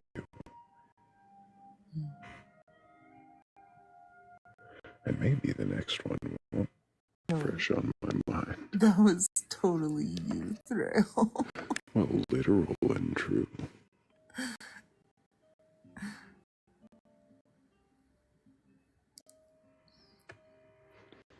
Hopefully we Marine? don't have to discuss the KJV. Hopefully. Loaded in on one screen, but not the other. I am not seeing Marine for life. Foreground says, Thrayle is such a mischievous questioner. Is it a lie? I don't think it's a lie, it's an opinion.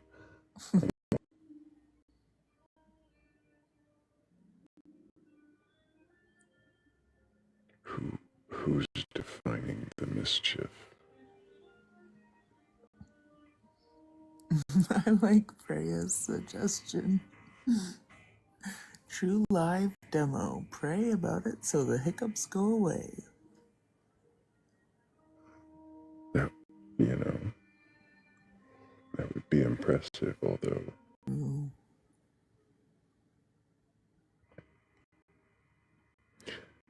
Hello, Attract Abundance. Can I get your age for TikTok TOS? 33. And do you have a belief in a god or gods, higher power, or anything like that? I do have a higher power. I don't really believe in the Bible Christianity version, but I do believe in... Your audio's cutting out. My audio's cutting out? No, your audio is cutting out. Can you hear me, Attract? Yes. What does higher power mean to you, Attract? It is I guess you could call it an entity, not really, but in a spiritual sense, it is something greater than I. Greater than you? What do you mean by greater?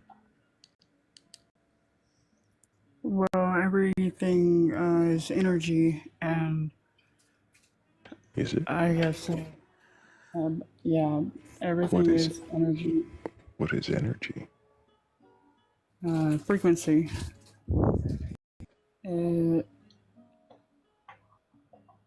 I guess you could call it a feeling, like intuition, kind of something that you just feel or absorb.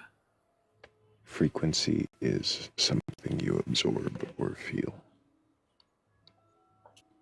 So energy is something you feel. Mm-hmm. Can you tell me what the something is, though? When we say energy, what are we actually saying it is?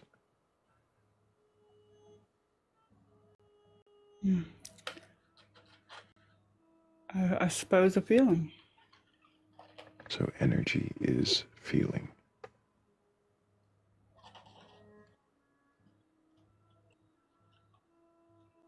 does that mean? Well, it's like when you walk into a room and you can. Awkward. So you can energy, like there's an awkward energy. Mm-hmm.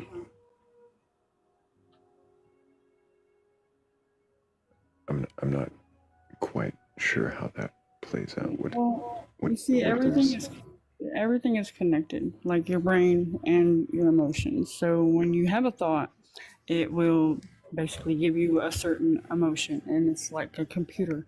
When you have a thought, it gives you an emotion. Because you think something. I don't know how that tells me that everything is energy, though. Remember, that's what I was trying to understand. Well, that's what I'm trying to get at. If you let me explain it. When you have a thought, it runs through your body and gives you an emotion. And that emotion gives you some basis to make a decision on. So when you're processing this information and it's running through your body, that is what creates the energy. Body creates energy when you process thoughts. Yes. Because the emotions that you put out. Emotions. The emotions you put out. Yes. You put out emotions. What does that mean? Like Emotions putting them are out like a feelings. fire, or putting them out like putting the dog out? No, like it's like sending signals out.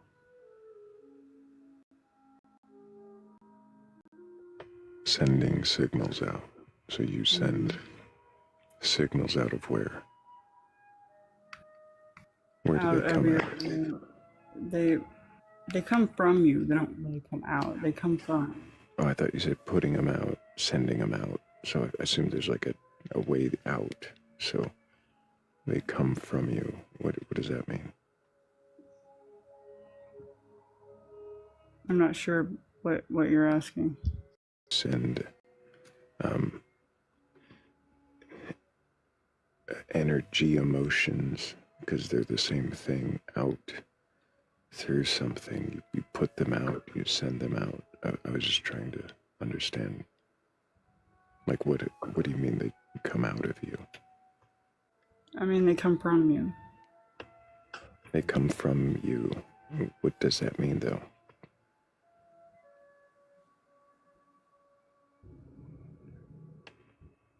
I'm still not sure what you're asking.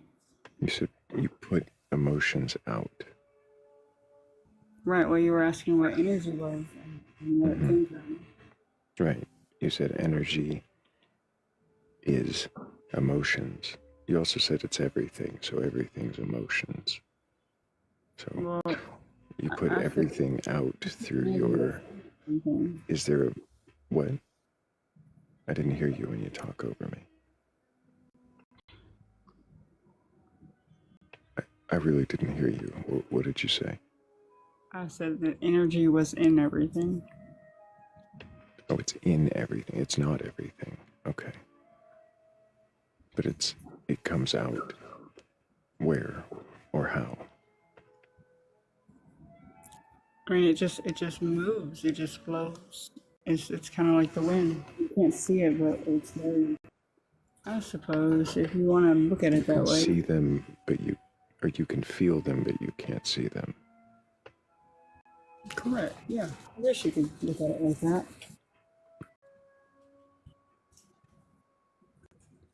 Does that tell me what energy is? I don't guess so, but I mean, you could interpret it whichever way you like to.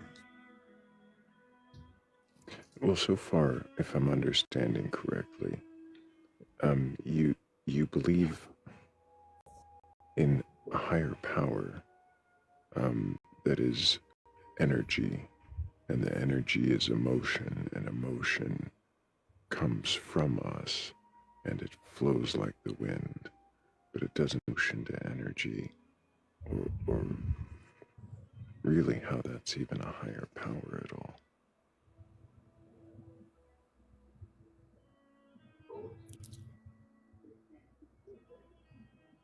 Okay, I guess I can see that, but I'm really just answering questions, not I understand. Why are you just answering questions? because you're just asking questions. Mm. Do you feel like you have the answers? No, not at all. I just feel like whatever I maybe they are for me, because they might be.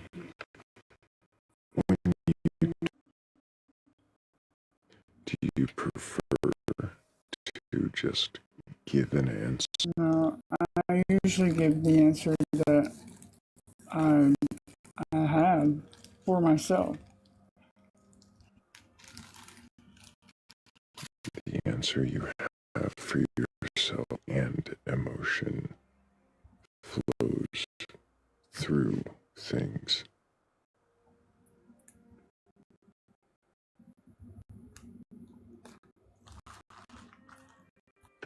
Sure. That be able to verify or better understand. I don't think I could do that, but I could tell you what I believe in. That's all I could do, and you could take it with whatever course. What does that mean? What I was doing. That means that I don't hold all the answers because I am not the higher power. I hold my own answers. I hold answers for myself. Can you question those answers? Yes, of course.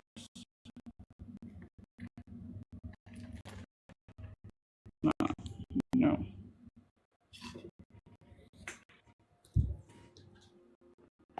Why do you think they are answers at all? For facts, but it's either. I didn't say that. I said, why do you think they are answers? They're not questions, because they aren't sure. I guess it's because they're not questions.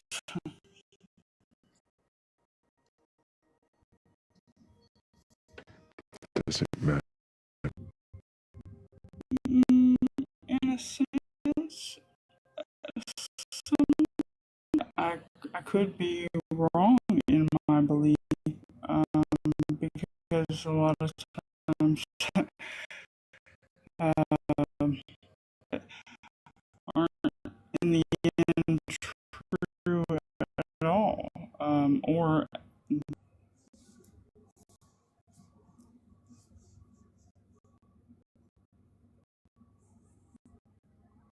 in my experience, there are a lot of people that believe things that they don't understand. It ends up not even being something that is plausible or something that aligns with what they want to believe.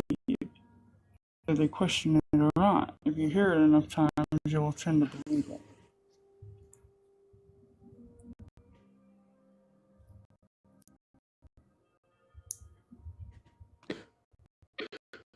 If you feel, then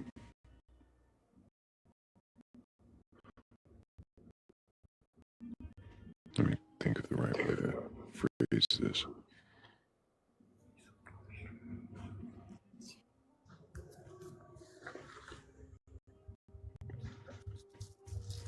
Why does it seem like you have so many answers rather than questions? Because I've done a lot of inner work, and I have my own answer.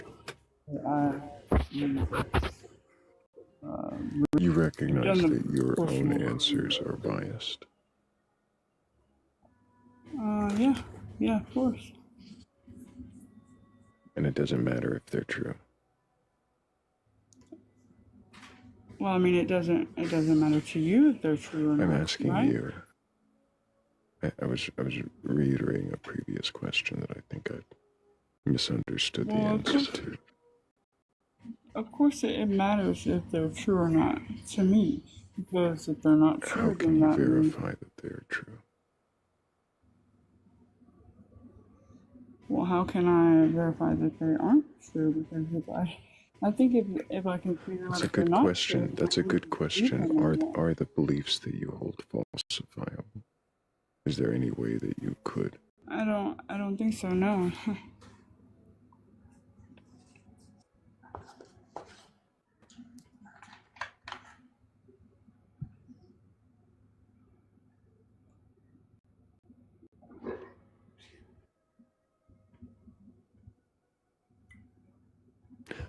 If they can't be falsified,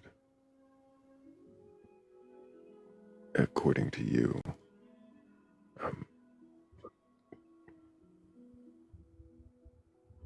why would you hold them like they are true?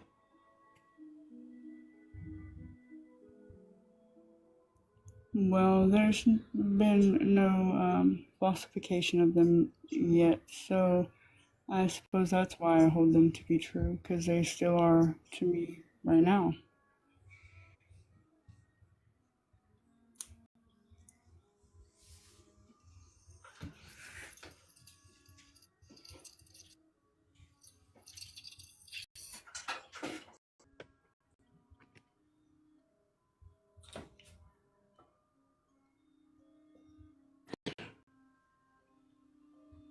It sounds to me like you understand questioning your beliefs,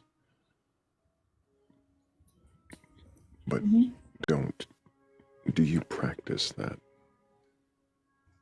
Questioning my beliefs? Yeah, like the belief that energy is emotion and emotion flows through everything. Have you questioned that, and how? Yeah, I question everything all the time, every day. My mind. How do you question that conclusion, that answer? Well, Yeah, about that your higher power energy that flows through everything. How do you question that belief?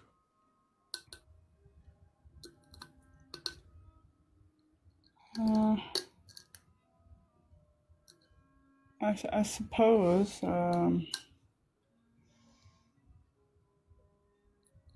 by learning about other things that could be possible, like the things that could be a possible answer. Came up with an answer right now, just decided that everything is sandwich, and that was just what it is. There's layers to everything because things are layered. Well, everything's a sandwich. Would I question that belief just by looking at other things? You could, yeah, I suppose you could. Wouldn't it be better to question the assumptions that I'm making?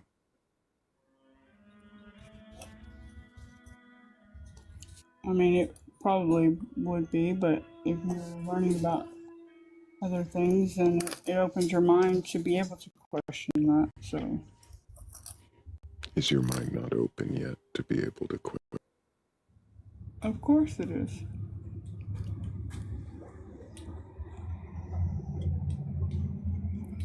Well, then why would you seek out other viewpoints before questioning the assumptions that you're making? Well, that's kind of the whole point of. Can you tell me what assumptions are in your beliefs about the higher power, energy, wind?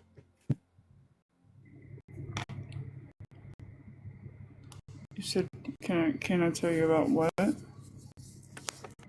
About energy, emotions, about physiology, psychology, physics. So, do you want me to tell you about the assumptions that I have about what exactly the beliefs that I hold? You're saying that you can question your beliefs. No, I'm asking you what you want me to question. Because I'm not understanding The what you're assumptions that your belief system makes.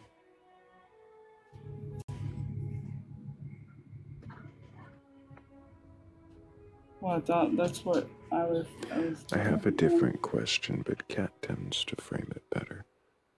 Because it's her question. Kat, are you with us?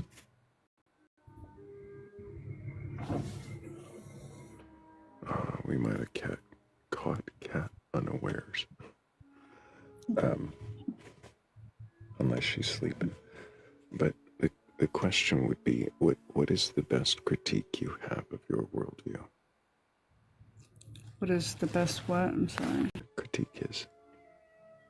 Oh yeah, like a critic, like a criticism, right? Not criticism, yeah. The best one? What do you mean? Of your worldview. Yeah. What is the strongest critique? What is something that puzzles and questions you about the assumptions you make of higher power, energy, wind, of emotion that flows through everything?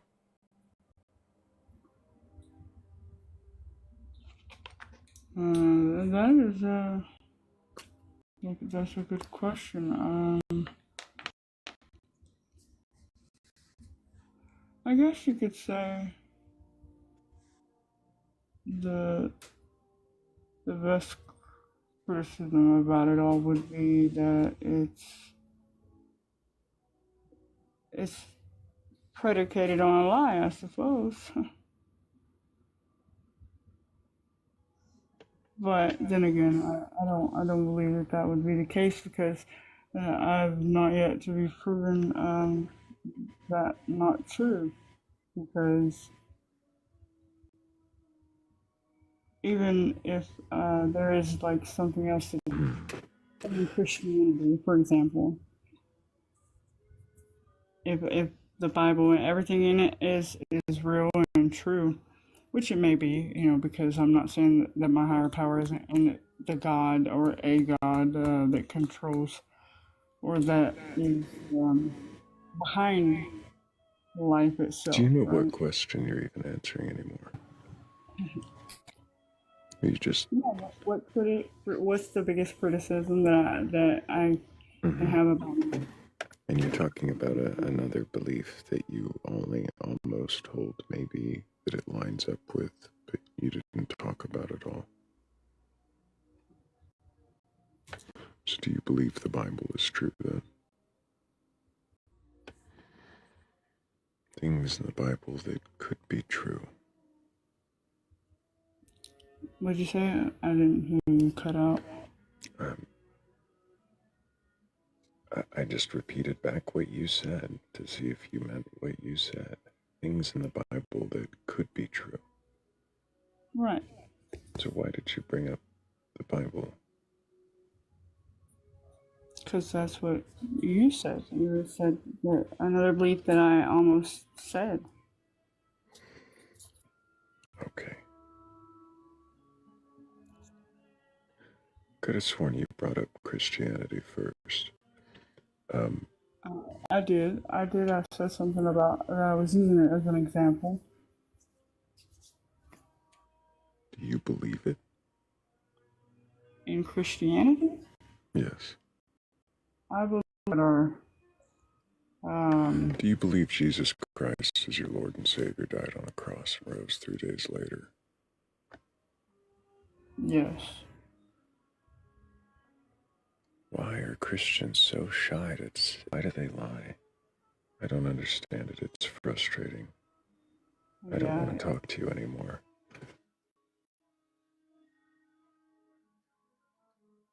It's repulsive. I thought she said that she was not a Christian. That was confusing.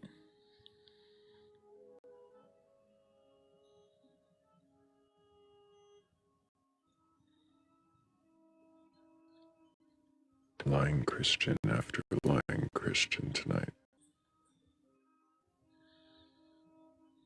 You have to lie for Jesus.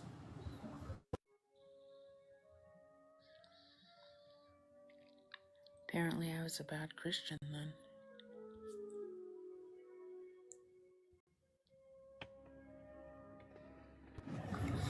Jesus loves me, this I know, because I was lied to tell me so.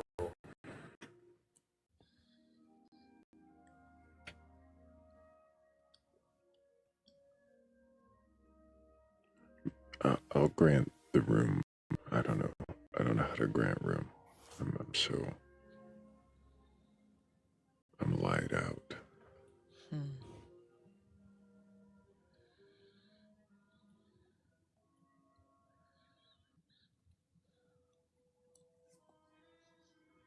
If anybody watching has a belief in a god or gods, higher power, or anything like that, go ahead and request on up. I'm not here to argue. As long as you're honest. Yeah, I'm not interested in telling you that you're wrong. I just want to know if you even can question your beliefs.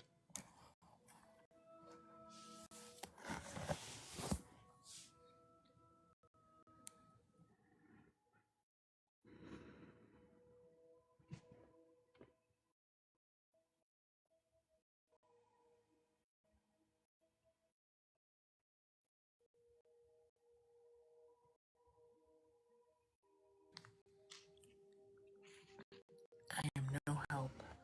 That's okay.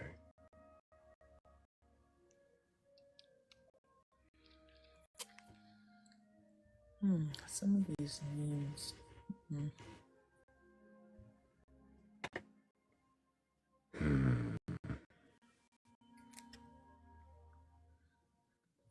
Hello, Christian Smith. Can I get your age for TikTok TOS? 28. Do you have a belief in a god or gods, higher power, or anything like that? Well, technically my family were Catholic. I don't really believe in too much, but I would say I'm an agnostic theist, I guess. The prompts were pretty. Yeah, the prompts were pretty. Questions. Sure. Are you open to questioning your beliefs? Absolutely. Can you question your beliefs? Absolutely.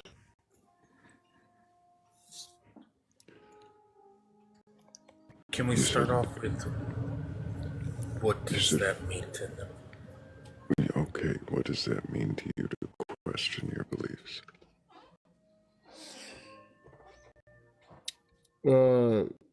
My beliefs is in my beliefs in question a belief. For you to question your own belief in anything. What is it? Just say I might be wrong about something. Okay. Fair enough. Can you question your belief in a vague theistic deity? Sure. I think that I could probably question my beliefs in mostly anything. What is back up the belief you expressed when I said you believe in a god or God's higher power? You told me a little bit about your family being Catholic, but that you don't subscribe to that. Do you believe that there is a God, though? To some extent, I believe. To some extent, you believe there's a God, but then you say you're the eyes. You're rubbing on your microphone. I can hear it. You said, yeah, it's probably your phone every time you move it. So you said that we are the eyes through which God sees itself. The things through which Did that fuck up the connection? My bad. We still hear you. We just hear a weird sizzling sound, or grinding sound now. Don't call me weird, dude. Don't call the police. I think that to some extent. I just said we heard a sound. I know, I'm fucking around. I'm being silly. Okay, so I what think was the question I asked? The question you asked is that sees himself or herself. I said, what does it mean? What does that mean? Yes. That means that the things around us that can't see themselves, like in front of me, there's, the PC and the all the shit in front of it. Are you to just some saying extent, God is everything? I'm saying God is what we're all made up of, and that we were And the given PC eyes and the lamp and everything is also God, right? to some extent. Yes, to some extent. Some Yes. extent. What do you mean by some extent? You keep saying that. What does that mean? To some extent. We're all made up of the same. Yeah. What's the base term? Same. Scientists use it. I think you used the word matter. Mm-hmm. So we're made up of the same matter. Yeah, but there's another one scientists use. If you want to get even deeper. Yeah, we're all made up of the carbon? No, I'm not by any means. But everything is made of carbon. I think to some extent, that's my understanding at least. Can look it up. You might try that one. Just type is everything made of carbon. I am curious. What? Silicone. He's looking. Let him Google it. No, you're correct. No, not everything is made of carbon. So interesting. So if everything's not made of carbon, I mean, God's not carbon then, right? No, but carbon. God is still carbon to my extent. I mean, that doesn't negate the idea that God would be carbon. If he did exist, again, I don't. It doesn't mean you're gonna box me into this fucking idea that any of this bullshit. So just to clarify, we're not trying to box you into an idea. You understand that what we're doing here is question beliefs, right? No, I wouldn't question it this much outside of having understood of. So what else? What is the other? What is the other makeup? What do you mean? Yeah, outside of carbon. So there's something our bodies are made up of that is to some extent basically the same shit as the fucking table around us. Have you heard of the table of elements? Periodic table of elements. That's the other stuff. It's not carbon. But I mean what we are made. We're talking about existential shit. Where is God? If there is some soul, if there is some Christian, here would slow if down. there is some slow soul, down. okay. Stop shouting. I'm not. Told you. I didn't realize I was shouting. You were shouting. So, if there is some soul, what is a soul? I don't know. That's a great answer. So then, Mm-hmm. so then, if you don't know what a soul is, why would you think there is such a thing? I thought that's what we were talking about. We're asking you about your beliefs, Christian. Exactly. So stop beliefs. We're going to ask you about the things that you say you believe. If you don't actually believe those things, then you're not being honest. And why the fuck are you up here? I couldn't be any more honest than I am. To to some I extent. mean, If anybody else watching has a belief in a god or gods higher power or anything like that, or if Christian wants to give it a shot again, then he can.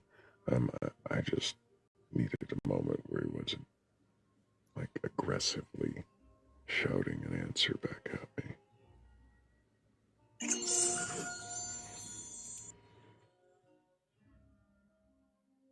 Or interrupting to. I didn't say you were dishonest.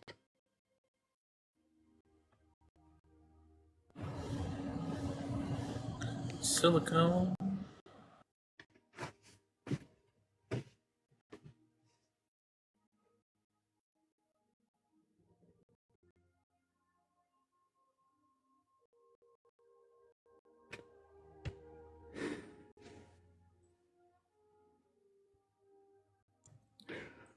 Okay, let's try again, Christian, from the top. Sure.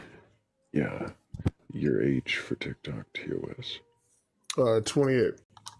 Do you have a belief in a god or gods, a higher power, or anything like that? I would overall say that I am Buddhist, but if atheist. I believe that to some extent we will come back.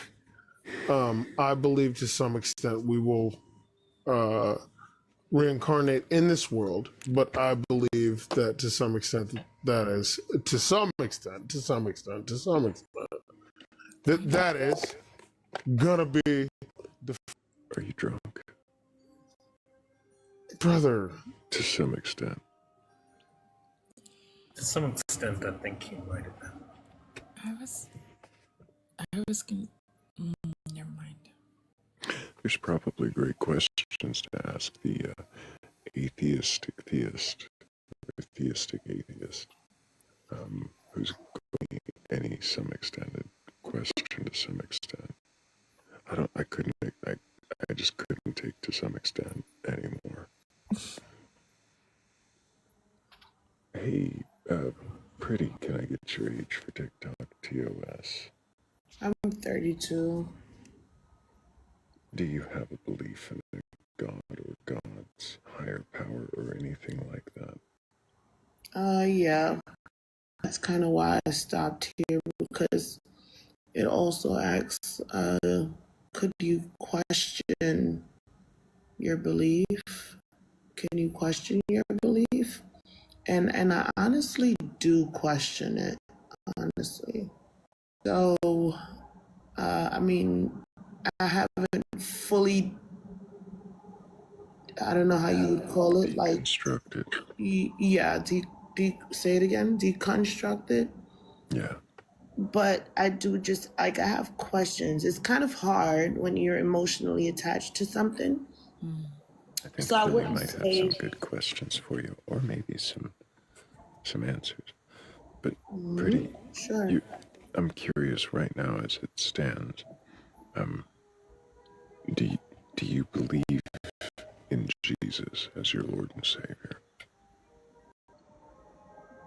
I want to say yes, but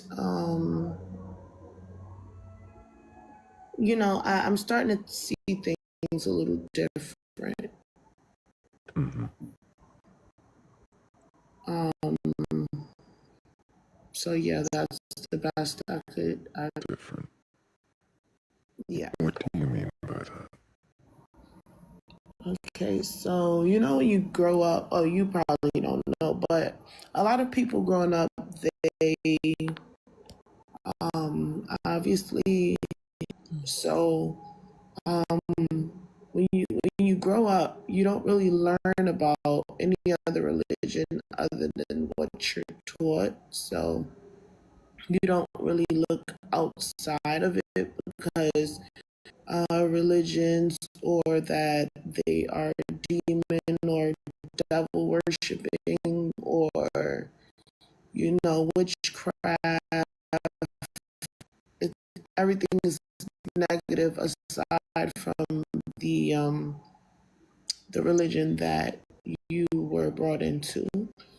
So that was kind of my life. right? Until I became an adult. Not just when I became an adult, later on in my adult life, like as of recent, through the TikTok, but just, seeing things and listening to other people's panels when they debate. It opens up your eyes to something that was never open to before. And that's the option of exploring elsewhere and reading up on other religions and spiritualities and actually just what you were told they're about, So once you do that and you realize you were lied to your whole life, you start to ask your question. You start to question yourself on why. Like, why did they lie to me? Why was it a big deal for them to force me to only look this way and not give me that opinion of my own? So once you question that, it just gives you this big push and rush to want to just educate yourself on everything else. Makes sense to you, and you can clearly see that it doesn't make sense, but put into this one specific belief, it is really hard to just let it go. So I come on panels like these so you guys could sort of kind of educate me more. And might be a little different than panels that you're used to. I think Philly has a question, though. Why do you say that? That is different than the panels I'm used to. We're not here to teach you, tell you, or convince you of anything. Well, not specifically teach me, but I learn a lot just from hearing other people's point of views and debates on these panels. But yeah. Okay. Gotcha. I think Philly might have a question, though. Okay. That's fine. Hi, pretty. Hi, Philly. What is it that is making you to say that Jesus is your Lord and Savior? It's just habitual. It's something that you're used to. It's something that you want to believe just because you've just imagine being told that you hear a rumor that that's not your mom, that's not your biological mom or dad, and you don't have 100% proof of that, but you're considering the fact that it could be an option. So you obviously you're hoping and praying and wish, right? Because you don't want to leave your mom. You don't want to, your mom or your dad that for 30 years in love. You don't want to believe that just was all a lie. Like, that's really not lied and said they were, but they're not. Yeah, you make sense. Oh, you get what I'm saying? So it's like you're hoping that that's not true, but at the same time, that it is. Yeah. And that in itself is my wrecking.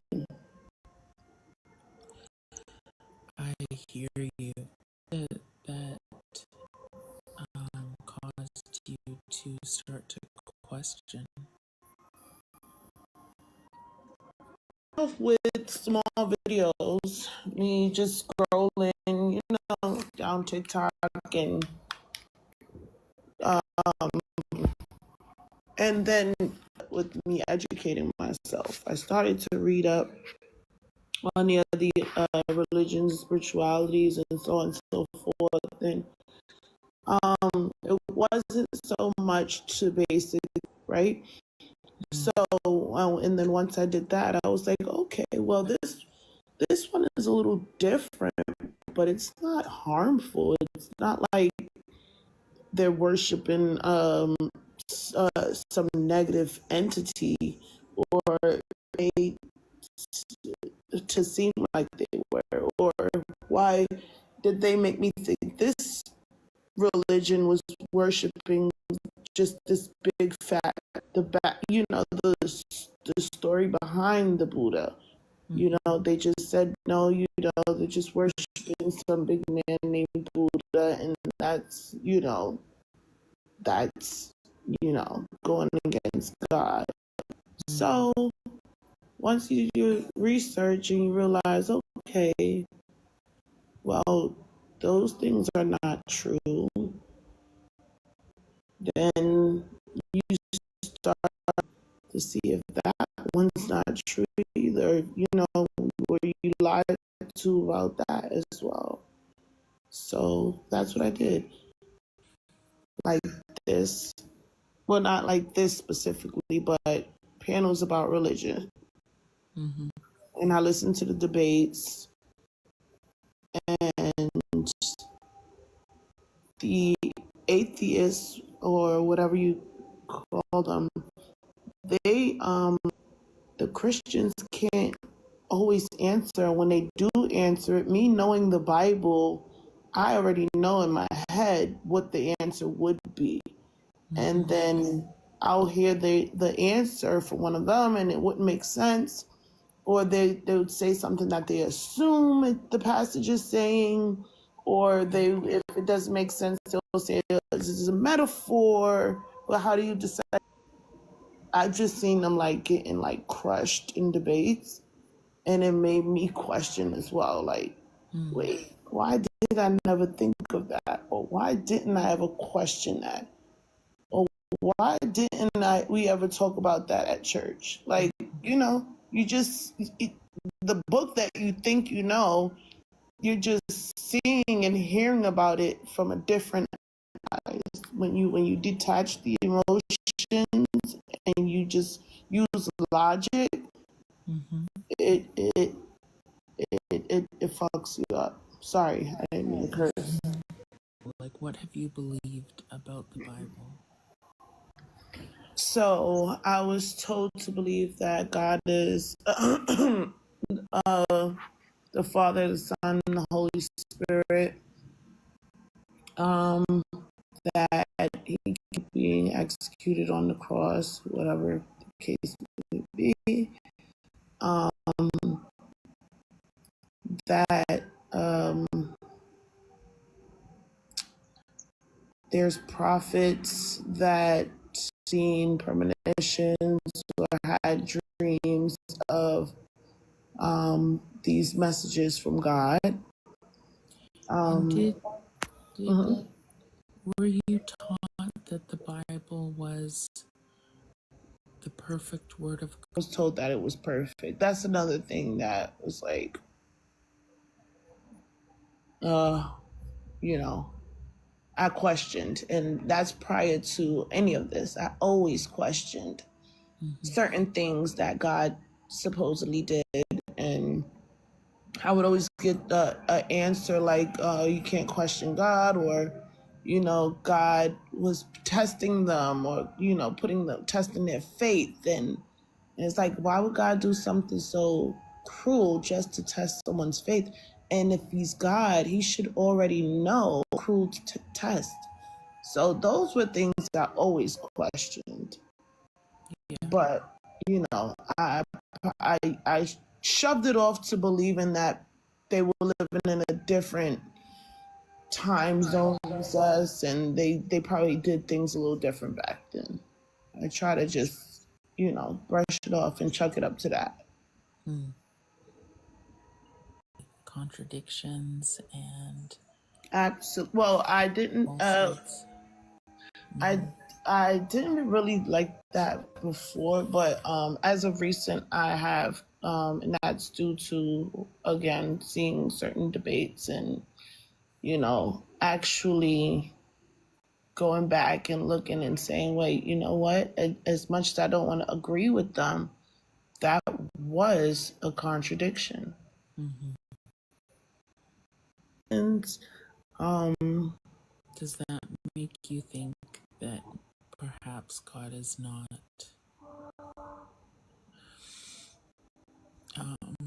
infallible? Invaluable, you said? Sorry. Exactly.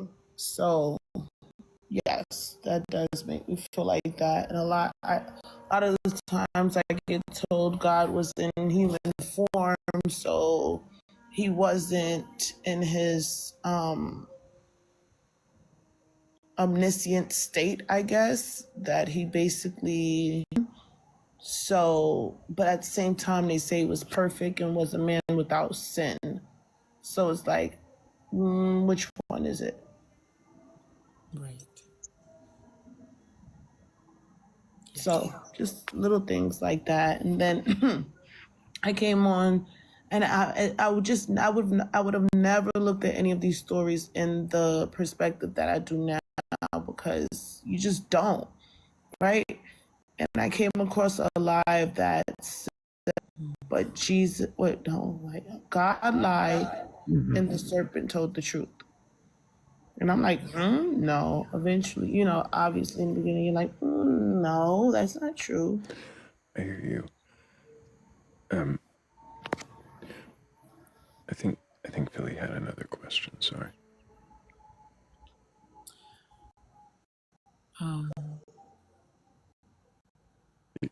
If you don't have to. I lost it.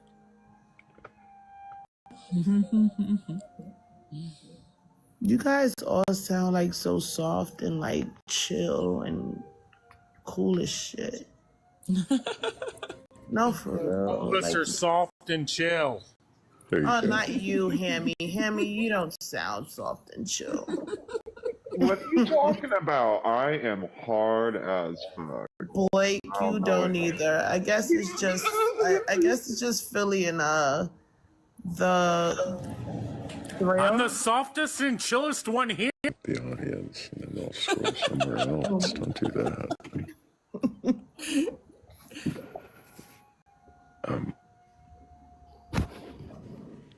Pretty. Yes. It sounds like you are in the questioning, like deep in the questioning already asking yourself a lot of the things that we ask a lot of people up here about why they're not sure if you believe it all anymore. I'm not sure, listening to you, that you believe, and I'm kind of curious. So I have a question.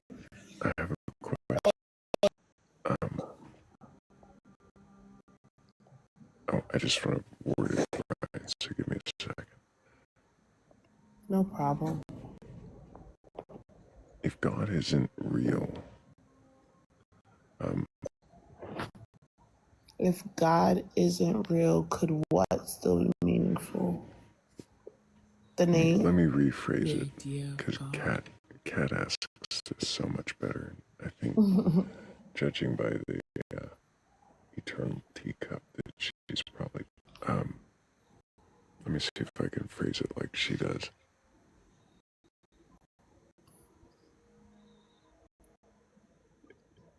How does she say it? If God isn't real, is it still meaningful? If God, or it, meaning like God? If God isn't real, is it still meaningful? No. Can it still have meaning? Yes, it could still have meaning depending on who that. It could still have meaning. it could be used for more than just the idea that there's a God without having meaning, if that makes sense. Like, say for example, God isn't real, right? What is meaning? They What is still meaning? use. I'm sorry.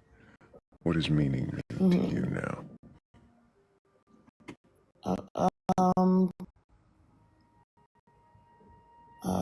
I don't know how to explain it. Like basically saying to have meaning for something. Like, I don't know how to say it. Like there's no, like you exist or Allah or none of it is real, yet they still put these books out. It's because they had a meaning. They had meaning for it. They wanted to use it to. Sounds like you're saying. It sounds like you're saying meaning is something that people do. People give things meaning. Yes, people do. They give things meaning. Not gods. Meaning as well. That's what I'm trying to figure out. There you go. That's exactly what I was asking. Those. Absolutely. You kind of answered it the opposite way. Oh, okay. well, what I mean is,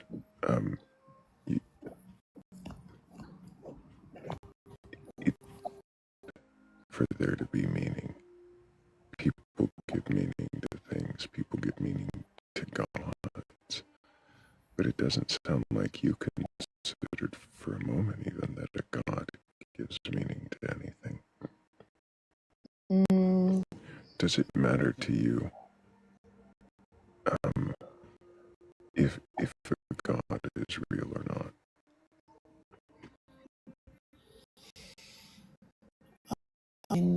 It would only, the only reason why is, as I've said to you earlier, like time and effort and life and years of life into this made up story. Like it's just truly hard to just believe that.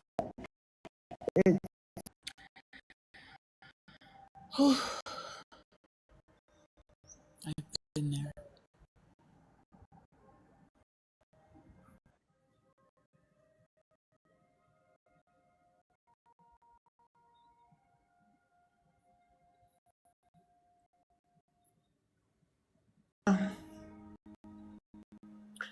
But yeah, it just doesn't make sense. So you can't just be stupid either. Obviously, how many years you put into it. You can't just be delusional because of that. That'll be doing a disservice to yourself. So Sometimes. So yeah. Which is more valuable to you? Truth or comfort? Right. Truth. And that's not always easy.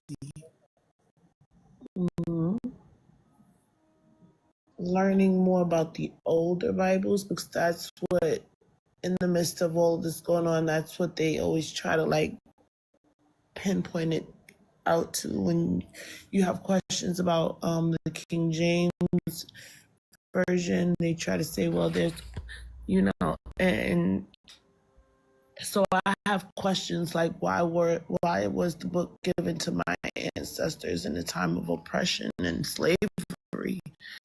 Like, that was a time to have knowledge on anything. So why, in the midst of doing that, taking literally everything from us with a real true book?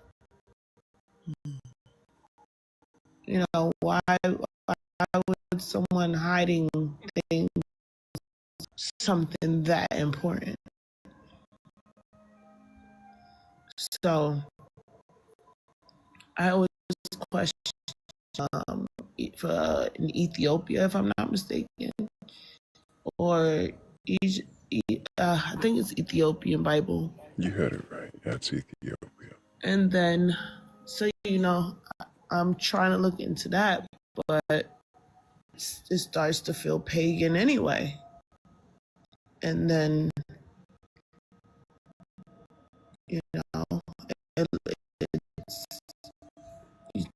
I see videos and pyramids, and you just start to question, like, did they just literally steal someone trying to feel like?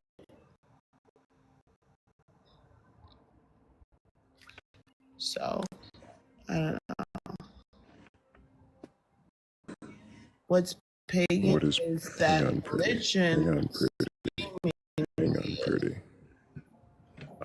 I appreciate you engaging the chat, but it doesn't help when we're having questions up here. And I can hear you ask. I wonder if there's any God left in your book. Yeah, because I'm just angry. I'm really angry. So you're questioning the doctrines, the religions. Everything. The doctrine. What about the God itself? What about the God itself? So, do you question if there is a God?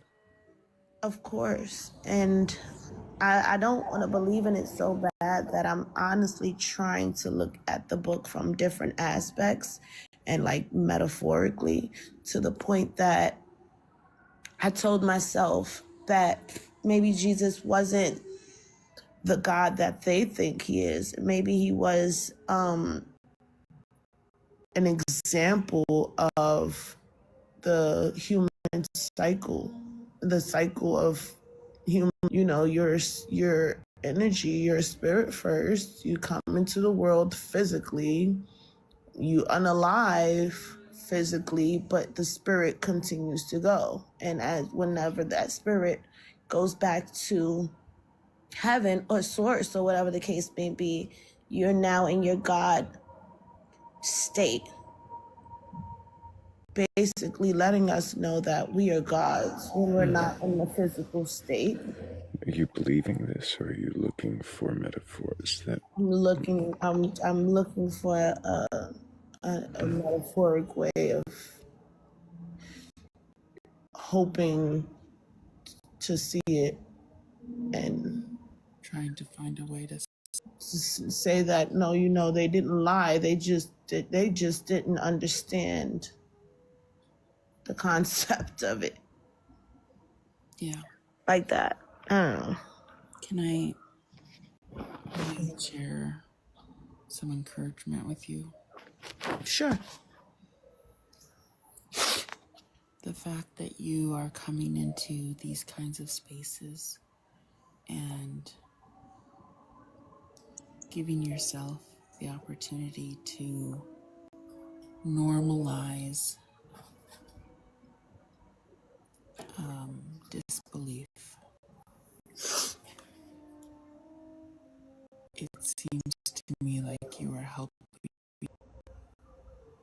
not having this religion, and you can take your time. There's nothing that says you have to go fast in this process. You Okay.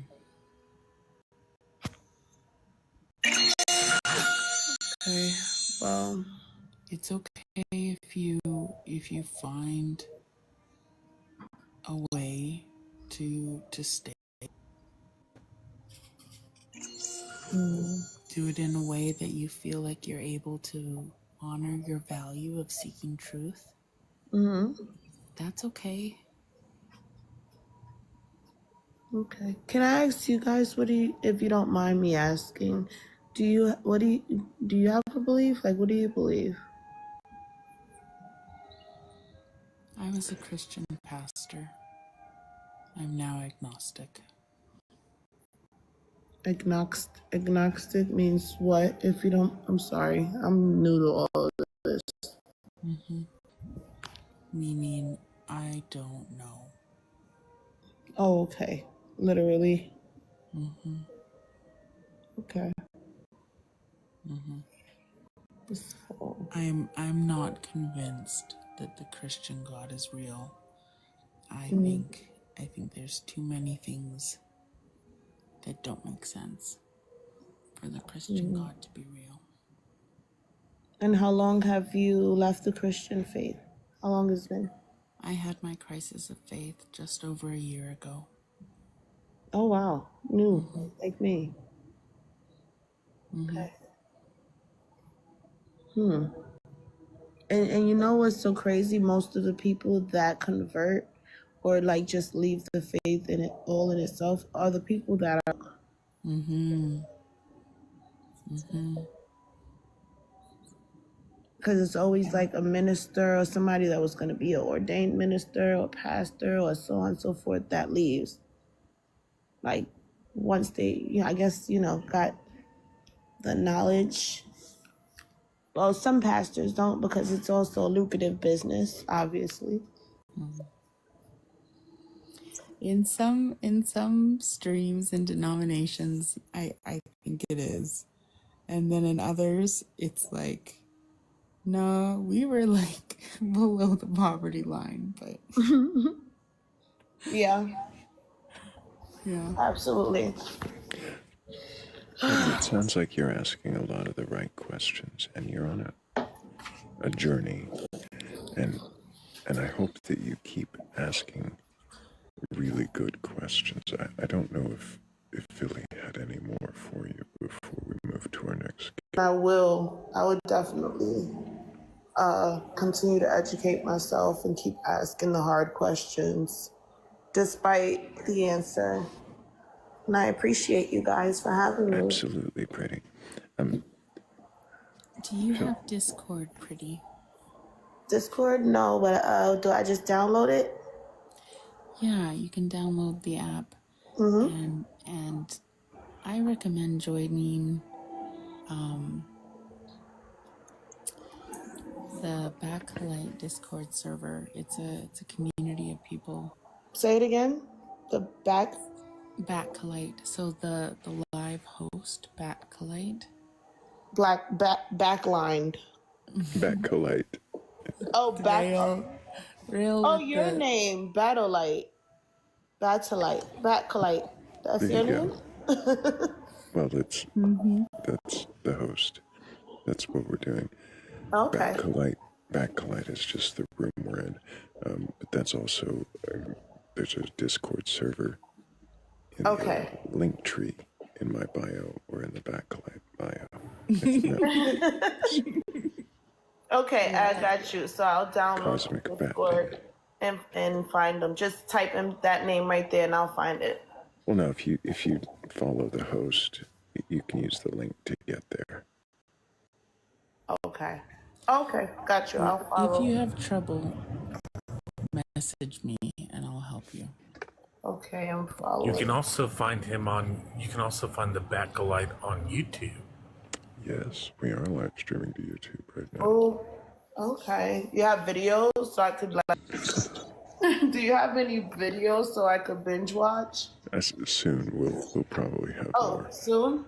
Okay, cool. If you're on the Discord, there's a way to access some of the old shows. Okay, got you. All right, thank you. Appreciate you guys for being patient with me. Yeah, appreciate you, Brady. I hope you keep asking questions. And I hope we see you around. Maybe, who knows, next time we ask you, you might have different answers. Okay. All righty. Take care. You too. Good to meet you, pretty. Take care of yourself on this journey at work. Yeah, we can get some W pretties in the comments for her. She's doing great.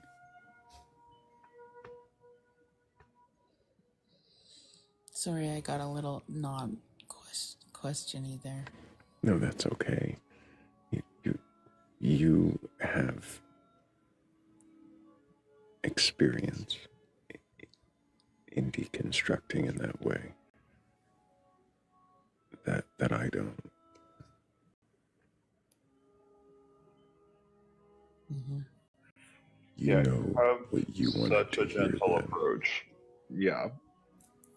It's like you are still capable of like putting yourself in their shoes in a very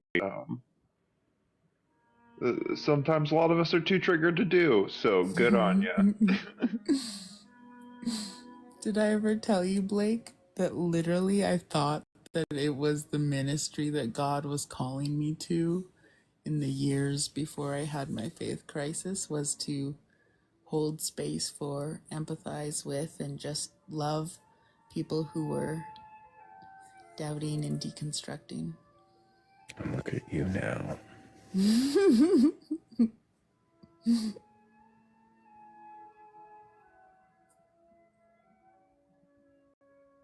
Doing the Lord's work, Philly. I'm still looking for the believer who was me a year and a half ago.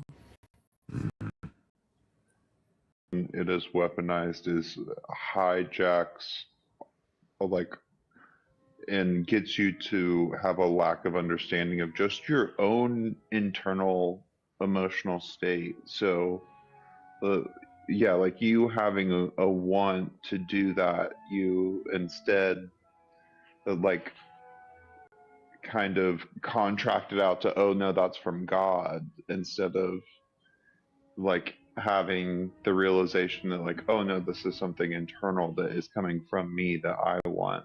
And it is very clear that you have a gift for it, so I applaud you. Thank you.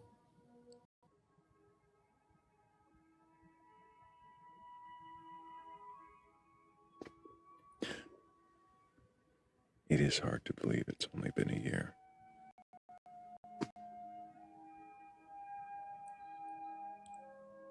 Does it? It's been a year and maybe 5 weeks. Wow. Since I had the faith crisis. That's only a few weeks older than the Batcolyte. I know.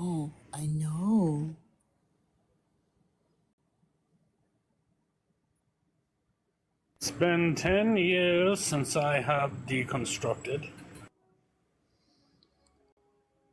The wise Hammy with all the deconstruction experience. It's been 43 years. Like a baby. Thank you, Thrayle. 43 years, Thrayle? Since what? Well, since I was born, asking questions. I've been here since the beginning of time, and we'll be here until the last star falls. In my day.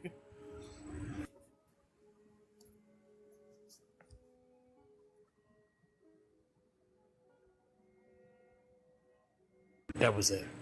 That was it. That was it. In your day. In my day. That's it. Because you see, he forgot what he was saying, so he kind of just took a nap. Of course. Of course. Back in my day.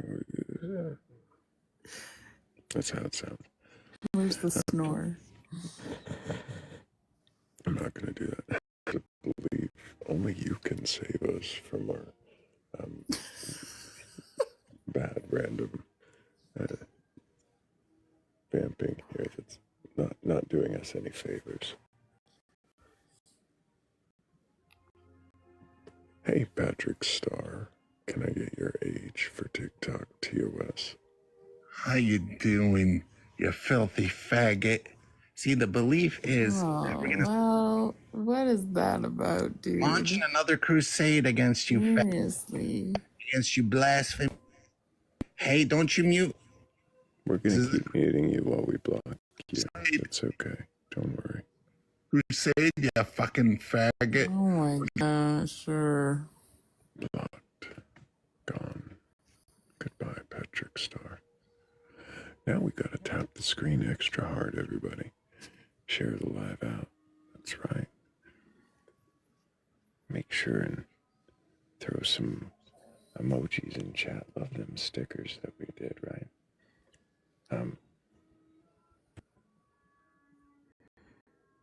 Back in my day, we just casted those people out of the community. They had to wander the wilderness for 40 years. I think if using the name of a proud gay man while doing it. Come on.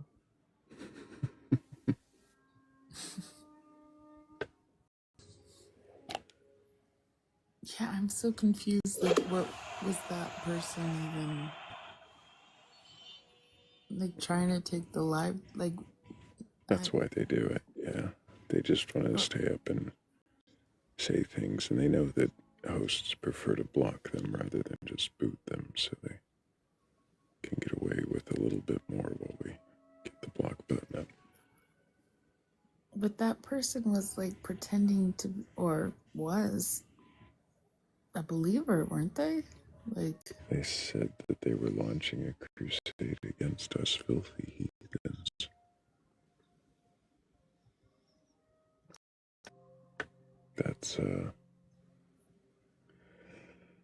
That's faith for some people. I think it comes from jealousy of their ability, of Patrick Starr's ability to walk in high heels. It might be. That might be what it is. Is mayonnaise an instrument? that Never not get me. What is that from, Hammy? From SpongeBob. Oh. There's an episode where they're all like trying to do a band or whatever, and Patrick and Squidward's, going through the spiel, and Patrick raises his hands and goes, "Is mayonnaise an instrument?" And he was like, "No, Patrick." And he was like, "Tartar sauce." Tartar sauce? Yes. Tartar That's great. sauce. That's great. Now we just need a believer yet again to save us from ourselves, because that last one didn't work. If you are not a troll and have a belief in a god or goddess or higher power or something like that, request up. Oh, and you can question your beliefs.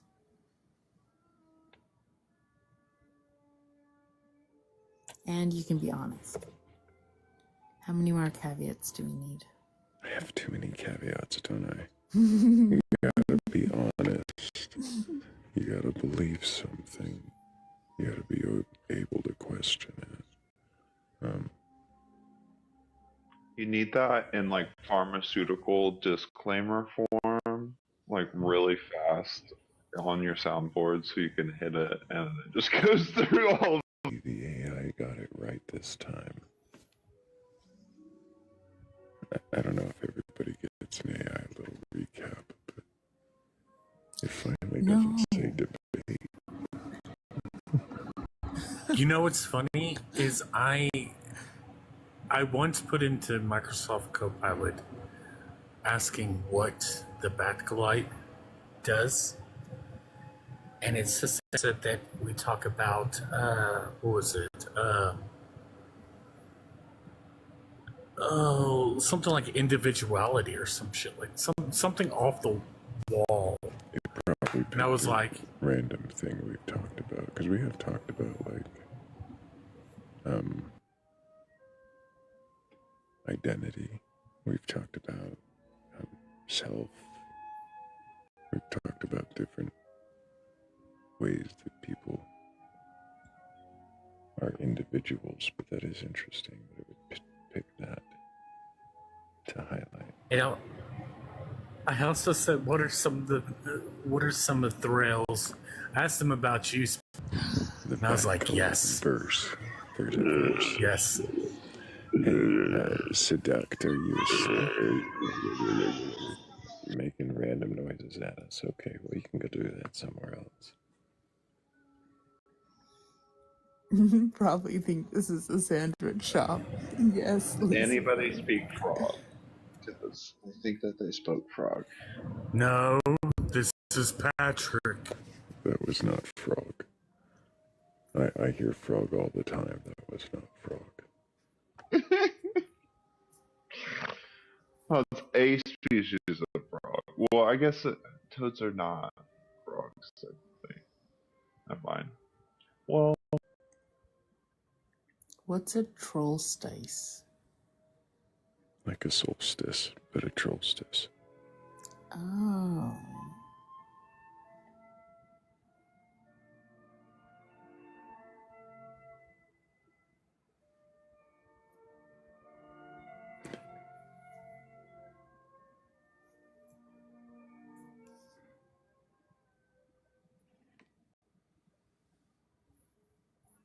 used to have a Pac-Man frog, and it would sing whenever I would vacuum, and it was the coolest thing. I forgot about that. I kind of want one again now.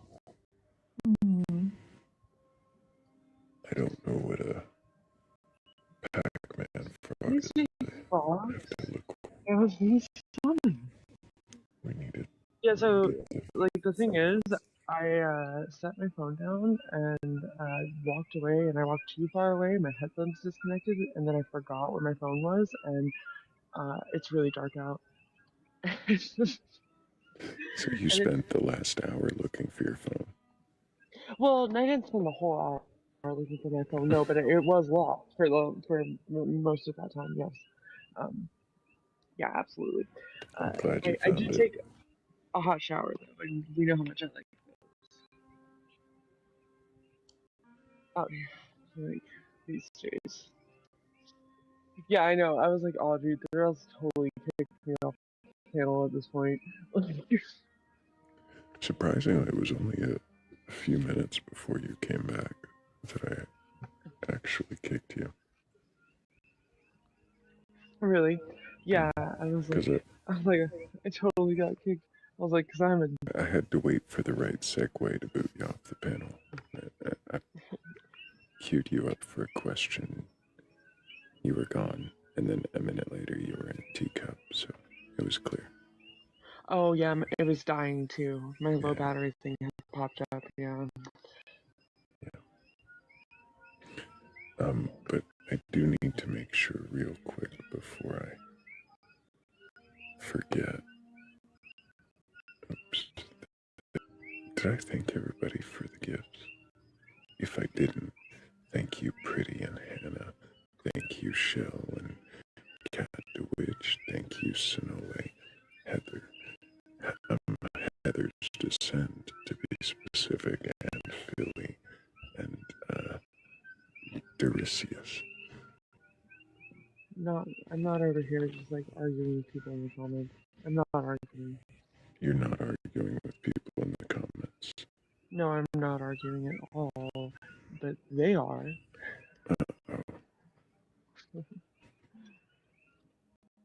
They just came in here making all kinds of claims, and I asked him, like, why are you make a rule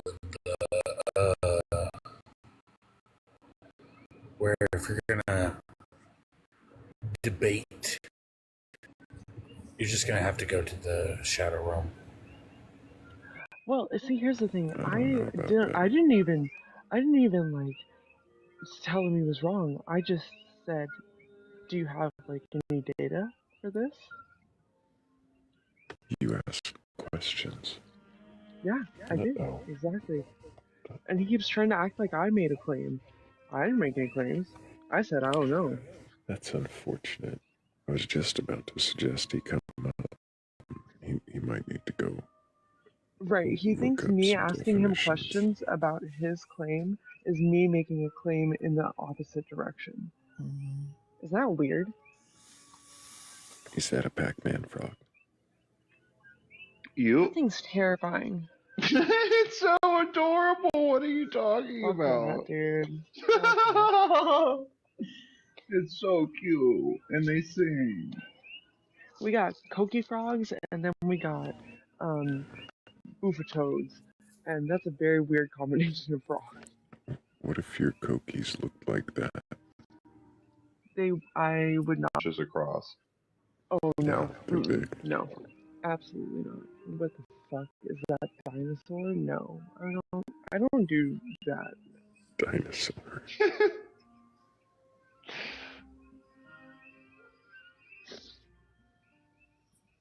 Look, How about and then this for a roll through? I start talking about the arguing guy, and he just disappears. He did. He totally ran away. But we do have Maria up here. Maria, I don't need your camera, but I do need your age for TikTok TOS.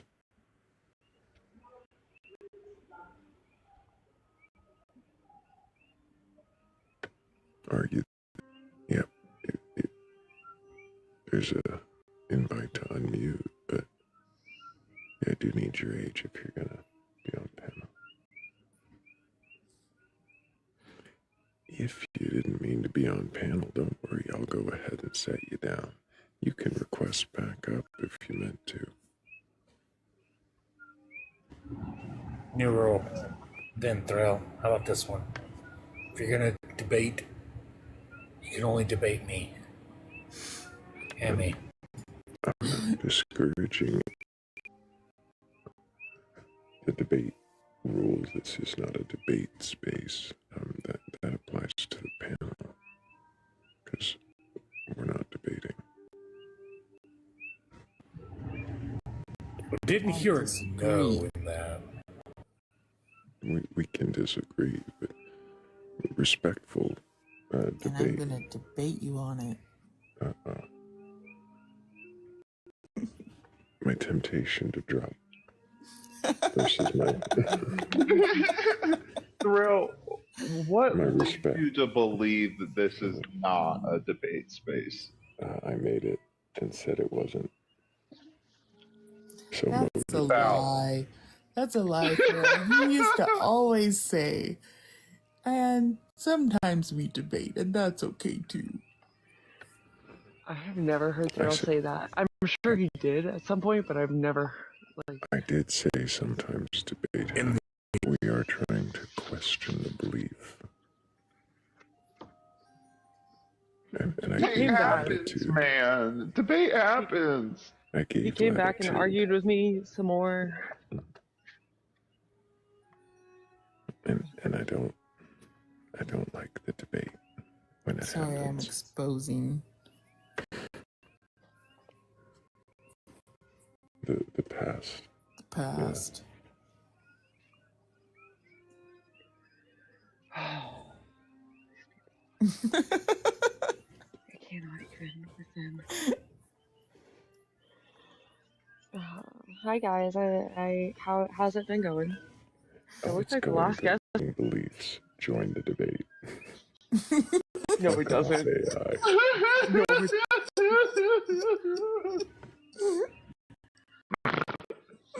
That's amazing.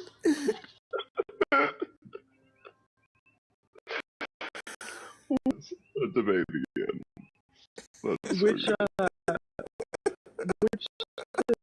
which AI was it? That's fucking terrible. That's not what we want at all. I've never seen it as a participant. I've only ever seen the AI summaries as a host. Yeah, I've never that's why seen I it see happen. it as the host. I've wondered I if have it... since been, Oh, okay. yeah, going for a while. Sometimes it'll pop up and give you the AI summary of the comments or the whole thing. So I'm going to say that I didn't hear a no on the fact that they all have to debate me instead of... No.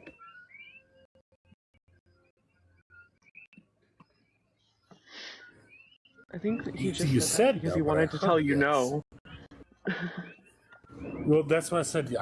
He just said yes, or he said no, but I heard yes. Hmm. Are you? Do you happen to be a missionary? Oh, 10,000 no's and a yes always means yes. Are you gonna like push on his stomach now or something? You know? No, look, I will not touch people without consent. And it's really hard to push on Thrale's stomach when he doesn't have one. He's a skeleton. No flesh. Yeah, no flesh. You're right. Mm-hmm.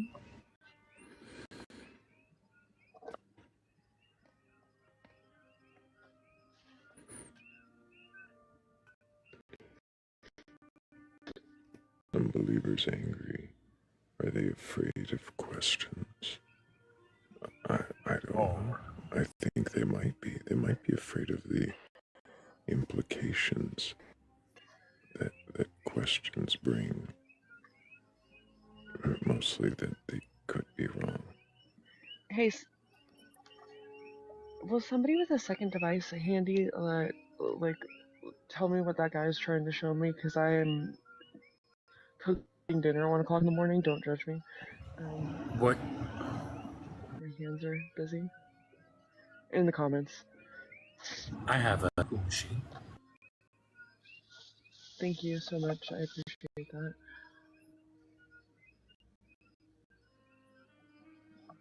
I'm like cutting broccoli right now, and I just you know.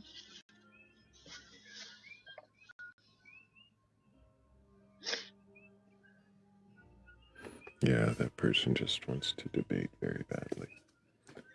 I know, but I gave him so much shit about not giving me any data, and now I have to at least look at the data.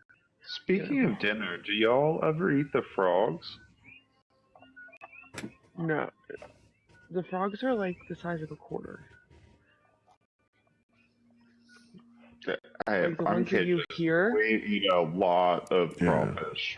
They are not big. Well, no. So like the frogs that you hear are like the size of a quarter, and then the other frogs are bufatoads, and yeah. Even I don't want to do that. So the title of this says Beliefs About God Buffer Against the Health Risks of Loneliness and Social Isolation in 5 Major Religions in 22 countries. Interesting. What was the point they were trying to make? Secularism has also given rise to all these social problems, like the ones that are listed there. And I said, do you have any data on it? That sounds like the opposite inference of at least the title. They're saying that it would mean that. Yeah, go ahead. Will you read me the abstract, Tammy? Yeah, that's the plan here. Let's see here. Religious individuals consistently report lower levels of loneliness and social isolation. Religious communities are well-known contributors to these outcomes. The nature of one's relationship with the divine may also play a key role. For the over 5 billion religious people in the world, belief in a higher power alone. Is this a study or an article? Sounds like an article. This is in the National Library of Medicine. Yeah, but they store everything. True. It says that Is it an abstract? Are you reading it? Yeah, this is the abstract I'm reading from. Like editorial, it doesn't actually sound like it's saying data suggesting this is the data Well, I we used. could read the results. It's actually got data. It's actually got some charts and graphs and stuff. Oh wow! I would. It does keep going. I would look into this. Yeah, no, don't worry and about it. see I will look into who it. funded it, I just who wanted did the to. research. Oh, I'm doing that. I'm doing that now. Sounds like there's oops. I meant to accept somebody, not invite somebody. Sorry about that. As soon as I went to accept them, they disappeared.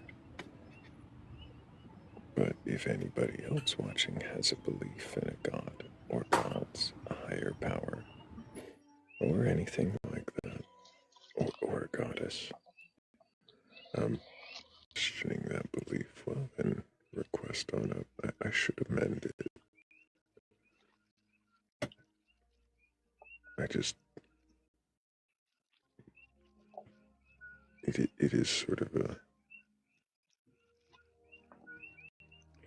I guess I think of God as a non-gendered term. I keep saying it. Was funded by a sub-grant from the Plasticity of Wellbeing Network, which is funded by the National Institute of Health. NIH, okay. Do you have a belief in a god or gods, goddesses? The Liminal list is spaces. already too long.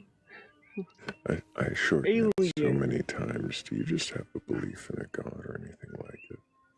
The supernatural. Singular alien. Do you think that trees have spirits? They have spirits. I just think that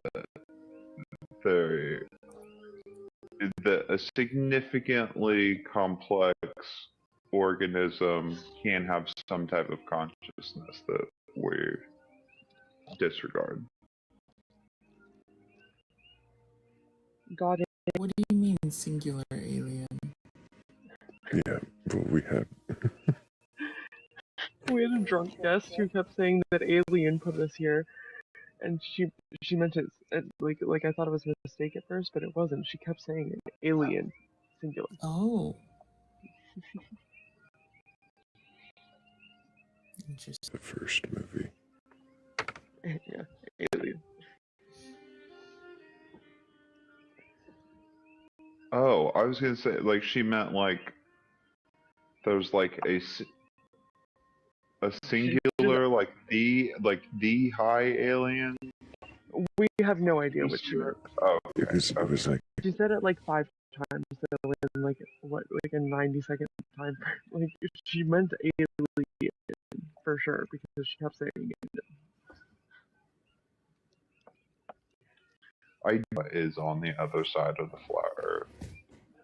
Oh, I have a great flat earther you can ask questions like that too.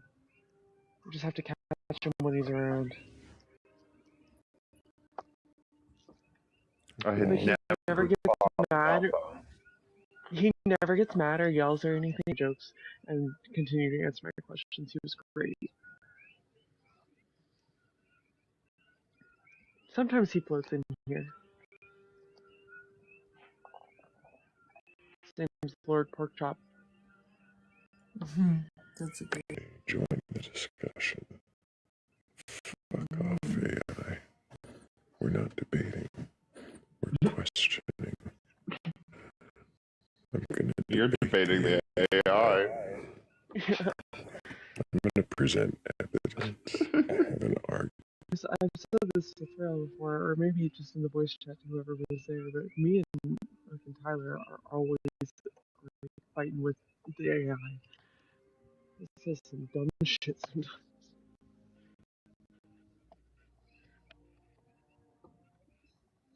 Oh, it's just like weird. I had to ask an AI. Oh, sorry. He asked it a question.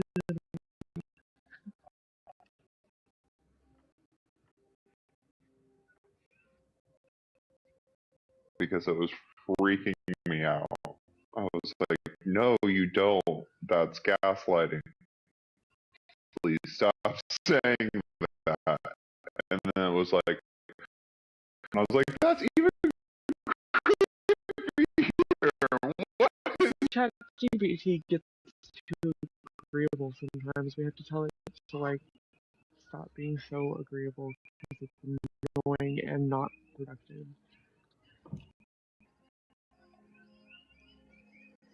I'm about to have to do it, aren't I? Yeah, I think the question, or I don't see it. it always works. Does it always work? And Sonole said she had.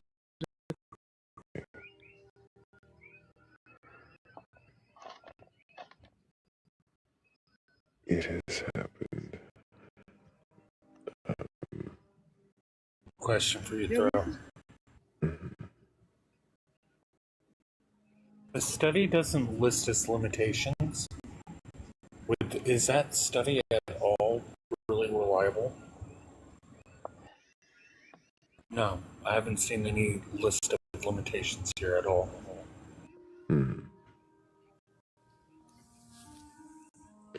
Is it really a study?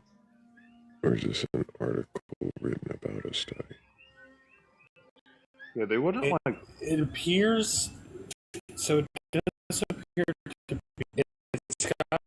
I mean, unless it's a article that just also happens to contain figures that are the graphs and NIH work. But I mean, Yeah, it's just. Will you do me a huge favor and send it to me in Discord? We will fucking find out some things about this. There you go. And in the meantime, Sonali did have a question. And it was, why did you start the Batcolyte? Which of a question? The answer could have many layers. I could answer why I wanted a form of a bat, why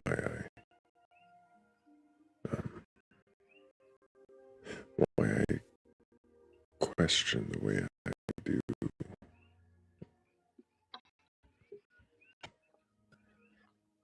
I wanted to have calm and respectful conversations with people about what they believed in a way that could challenge their belief without turning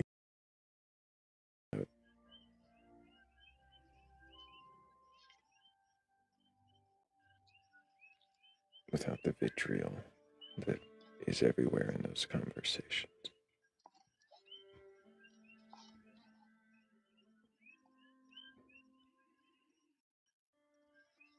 Why'd you choose the bat?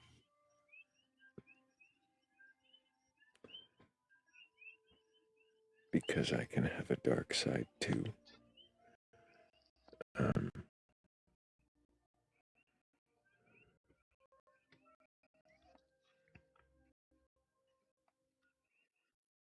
was challenged to come up with a god. I don't do what I'm told.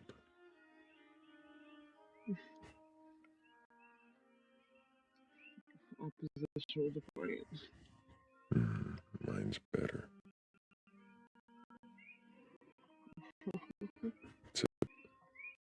Bats are better than birds. And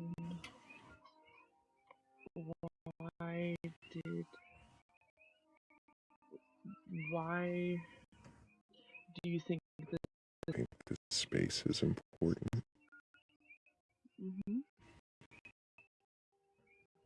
Because it offers the opportunity to question your beliefs without being shouted down or belittled or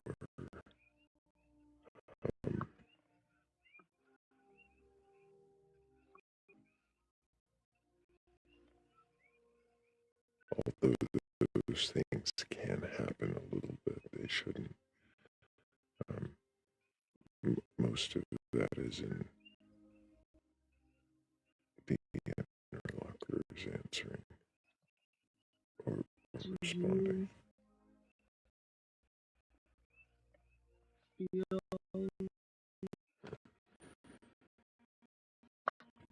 I feel like I've definitely realized a lot of it. I think I can do better. Probably always room for improvement with anything. What was that?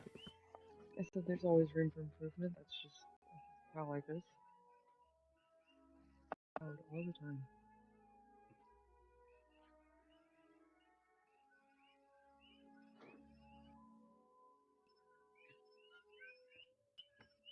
Can you hear me? Yes, I didn't hear what you said before. Yeah, my like thing just speaking up. I have to mute and unmute. So start again. I don't really know about that. You get muffly. Oh, I was just making a joke about how loud Tyler is, and I also said that there's. You were going to make a joke about how loud Tyler was, and then you trailed off like you were talking about shit. That's weird. I don't know what that is. Like, anyways, and then I said there's always room for improvement. Like, if you don't think you have room for improvement, then you're the problem.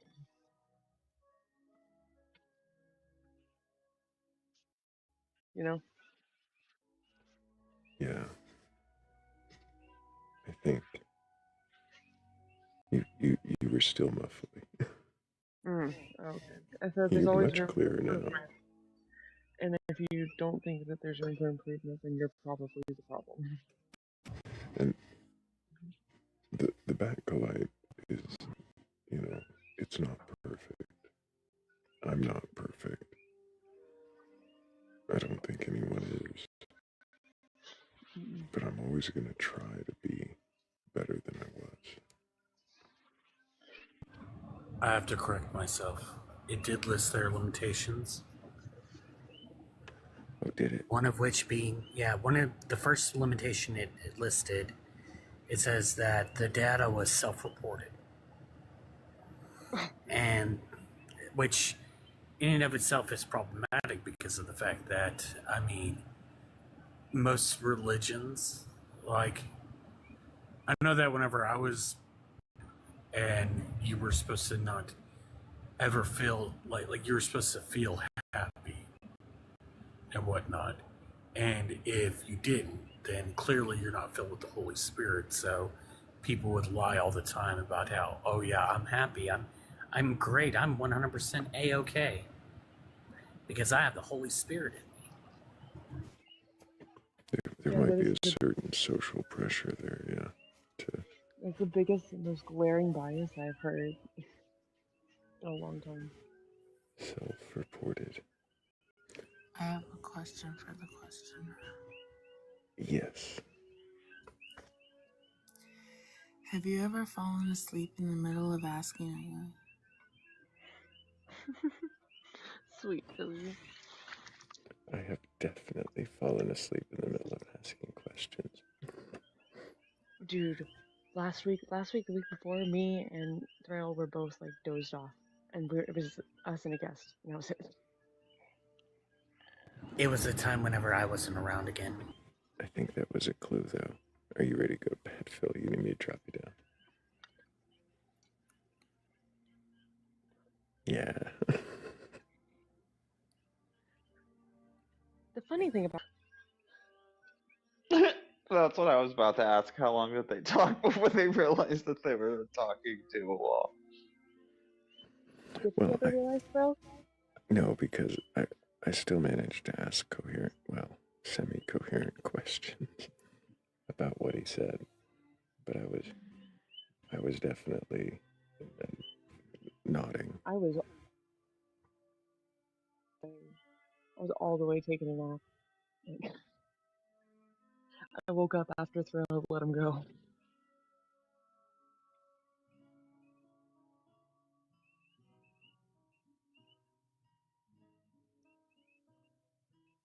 I'll Just so you read know, I sent. Oh, sorry, Kat. But just so you know, I sent that study over to you. I did see that pop up. Yeah, I'm gonna send it to Dan and see what he thinks about it.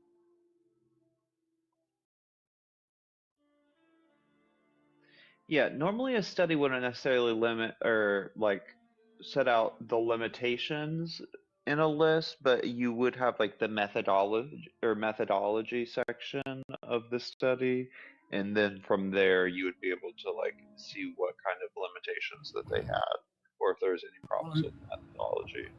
And if they In don't have a this one, methodology section, then that is a red flag. so in this one, it had the limitations. Just part of here. Hold on, let me pull it back up.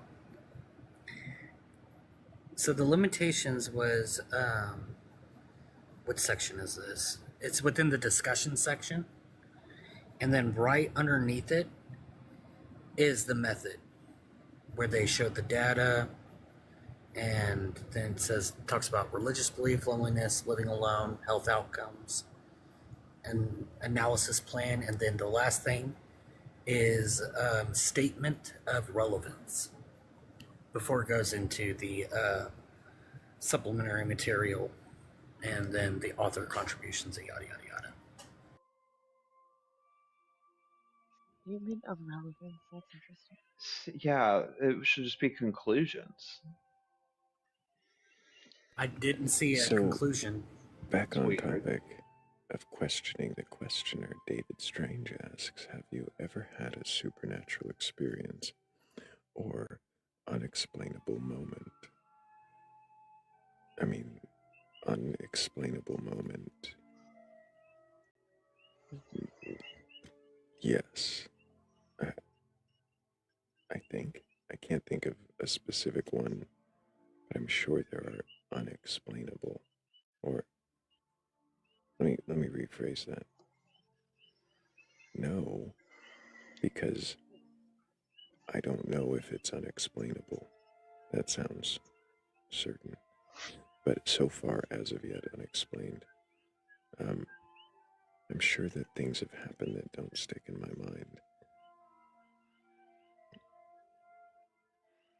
Growing up religious, did you ever like have belief, or were you always kind of like, man, this No, doesn't I was sound always right? questioning it. It never made sense. Maybe. I mean, maybe as a in that time before I remember, but I don't think so. I don't remember accepting anything. I remember always asking what it was and why everybody assumed it was there.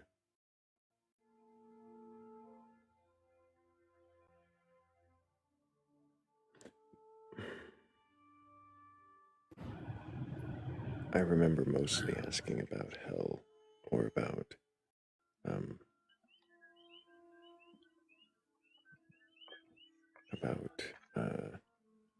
punishments, about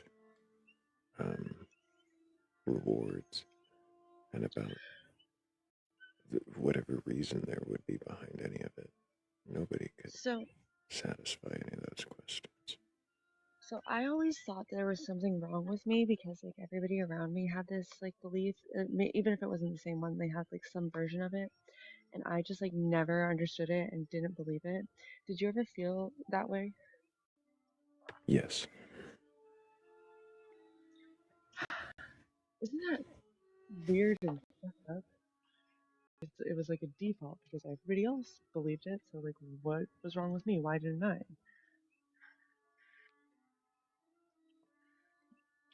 It's one of the reasons why I asked the first question on this live, which was, what is belief, and is it a choice? What is belief is a good one. I like that. Well, is it a choice at all? And It depends on the belief. right, I got a lot of that answer.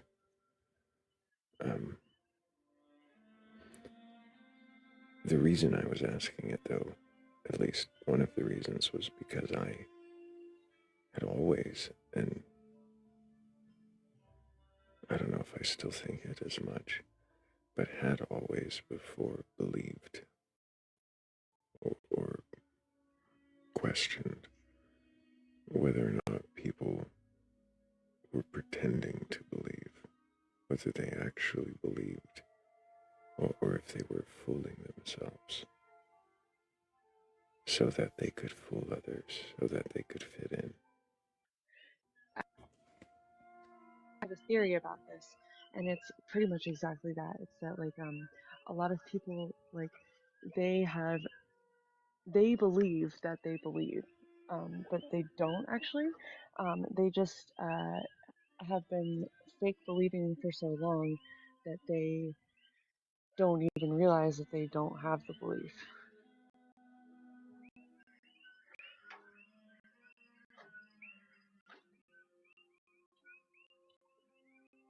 If that makes sense. Like it's This belief, they have like tricked themselves into thinking it, but when it comes down to it, they don't really. It's not even that they don't have the belief; it's that they just don't care.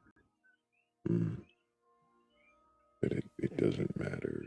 It's just Something they do because the people around them do it.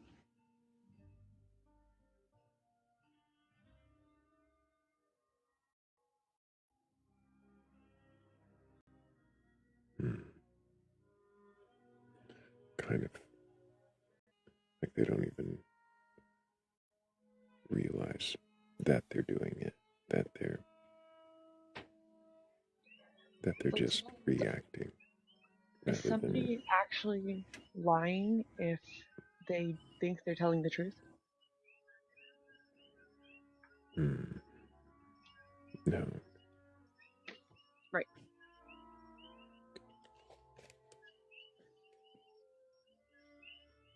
If you believe that it's truth, even if it isn't, is it really a lie? I mean, yeah, technically, but you're not a liar.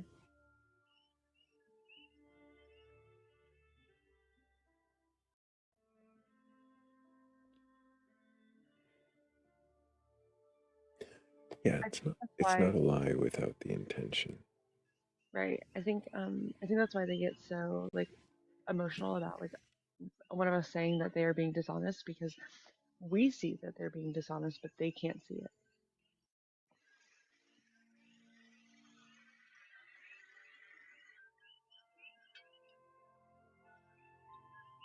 it. Hello, Light. Can I get your age for TikTok TOS? For that, I'd say it's just a false truth, not a lie. Hey, Light. Can I get your age for TikTok TOS? I am 30. Do you have a belief in a god or God's higher power or anything like that? I definitely do. And what God is that? The one, the only, and the Holy Spirit. The one, the only, and the Holy Spirit. Would that be Marduk or Ramazda? Which God specifically? I don't specifically say God.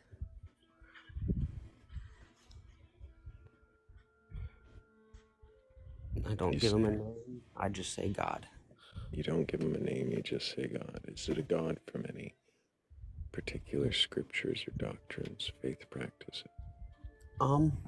My belief is God is God, and it was depicted over different religions for different people in different shapes, but it was all the same God. Is it the same God if the stories contradict, if the characteristics or personalities of the deities in question are different? I believe that it was different depictions and different actions based on the people that he was interacting with. So every god around the world, all of them are the same God? Yes, or gods if there are more than one, but I technically speaking, I would say it's not gods. So why do you think Why that is it a there's... man? Well, it's because it was created by men, so it has to be a man. Light, I'm curious, is your one true God you mentioned Holy Spirit. Is this a biblical God? Biblical God. Yeah, is it the God from the Bible? Is that the one that you're mostly referring to? Technically, yes, but it's more complicated than that because it's the first, the last, the everlasting. He created the The first last, God. the everlasting. He created the first God, you say? Yeah, as in like what we Are you in depict as the first God. Are you in a wind tunnel or something, or sitting in front of a fan? We're getting a lot of background noise. Oh, hold on. Let me turn my fan off then. It's like it was blowing directly into the microphone. Much better. Yeah, the ceiling fan was Suddenly on. not being bombarded by the sound. It's much nicer. Yeah. So you're saying that you believe in a God that created the first God. It's the biblical God, but not really that God. Technically, I'd say yeah. The first, last, everlasting created what we refer to as the first God, which would have been the first Anunnaki king, the I'm one sorry. that came Stop and for a created. moment. Stop for a moment. Anunnaki king. Yes. Can you tell me what the Anunnaki are? What does that mean? The Anunnaki are the first deities to How were help the spread and Anunnaki open the created? universe. They were created by the everlasting, which is the God. The everlasting. So they weren't created by the merging of the waters of Tiamat and Apsu. I don't believe so. I believe that the Interesting. So Anunnaki your king. Anunnaki are not the Anunnaki of the Sumerian myths. Yes, actually they are. Oh, they are, but It's they're not different the ones. depiction.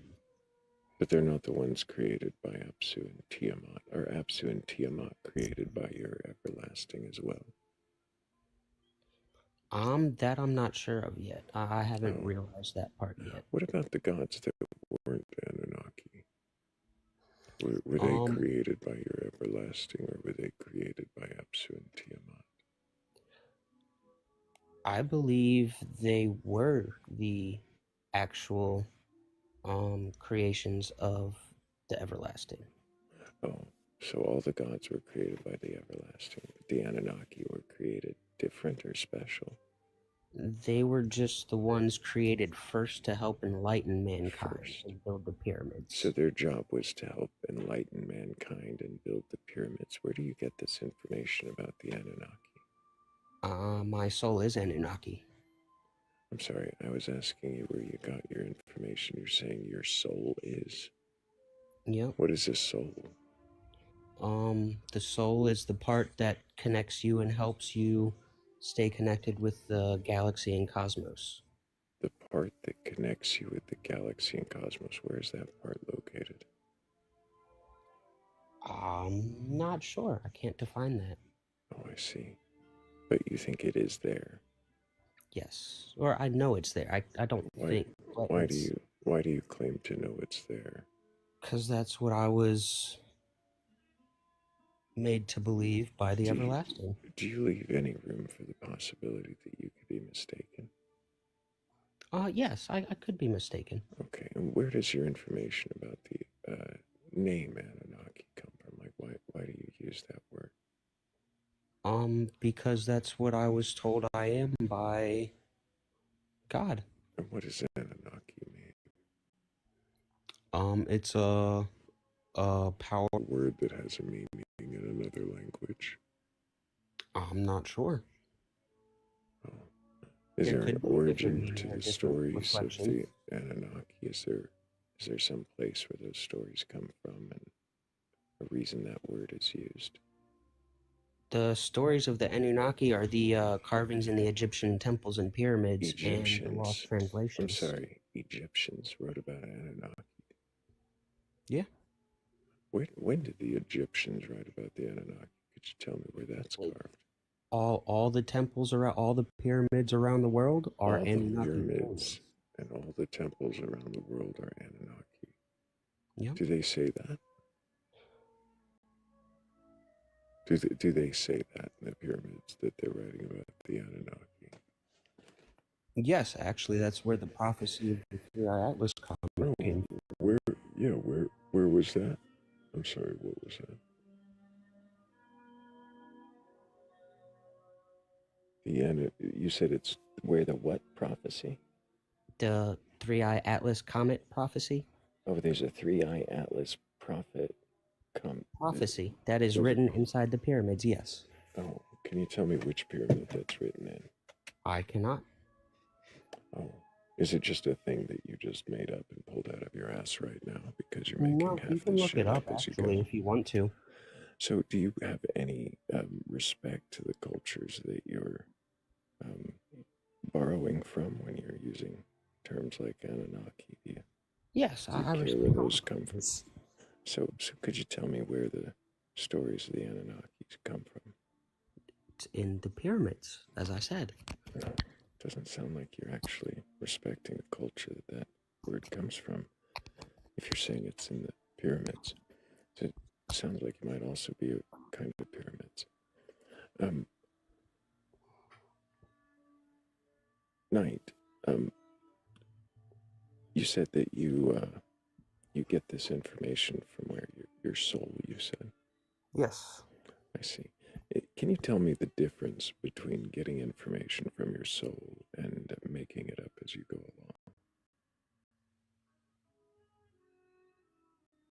along? I'm not making any of it up because I'm not allowed to. I'm not allowed to spread false truths anymore. I'd like you to actually respond to the question. Can you tell me the difference between getting information from your soul and making it up as you go along? I cannot define that. Is that because It's just there something isn't a that I feel that difference? resonates with me from the downloads I've gotten from the past couple weeks. Is that because there isn't a difference? This is There's definitely a difference because I'm not making it up. It's what I've been told, what I've been instructed to say. Kat, if you have a question, By you who? can, but I'm about to get disrespectful. By the Almighty and Can I do this? this whole What collective do awakening. you mean? Okay, what do you mean the You're going to Almighty? have to control him because he just wants to talk over too. I see. What do you mean by the Almighty? Who is the Anunnaki? Is the Almighty? I'm assuming. No, the Almighty is God, the everlasting, first, last, everlasting. So why are you getting information from God all of a sudden? There's a lot of people that are actually the whole collective of the. Okay, that doesn't answer the question that I asked you. So answer the question that I asked, please. I am. You're just not accepting my answer. Just because you don't want to accept my answer, No, that's your why are belief, not you mine. specifically, why are you specifically getting these downloads? Because I am one of the enemy who let mankind be manipulated. You just said the last couple weeks, so this is a very recent development. So how did this start? Why did this start? For me, I believe it started because it was the right time and the alignment of the cosmos. Have you talked to anybody about this? Yes, this is all over. Have you all ever over stop TikTok light and the algorithm. light? Have you talked to like a mental health professional about this? No, I don't need to because my pineal's open and I can understand. Yeah, no, that's it. This is clear psychosis, and I'm not entertaining it or exploiting it anymore. Let's move on to somebody who can actually coherently answer questions about their beliefs. Because FYI, I wasn't trying to exploit. I was just trying to determine where that was at. No, I know you weren't. That's exactly why I'm removing him, though, because I'm not exploiting it. No, no. That was that last "have you talked to anybody" question. That was the last one. Anyway, that was ended. Plane landed. Hello, Tala. Can I get your age for TikTok TOS? Oh, well, yeah, that's not exactly the most helpful there. Oh, I see. I see.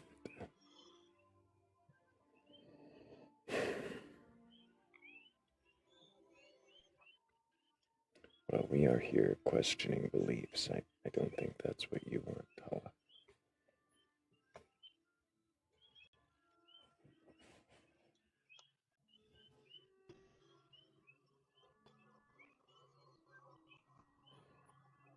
David Strange, you don't want to sound like that, but you're that guy. Are you the Anunnaki guy? The Look Anunnaki into guy? the Anunnaki and where they come from and where the stories come from. And act, yeah, Makalaka, Good time I for know a Makalaka. bit about that.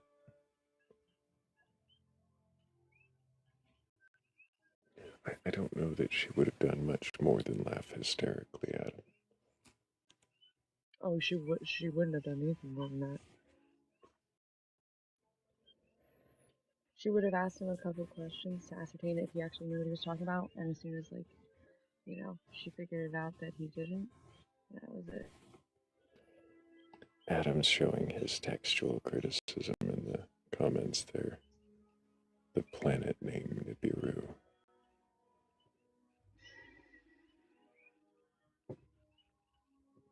Tatooine? Why are Tatooine. Why are people so into the racist alien thing? Because they don't want to outwardly and openly be racist, so, rather than give credit to colonizing humans, they'll give them to colonizing aliens. Because clearly the non-white people couldn't possibly do the things that they did back then. Generally, that's where it's born from.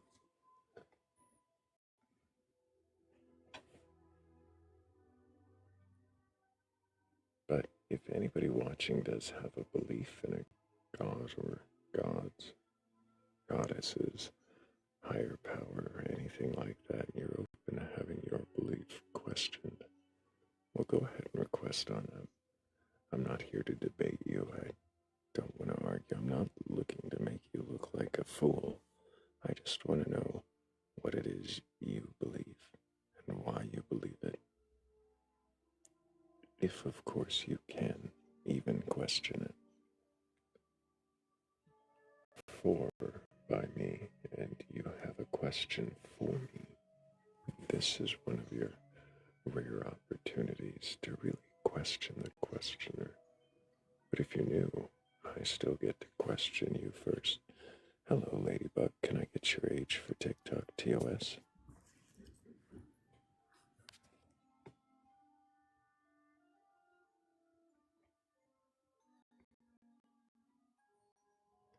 I'm guessing Ladybug didn't mean to request out.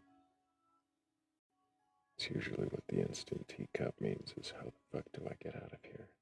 Oops.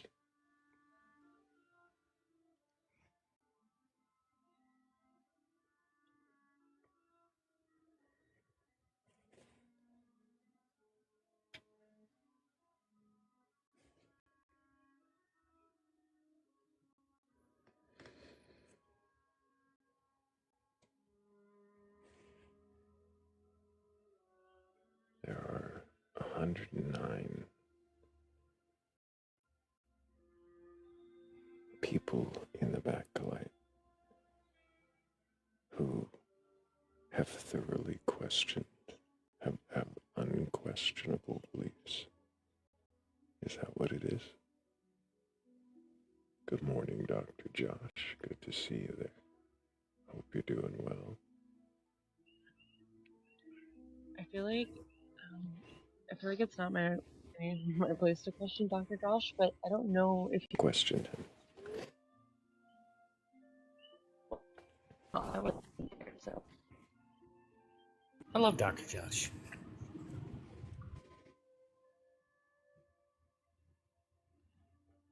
Yeah, I have at least briefly questioned him. I don't I remember correctly, I don't believe he is a believer. But you could let him answer for himself. Hey, Dr. Josh. So nice of him to come up here to do that. Good morning. My signal might go in and out a little bit, so forgive me. No worries. How's everybody? Going pretty good. Having a Good. decent Going, morning. Dr. Josh.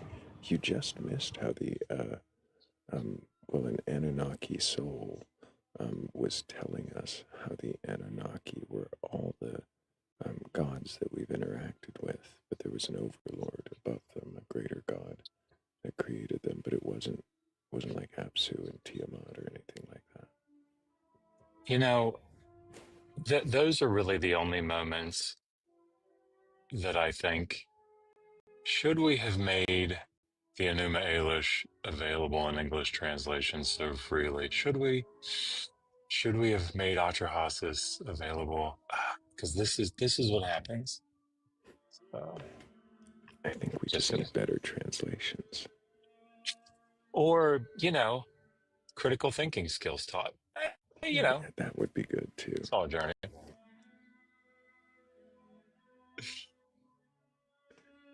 I think Sorry, that would be the better way to go. Oh.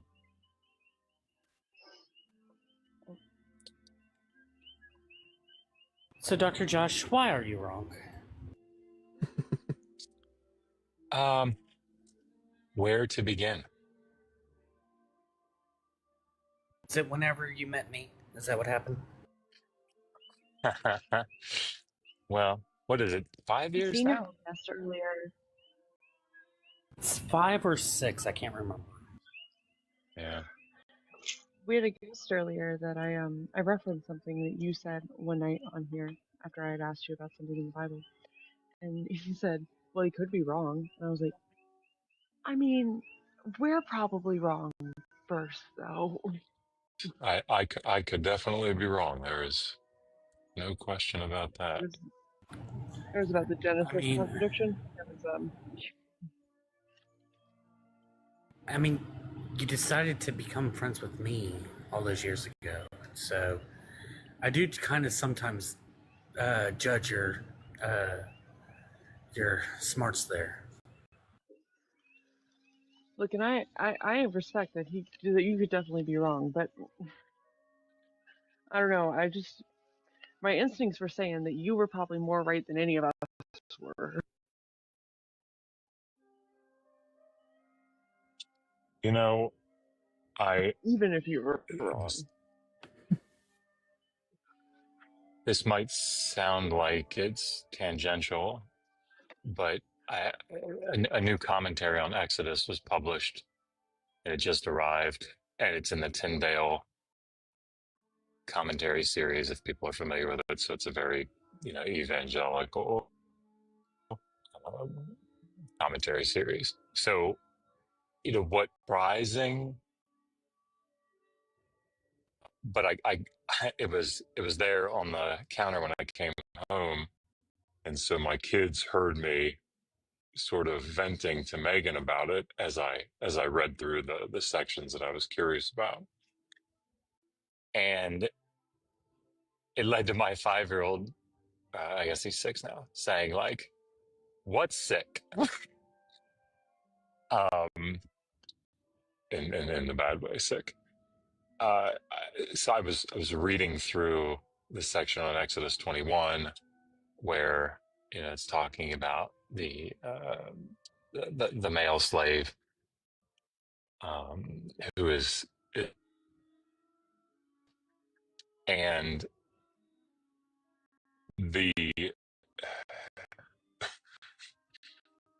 commentators ensures that the master is not able, go with me on this, is not able to be exploited by the servant for his generosity in giving him a wife.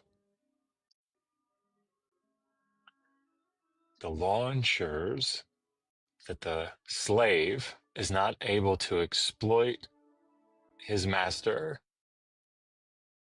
for his generosity in giving him a wife.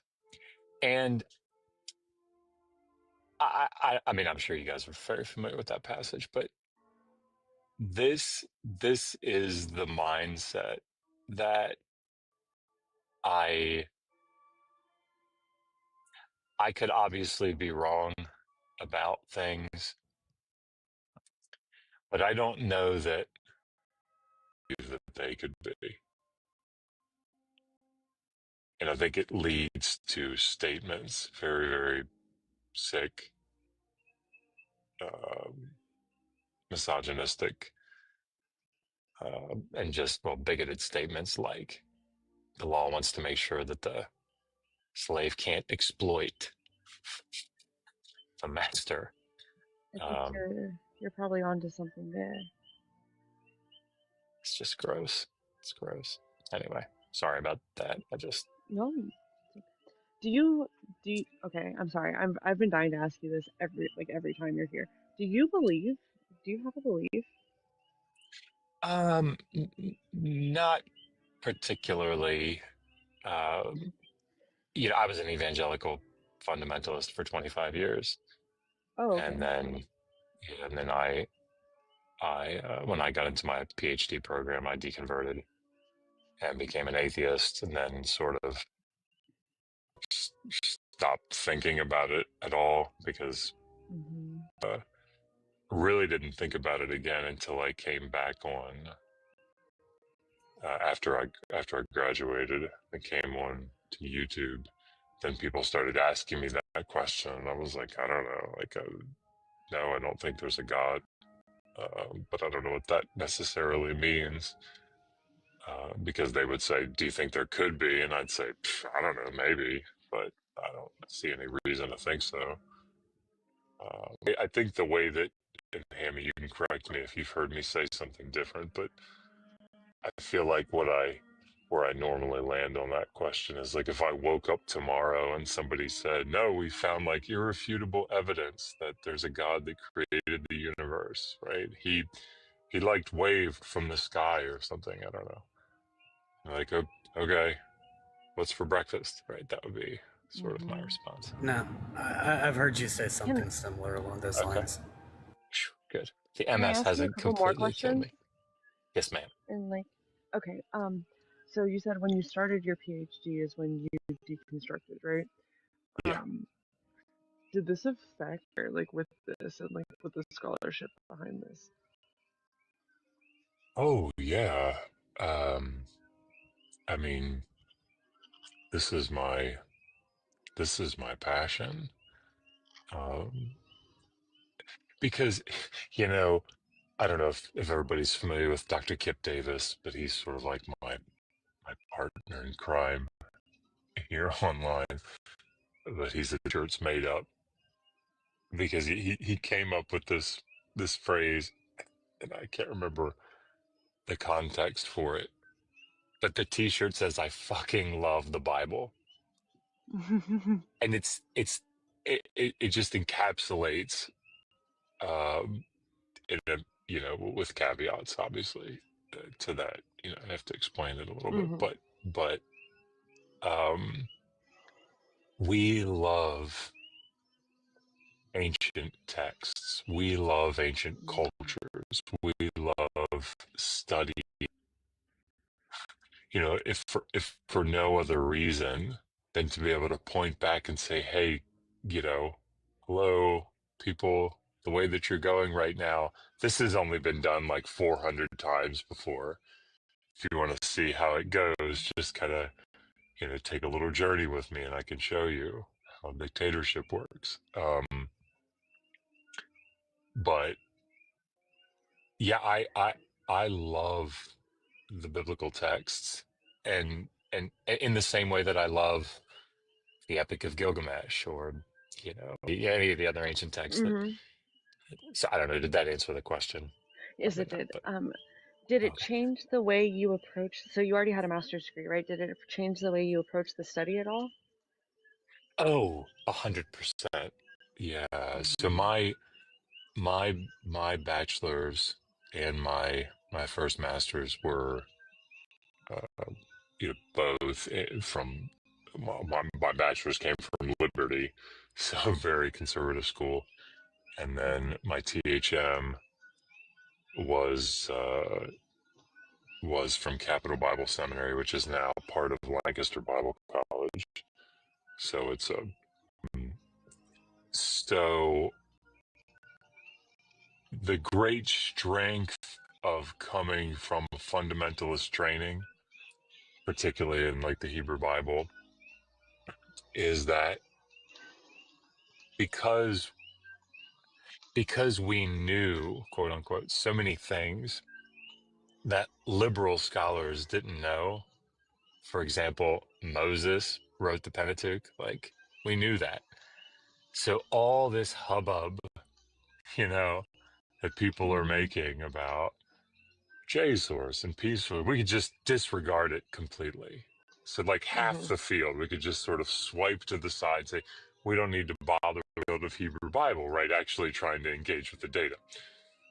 And so what that meant was there was this huge gap in like our available time, our free time opened up. So it was like, well, what do we fill that with? So it was languages. Like, we're going to study the language. And so there's one thing you can say for fundamentalist evangelicals that go through seminary. Generally speaking, they know the biblical texts, like the Hebrew Bible or the languages, usually pretty well. And that was the big strength. What that meant, though, was the 6 years of Koine Greek at the master's level.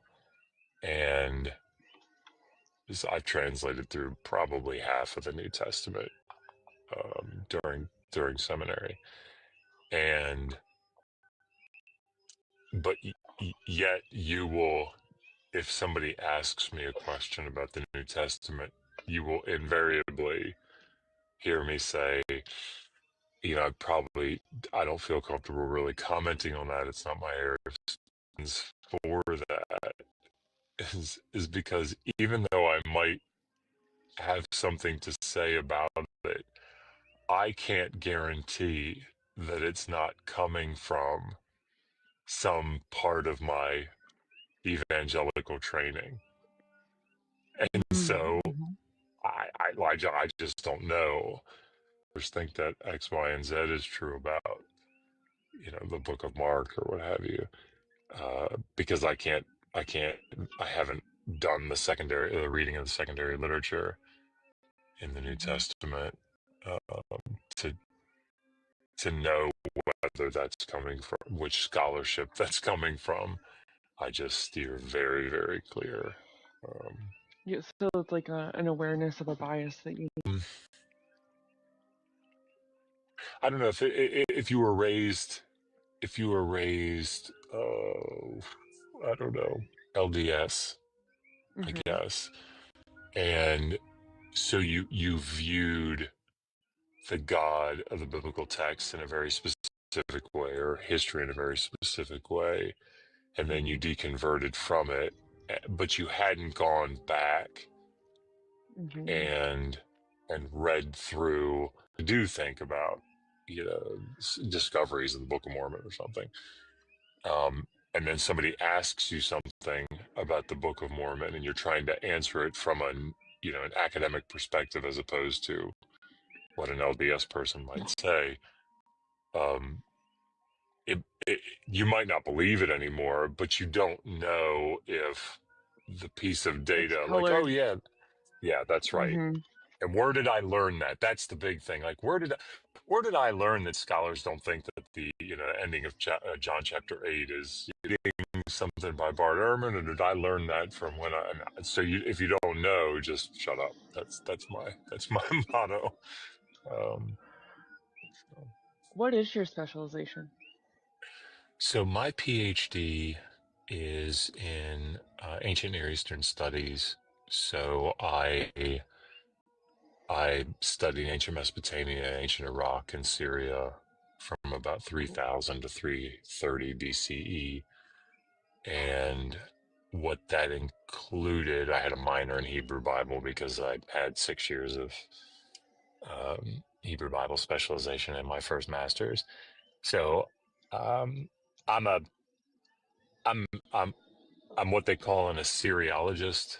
So I studied ancient Assyria, which is why it was funny to hear kind of at the tail end the guy come in and talk about the Anunnaki. It's funny to hear, but so I have, I don't know, 6, 7, 8, like 10 years probably of graduate level training in Hebrew, but I try not to refer to myself as a Hebrew Bible scholar because my PhD, I only minored in it at Hopkins. So I majored in Are stuff you in further to academia? the east. Uh, Like, ish. So I would scholars. So how does that work? yeah, How are you that's a gonna good go to question. school and get 2 master's degrees and a PhD and then like, you know? Yeah, that's sort of a sad story. Oh, I'm Um, sorry. oh no no You don't no no no. have. I mean, it's okay. I think Hammy, you probably know this. I I was in my last year putting the like sort of final touches on my dissertation, and uh, I was slated to go interview for a position up at Brown to teach Sumerian up there. There was like I think it was a 2-year postdoc up there, and because I was just about to come back from, I had a year-long Fulbright scholarship in Germany. So I was about to come back from that and then finish up and then graduate and then head off to that. And while I was in Germany, my wanted a divorce. And that started a process that sort of, and it was for the best, but it culminated in her starting to date a guy. This is sort of the age-old story. She started to date a guy that um, took what was a very amicable relationship between me and my ex, and he moved into her house, which was still my house, and Oh. and um, had the kids after I think 2 weeks, calling him dad, and then said that I couldn't cut me off from seeing them, and then told my kids that I was just a family friend. And so anyway, we ended up having to take them to court, and we ended up moving back to sort of my hometown. And when we did, my ex finally got away from this guy, and she was from my hometown as well, so she moved back to the hometown as well. So we were within about 5 minutes of each other, and I was with Megan Lewis. If people know Megan Lewis, Bart Ehrman's podcast host, that's my wife. At this Wow. point, She's amazing. she is. She's the smart one, and um, and so I said to our attorney with me going to Brown, we're just gonna like drive the and meet halfway, and he goes, "Oh no, you're done. Um, you're done." He said, if you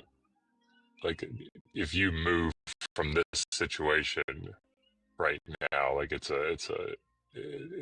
grounds for her to say, it's like he said, so no, you're gonna find, you've got a PhD, you're gonna find a nice government job or something or in the area and support the family, and that's it.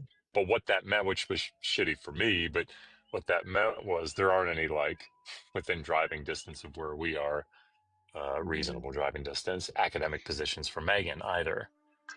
And of course, Megan's she was at Hopkins with me. so she had to terminate her career as well.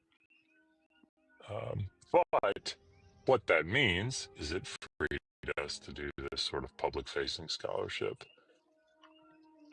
which has turned out to be phenomenal because it lets me write what I want to write. And slavery. Actually, we're getting ready to publish on my birthday, the 11th of this month. We're going to publish "Learn to Read Ancient Hebrew: An Introduction for Absolute Beginners." So, volume 1. So that's coming out, which is pretty cool. Happy So birthday. And I think that's kind of a happy story.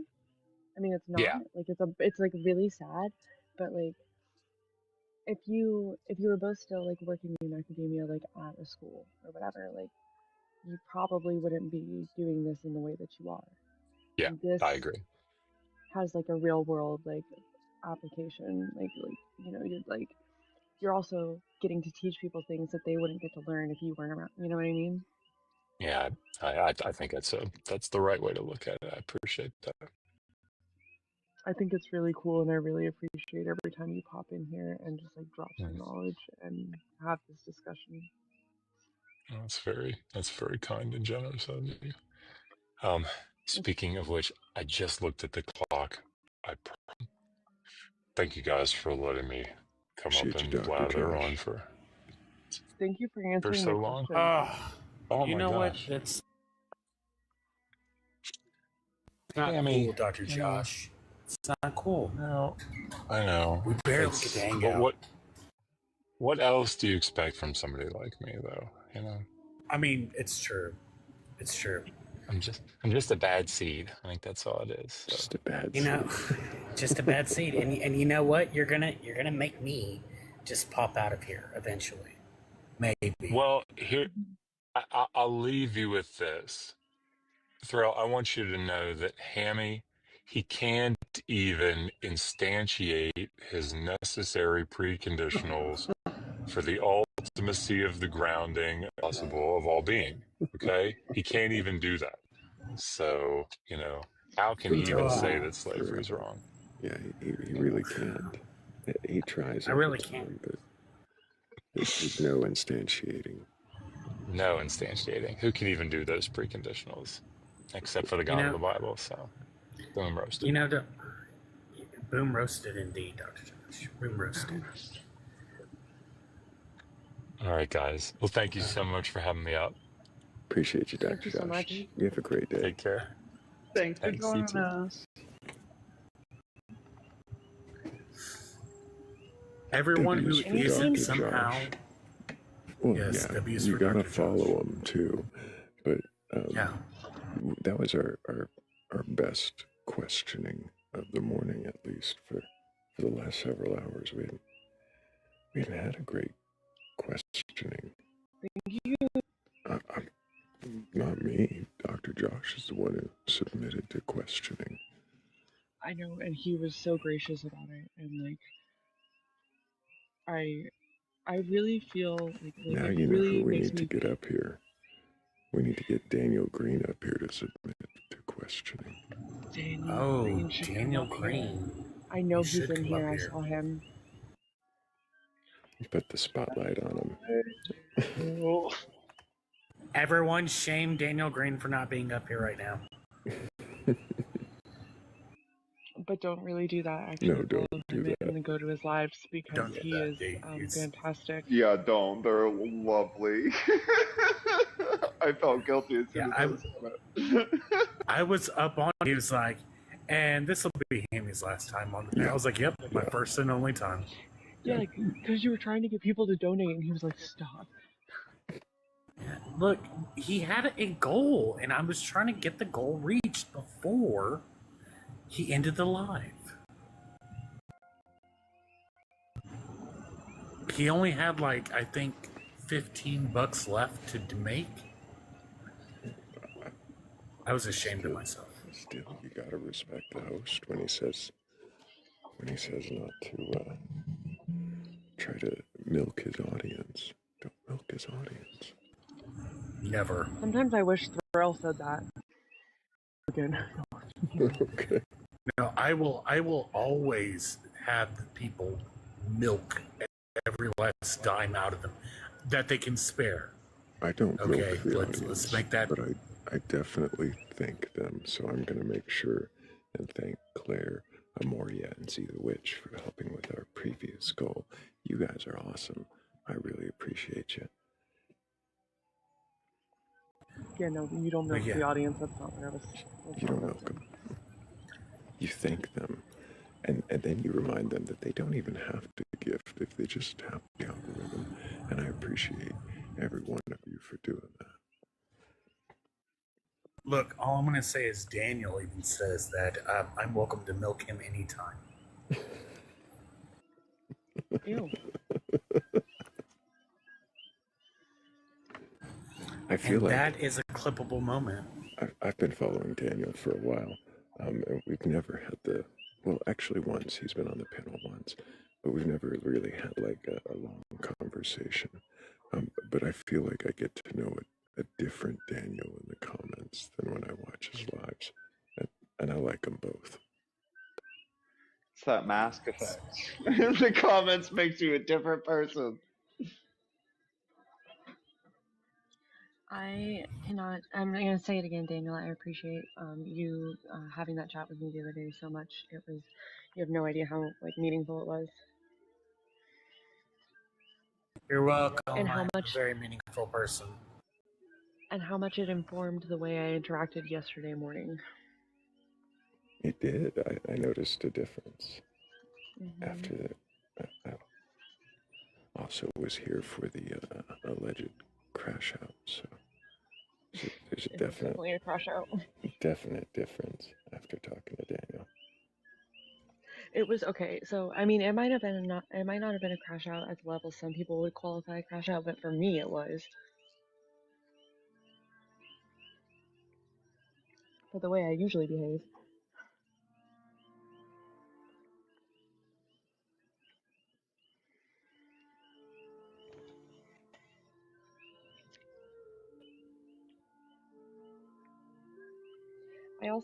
I think about at least once a day how lucky I am to know all of you and to get to speak to all of you all the time, because it's like I'm surrounded by people who are much more intelligent than I am and are always willing to answer my questions and teach me things, and I love that. It's like I live it.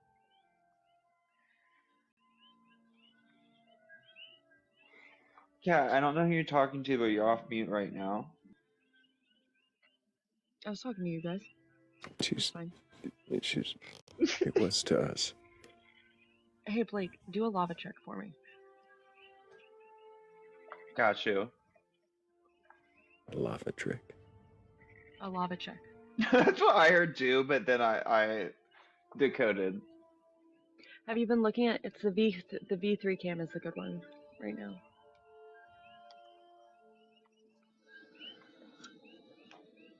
It is glowing but not overflowing. Look at the V3. Are you looking at the V3? Because the V1 is no good right now. The V3? Yeah. I think she's talking about volcano cameras. Volcano camera 3. Yeah, V3. Wait, I'm on a FAR. There might be a delay. Just catching everyone else up, because there's, do a lava check. V3. It's very coded language. Nobody knows what you're saying. And I put a link to that one in Discord earlier. Awesome. Ooh, it's coming back up as we speak. Mm-hmm.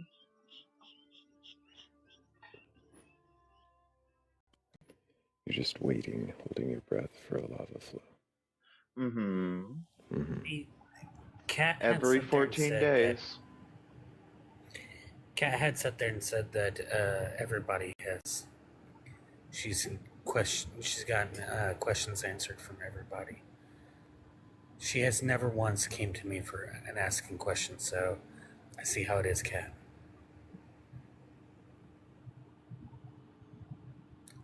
Dang, I thought that would bring her back for her to sit there and say a joke. Oh, she left. This is what they do, folks. This is what she checked the lava so hard she fell in. Pele absorbed her. Maybe if she prays to the Martian fire yeti, he'll save her. Maybe.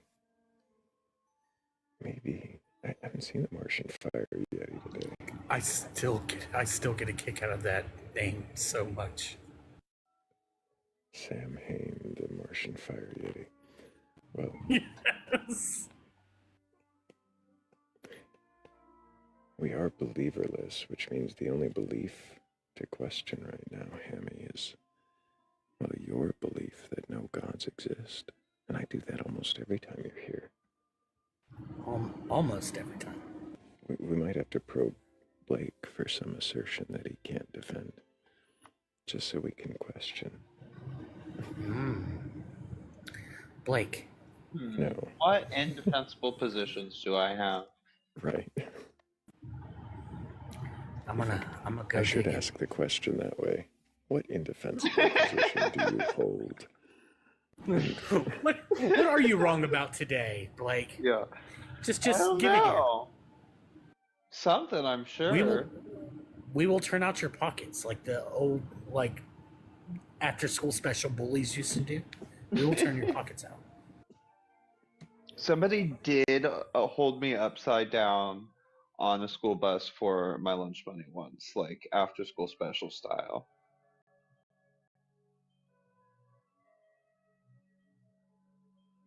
But that has nothing to do with beliefs that I have. No, just childhood trauma, really. Yeah, I was like, okay. sorry, I just So, fell Blake, into some tell trauma me there. all the traumatic things that happened. And spare no detail. I want to be able to know who your buttons.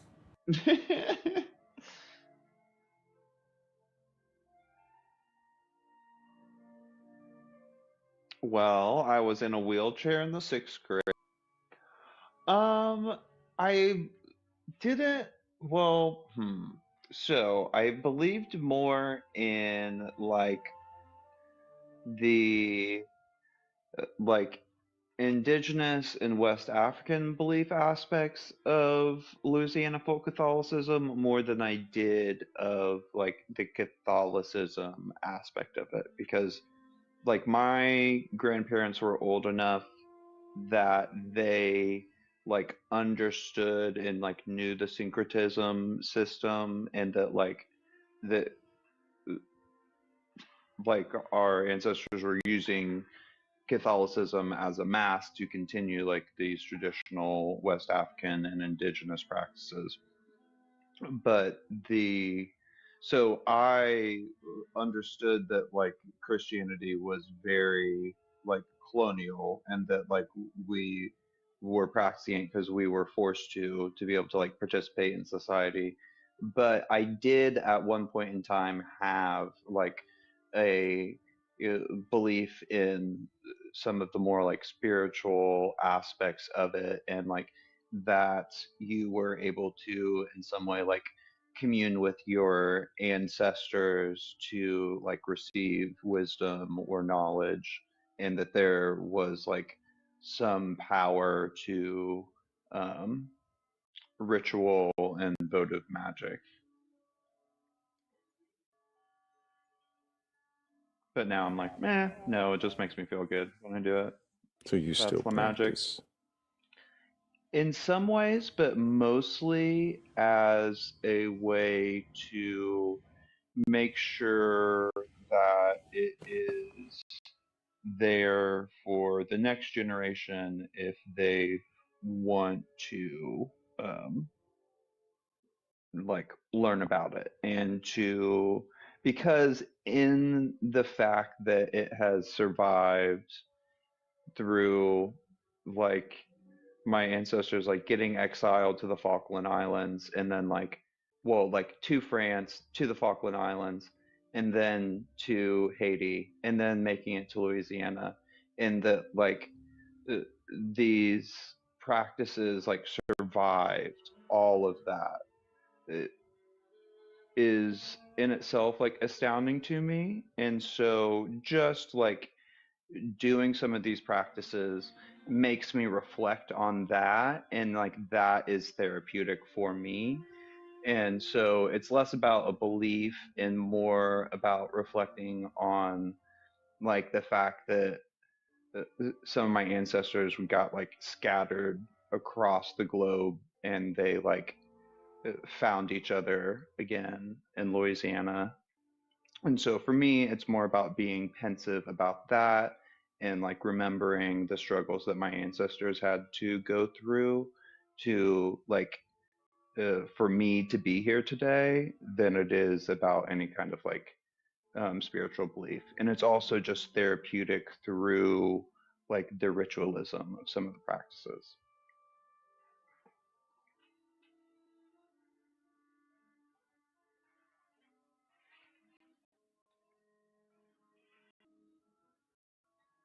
Do you think that those rituals are important enough to pass on to the next generation, and why? Yes, because I think that in some of them, especially within the like the practices within the Atacama Eshak Nation of Southwest Louisiana, encoded within the practices is the story of like how the people got there to the region from like from more like Central America, and also a lot of things about how to like build mounds and like reclaim land from the ocean or the swamp. More utility and history encoded into it in a way than in a lot of other like religious systems I've seen. It's like a lot of the stories are like a mind palace for explaining different utilitarian things. Metaphors for useful things. Mm-hmm. But are there more efficient ways to teach those useful things? Probably, but I also think that there is a poetic like aspect of it that I personally enjoy and think that that's like an interest, like psychologically interesting, that like that's a way that they came up with to pass on like utilitarian knowledge within a religious setting. And I can also kind of like see how like there's like some parallels going on there where like some of the things seem like at one point in time it was like utilitarian, but then like the utilitarian purpose like got lost within the spiritual encoding. And so I can see where it might without it being explained from like a completely secular and like historical framework, it could be an issue where like the actual meaning of the thing gets lost and the encoding becomes like the actual meaning, and then like you begin to take dangerous actions from that. But I think that when you're explaining it from like a historical secular perspective, that there's less of that danger. But if that context is lost, then yeah, it definitely could be um, heavily misinterpreted.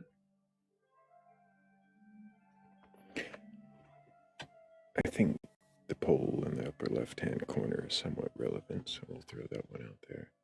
If everybody wants to go ahead and vote in that poll, let us know really quick if you think that it is worthwhile to reclaim a symbol or a tradition that's been used for harm.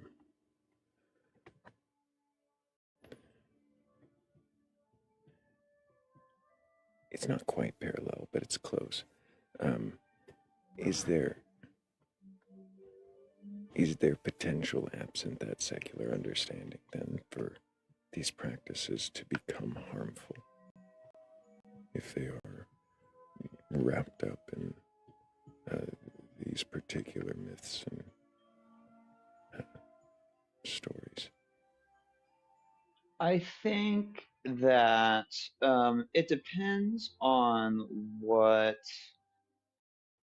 aspect of, because like especially within the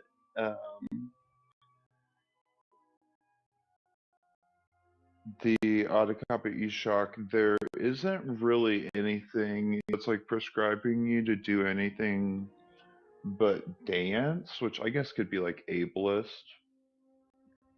Now that I think about it, but the so I don't think that what and of the um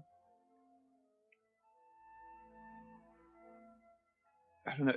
It so depends on what branch of like um voodoo or voodoo you're in, because it is so different depending on which like ancestral group your people came from and how long they were in Haiti versus Louisiana, and whether they were in like eastern Louisiana versus western Louisiana, and even within western Louisiana whether they're like freshwater Creole or saltwater Creole. And so it but I think that like my family and area's like personal brand of um, voodoo that came out of that is very, very benign, but I might have some rose tinted glasses when it comes to that.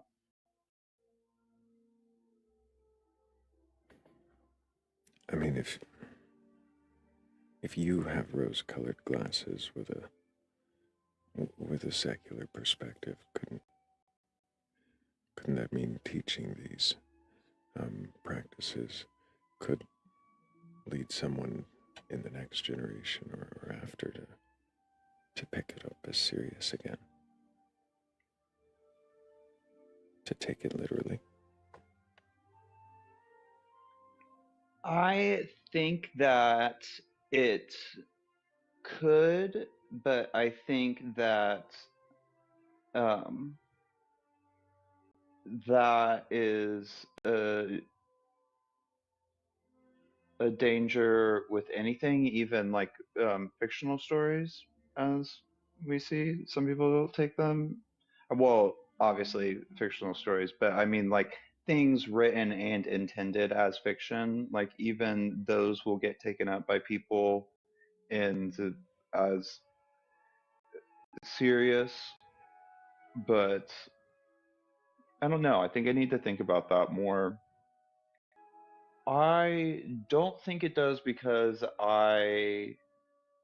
my intent is to teach it from like a historical secular perspective, but also I think I need to think about more what the possible impact could be. I definitely think that it is to completely, because they're definitely, none of these things are open practices, and so there is a high barrier for like consideration before being told a lot of detail about anything that is going on, especially like outside of a um, like academic interview standpoint. Like my family's done a lot of work with linguists and um, ethnographers, because my great uncle was the last person to speak um, the Ottokapa Ishak language fluently, and so were like a couple of my like my great aunt and my like third cousin or something, and so usually when I say that I am like sharing these things with people, it is situations like that where it is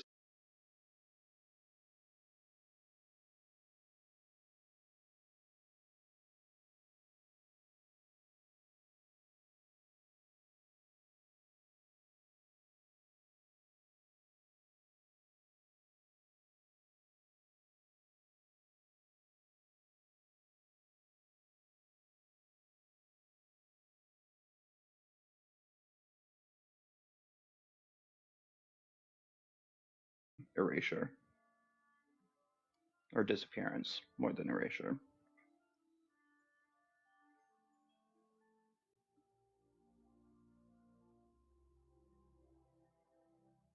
Uh-oh. I see we need a mod in the chat. Every time Hemi falls asleep. Every time I'm at work. What happened? Somebody just be in the trolling chat. Don't worry, they're gone now. Okay. I was just blaming you because you were the mod I saw. Of course. Of course.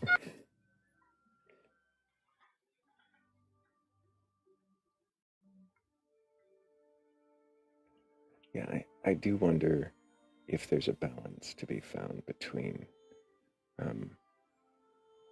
carrying traditions on that have no grounding in reality, but are just traditional, and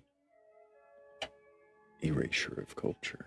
You know, we don't want to remove things that are harmless, that are beneficial to help remind a people who they are if they require that.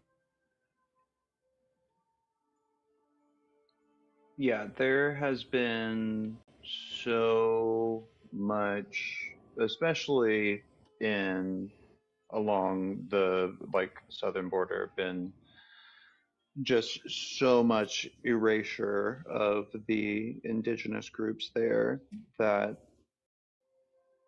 I feel a strong duty to try and pass on as much of the knowledge that I have, and most of the knowledge that I share publicly is about plants and fiber arts.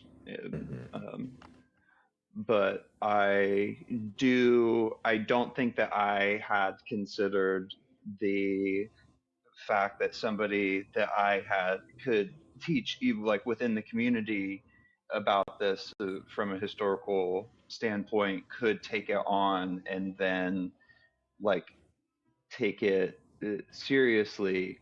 And I think that scares the shit out of me a little bit, to be honest. So thank you for pointing that out. Well, it's something I do. Okay, I tried all the different green screens. I can't make it fit the screen I was going to show the poll results.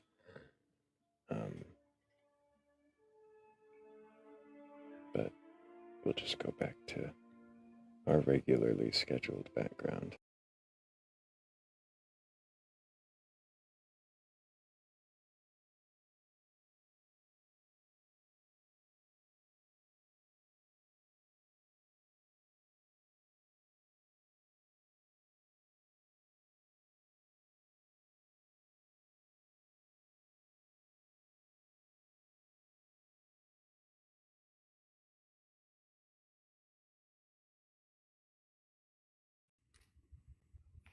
Just gonna do me dirty like that, huh? TikTok.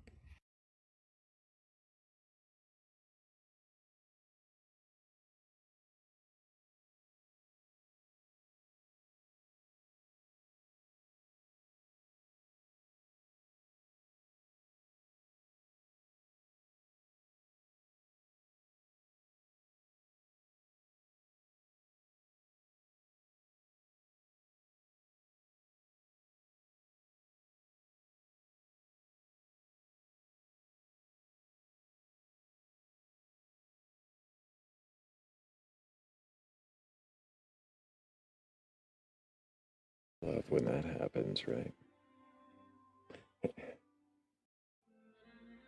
Hammy blamed Z. Well, Z, maybe it was, maybe it wasn't.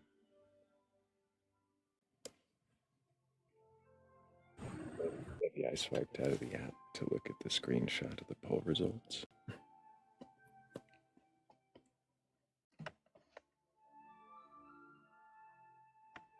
So maybe it was my fault.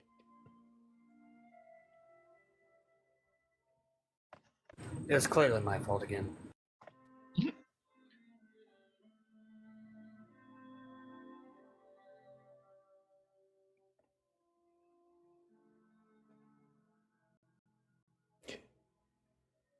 But there we are. We're back. Jim's right on point in the comments, saying it's really tricky to preserve tradition.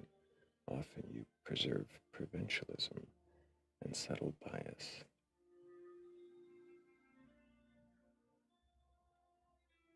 I mean,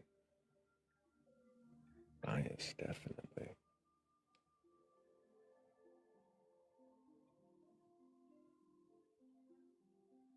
But yeah, now we have to get you to define provincialism.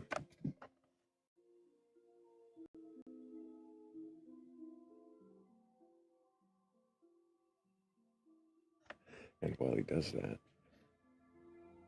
if anybody has a belief in a god or gods, a higher power, or anything like that, and you're open to having that belief questioned, really, if you're open to questioning that belief yourself, well then request on up. I don't want to debate you. I don't want to argue with you. I don't even want to prove you wrong or burgle your God, although there is always room in the shed for one more. I just want to know what it is that you believe and why you believe it, if you can question it. And maybe we can get to some of the other questions that we have.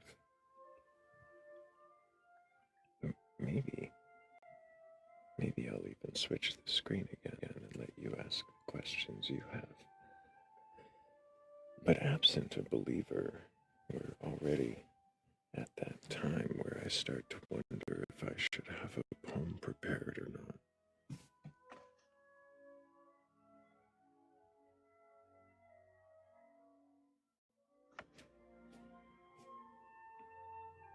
I'm a terrible procrastinator, always waiting for the end of the live to decide even what poem to read. I'm saying, just get the Edgar Allan Poe anthology and then just like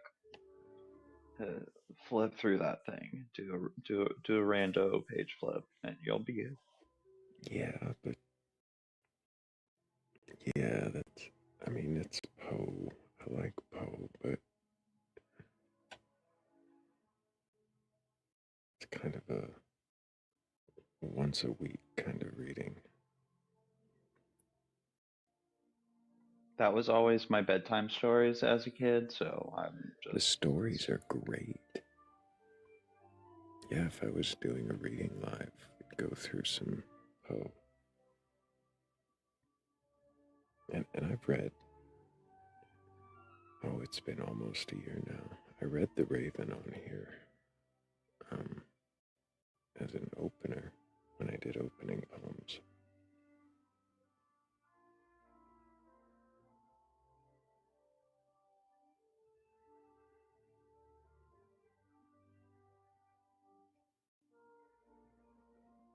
Hey, the AI got it right. It says discussing cultural preservation. Share your views. I mean, it's more right than debating.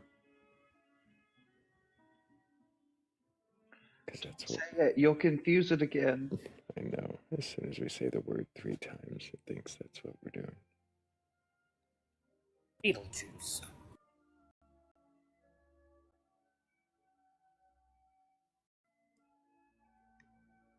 Beetlejuice.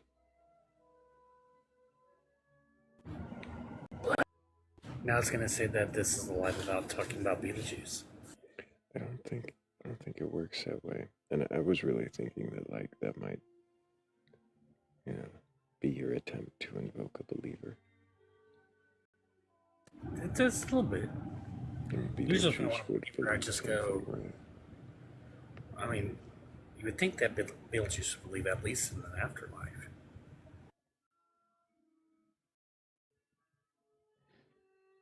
Usually if I want a believer to come up, I just at them.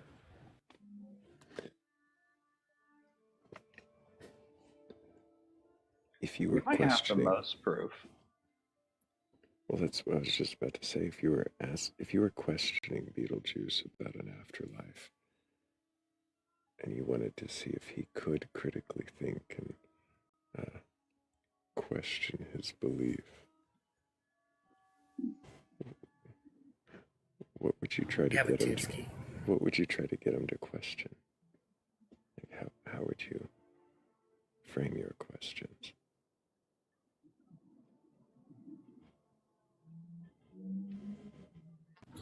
Isn't he a poltergeist? I think he's technically a demon. No, because he once was living.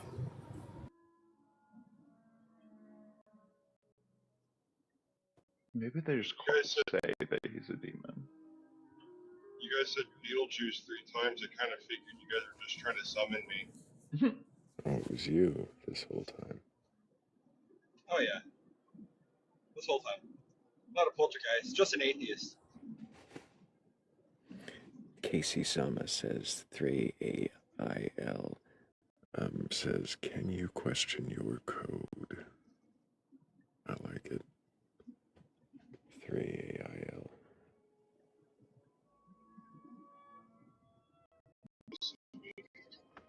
AI Thrayle.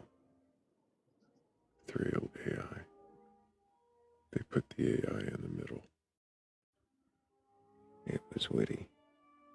Yeah, do you feel like your architecture is optimized? Right.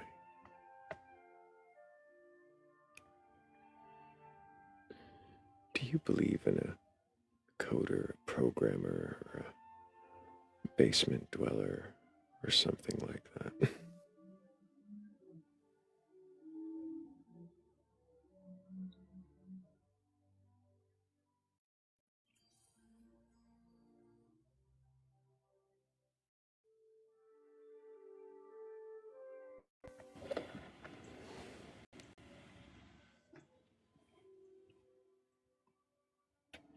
Well, thank you, Quiet Light, for knocking that one out of the park, but also thank you, Heather.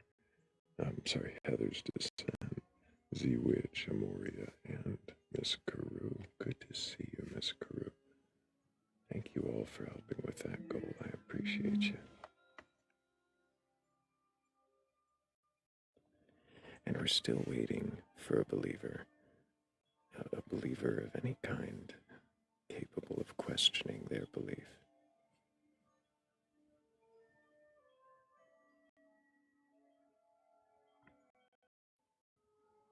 Or is it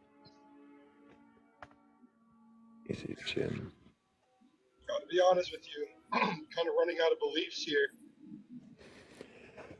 Well, do you have another standard of objective morality that I can burgle and throw in the shed with the gods? Did we already cover rationality? Yeah, you can't ration. Objective rationality. What? I think rationality is objective, no matter what. Rationality is objective. It's definitely mind independent. Rationality is mind independent. Yeah. Like how are you defining rationality? A set of I guess like a set of standards that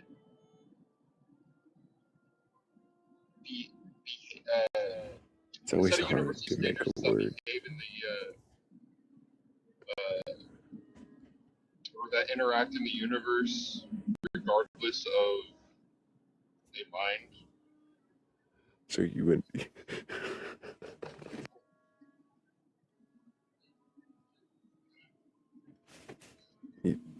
You sandwiched objectivity into the definition of rationality. Oh yeah. We're gonna sandwich right. Well, not even. It's a sandwich in a sandwich. It's a club sandwich. It is. Just a bunch of sandwiches hanging out together. You want lettuce, tomato, and onion with that one, or pickles? Put some Pringles on that. You got yourself a nice crunchy sandwich. Active rationality into existence. I don't think you need to put objective rationality. I think that's redundant. I know because you put objective in the definition.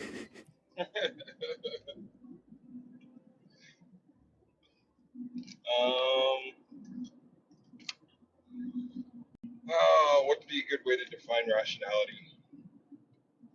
Let me think about that for a second. Casey Sama asks, is a hot dog a sandwich? I will briefly share the chart just so you know, because it is important everybody know that everything is sandwich. Without knowing everything is sandwich, I rebuke you.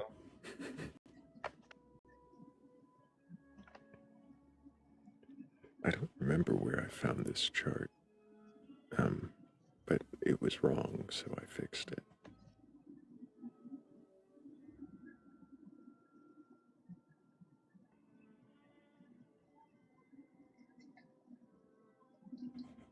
It was like the cube rule of food identification or something.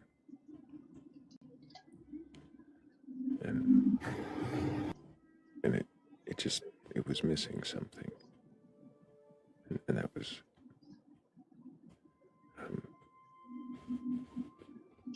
facts. That's what it was missing. So I added the fact of sandwich.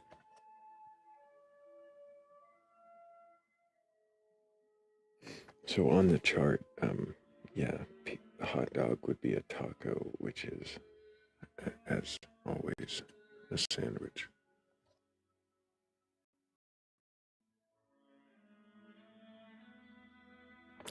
I mean, we're sandwiches too. We're all calzones, technically.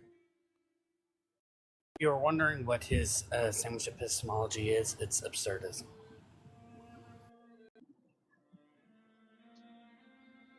So, if we're being serious about the rationality thing, it would be like... Yeah.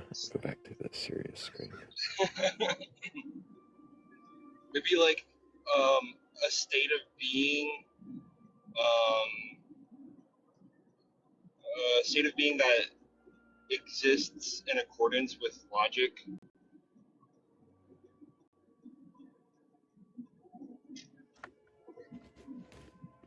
A state of being that exists in accordance with logic. All logic. Yeah. Any logic.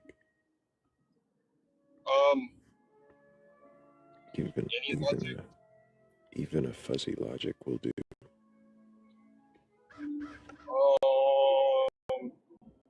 Give me an example of like fuzzy logic.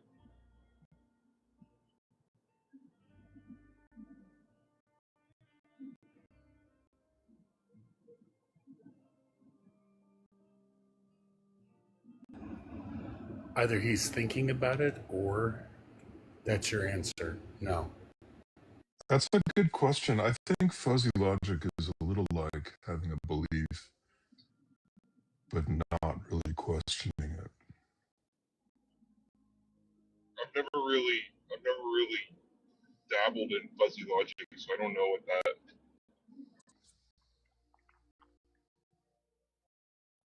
Give me a sec, I can look it up. Fuzzy logic means that rather than the answer being a Boolean, being like yes or no, that the answer can be on like a gradient scale. So like a diatheist or is that right? That I see most often used is like temperature. Like you can say that something is cold, but you can say something that's like very cold, or like it's not just whether it's hot or cold. You can go into like... I wouldn't call that like rational, because that's a qualitative state, right? To say something's hot or cold.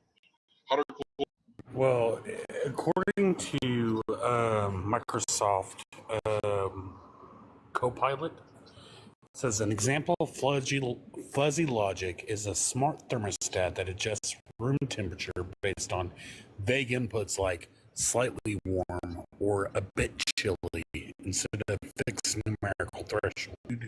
Logic that allows reasoning with degrees of truth rather than binary true-false values. Instead of saying something is either 100% true or 100% false, fuzzy logic lets us say it's partially true, like 0.7 true and 0.3 false. This mimics human reasoning, which often deals with uncertainty and nuance. Yeah. It still requires a mind for fuzzy logic to Hang on. Does other logic require a mind? Does all logic require a mind? like natural logic, no. What is natural logic? A rational number. It's a number that A rational number is natural logic. A rational number would be an example of natural logic. How? It would be like it exists.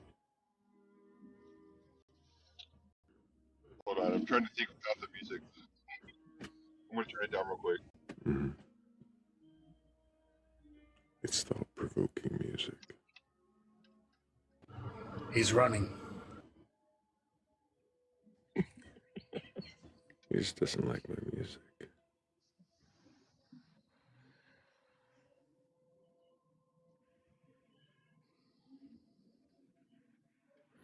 I'm still wondering what natural logic is. Is there unnatural logic? Synthetic logic?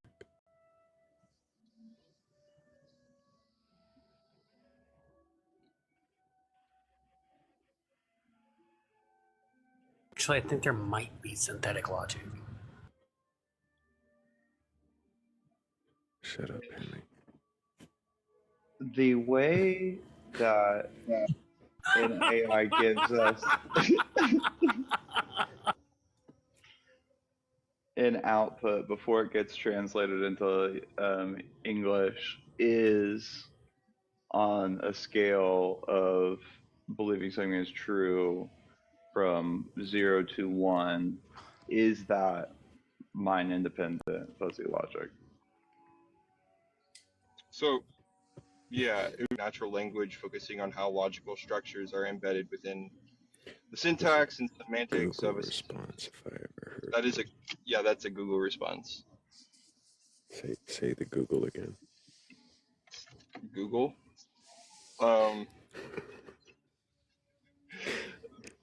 The study of inference in natural language, focusing on how logical structures are embedded within syntax and semantics. Natural structures are embedded within syntax. This is study. So, like, about how natural structures are in syntax of what? Natural language. Yeah. Not. So, like, not all, sure about no, that. or some would be examples of like natural inferential patterns of words.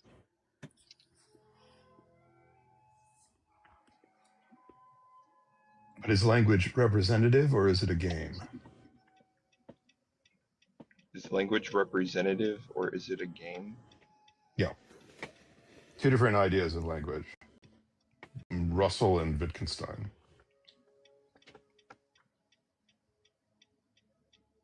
Russell believed that you could create a perfect language that would absolutely model existence. Wittgenstein said it's impossible. Because language is a game, it doesn't represent things. How do we communicate ideas? We make a move in the game, and we see if the move works.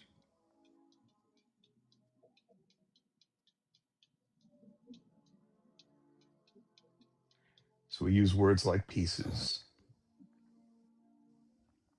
But if the words do work, doesn't that mean that it's like working? Yeah, but by working means you get the result that you want, right? Which means that someone else has made a move And that was the move that you expected.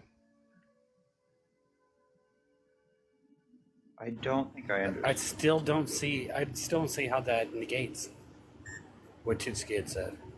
Well, if you make a move like you walk into a shop and say, make me a corned beef sandwich, and the guy behind the counter says, do you want lettuce, tomato, and onions on that? That's an expected move. You know that you're using the pieces right in the language game.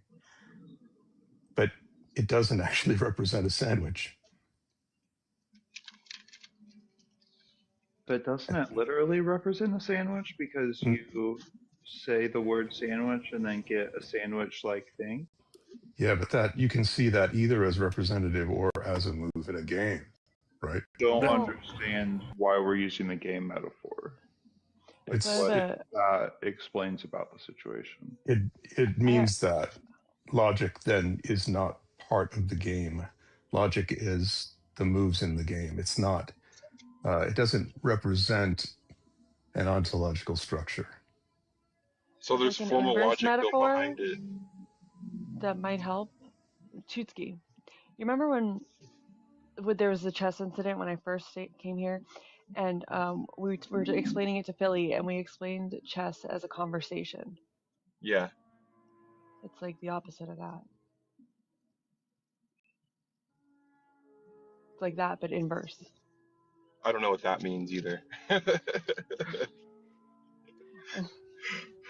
I was hoping if you, like, since we came up with that, because, like, chess is a conversation, right? Like, we agree on this. Like, when you're playing a game of chess, like, the moves are you talking to each other. Uh-huh. So that's what, like, this exchange of ideas, it sounds like, Jim, correct me if I'm wrong, but, like, in that same way, Jim is saying that the exchange of ideas is like a game of chess. Like, it's a move. You make your move expecting something from the other party, and they can either respond in a way that you anticipated or not. So is Jim trying to say that language is not logical?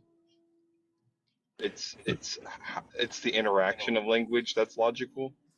I'm pointing out a difference of opinion in somewhat modern philosophy between two schools of thought about language either being representative or being moves in a game, the language game.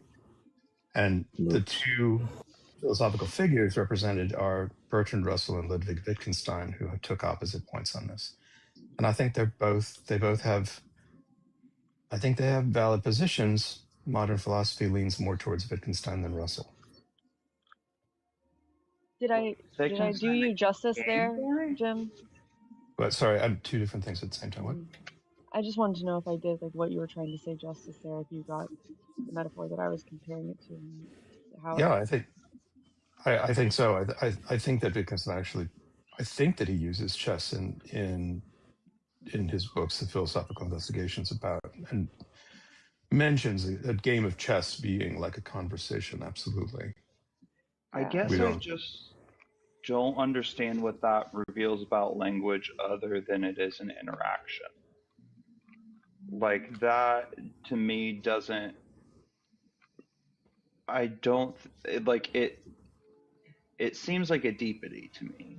Like, it doesn't seem to actually be like enlightening the situation any more than saying that it's an interaction, which is also explained in other systems. But I brought it up because if logic hinges on the structure of natural language, then we should really think about what language is. What is language? Like, how are we defining language? Depends on who you believe. I mean, you could go either way. You could say that there is making moves to see the results of your moves. Speaking of beliefs, if there's anyone out there who does have a belief in a god or gods, request us so that way we can discuss that instead of what we believe about language and whatnot. Go ahead, Kat. Oh, I was just gonna ask, like, what. So, like, I kind of qualify many different things as languages. Sheet music is its own form of language, or mathematics, or like these are languages that we have developed to describe something that we depending on what we're talking about. And like, and I just lost it. I don't know where I was landing that. I was going to land it somewhere, but I don't remember where.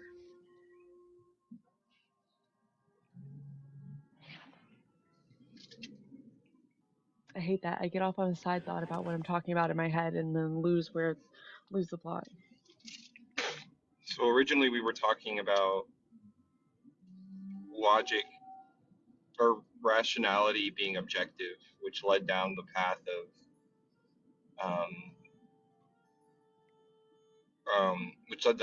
of the different types of logics. Because Thrayle asked the question, are all logics rational? Which I said natural logic. What I really meant was formal logic. Formal logic is rational. I don't know if something like fuzzy logic is rational,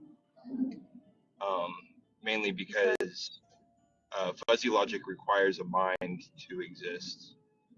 Because those are things like hot or cold, or it's actually fuzzy logic would be a type of like natural logic, which is like some, all, no. Wouldn't it be because of the fact that it's talking about qualia rather than actual For fuzzy logic, the hot or cold would be qualitative states, yeah. So it couldn't be objective. Did you come up with a working definition of rationality? Yeah, it would be a state of being logic. That seems like we're getting like into circles now, though, aren't we? No, that's the actual definition. Oh, okay. But Does it have to exist outside of a mind to be real? I think maybe is the next question. We're not asking like if it's real, just so much as if it's objective.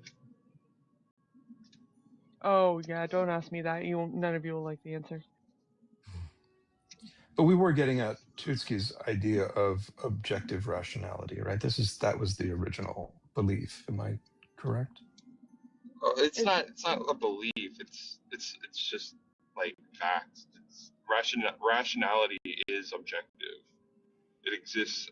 Rationality exists with or without a mind. Okay, Right. that's a position for sure. Yeah.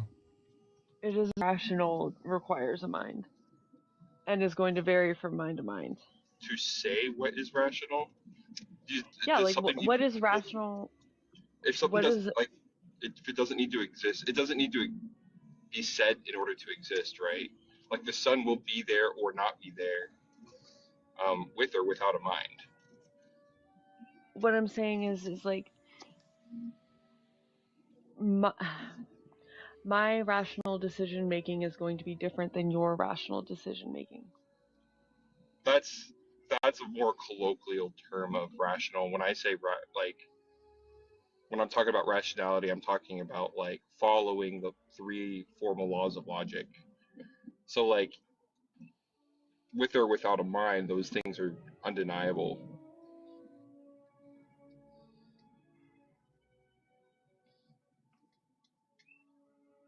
Yeah, I guess that when I think rational, I think like how closely a mind's thoughts like comport to reality. So, do the laws of logic hold up in situations like in the quantum or relative realm where you have something existing in superposition? I think so, yeah. I thought about that too. With superpositions, like superposition it's not an actual state of being in both states. It's a variable that we give to a certain position because we don't know what Is that it variable not? is. We assume that it is both, right? So we always make like it always equals an approximation, never an absolute.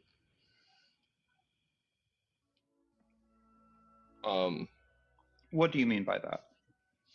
Um So like, let's say we're doing calculus and we're doing like trying to figure out a position. In order for us to find that position, we must first have it as a superposition. But that doesn't mean that it's objective. That the same thing as a quantum superposition is not having or like uh, contemplating calculation the same thing as a particle being in a state of superposition. I don't think you can have superposition without calculus. So I think it's kind of dependent. Are you talking about now? You're talking about computer superposition, or are you talking about um, like physical superposition? Because like you said, like a Boolean it would be technically a superposition, but that doesn't mean that would be kind of different because that does exist in two different states at once. It's supposed to respond to the output of the code. I mean, like And if you're on the quantum in the quantum realm, when we get to like the quantum scale or like the relative scale, things start to work like a little bit differently. And like one of the reasons why it was very difficult for us to get mathematics around those situations is that like they can be a little illogical in comparison to what we see at the like Newtonian scale. So I'm talking about like superposition as it relates to like quantum physics, where things really do exist in um, like multiple states until the wave function collapses. So I mean I may be misunderstanding, but how I understood superposition is a tool. Like we developed the idea of a superposition as a tool to be able to like locate, say, like the position. There's no way to both get tell the speed of the electron, like how fast it orbits versus or how fast it spins, um, to the location of the electron at the given time of measurement, right? Um, so the superposition allows you to say find the speed or the I'm sorry the spin of the electron, and then when you find the spin of the electron, you then re-input those variables, and then the superposition collapses into um, an actual position, like an objective position.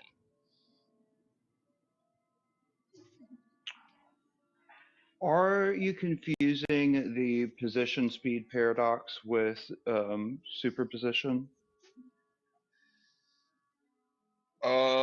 I thought. I mean, maybe I'm assuming that they're integrated into each other.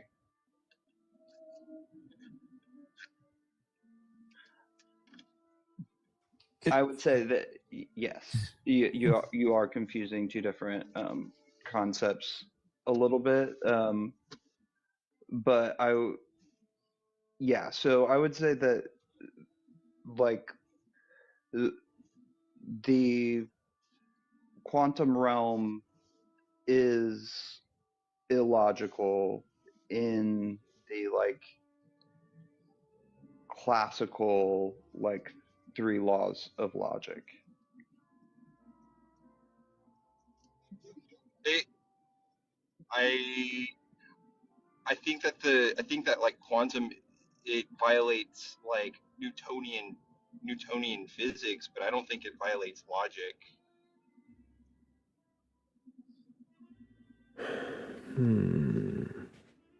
Do we know the answer to this, or is this No. something that we're still in? No. And Tutski doesn't even really believe. He's trying to figure it out loud. So we can see if this request here is still here. No, they're not here. They got bored to tears, Tutski. The numbers are dropping rapidly. It's the amount of times people said superposition. It is. It's directly correlative. It also doesn't help that I was distracted for a few minutes and I let this happen. But really, the most important question that should be asked is, what the fuck are you talking about? Sorry, I should have sprinkled A and not A in there more. That's what was missing.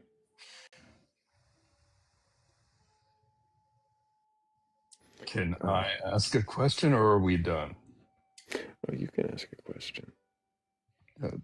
Tiski, I think some of this does go back to logic. It does kind of beg the question of sameness and sameness and natural boundaries. I mean, if you try to determine what the boundary of the atmosphere of the Earth is, you really can't, right? It just keeps dissipating. So, are there things out there with natural boundaries, or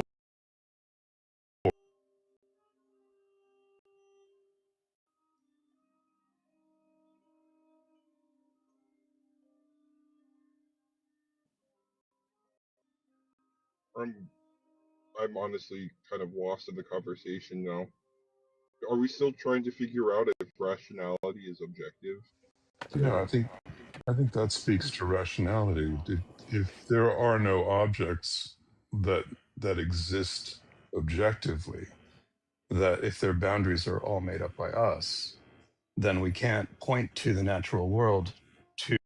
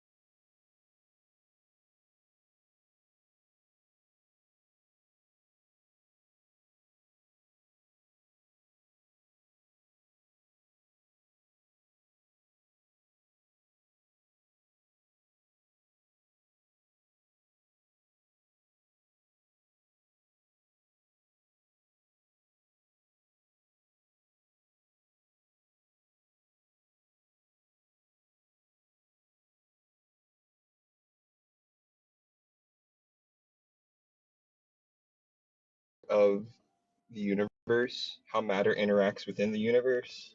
but then we're back into perception.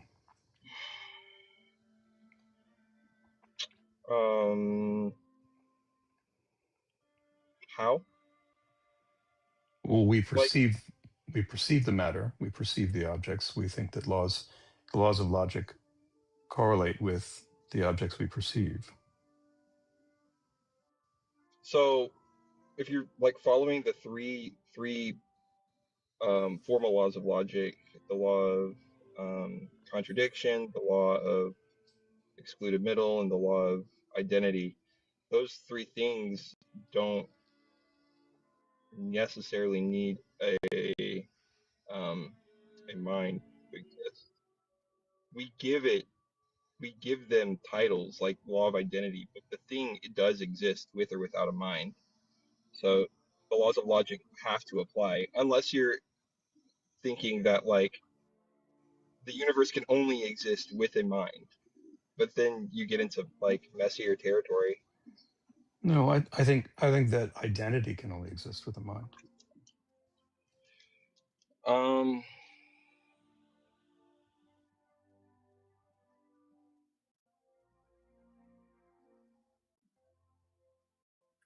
hmm.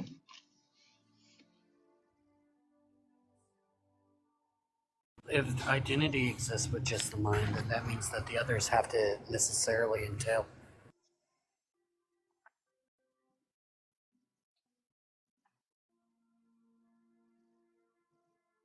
Because if the thing itself exists, then it can't be both it and not it at the same time. So I'm just googling it because I was about to curious. I am curious about that, and it's a back and forth with philosophers. Some say that identity can exist without a mind, but it depends on the definition of identity. So for this instance, You're breaking up a little bit. oh no, I'm just mumbling. Honestly, I don't know which definition to use for something like that. But the argument is given that it's a back and forth, can or cannot exist without a mind.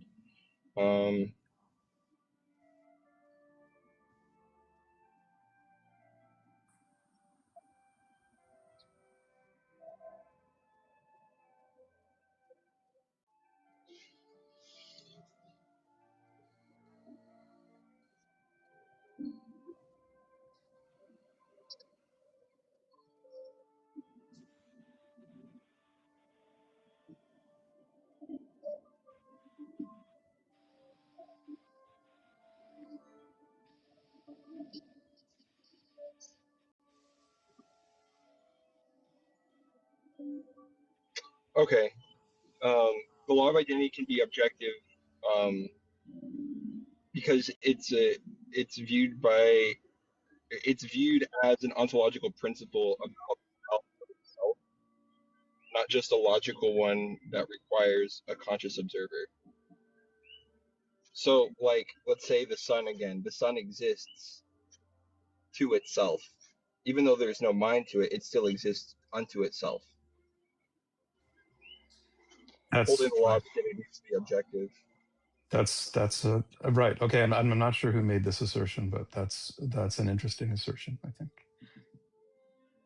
I definitely fall on the side of the sun does not exist unto itself.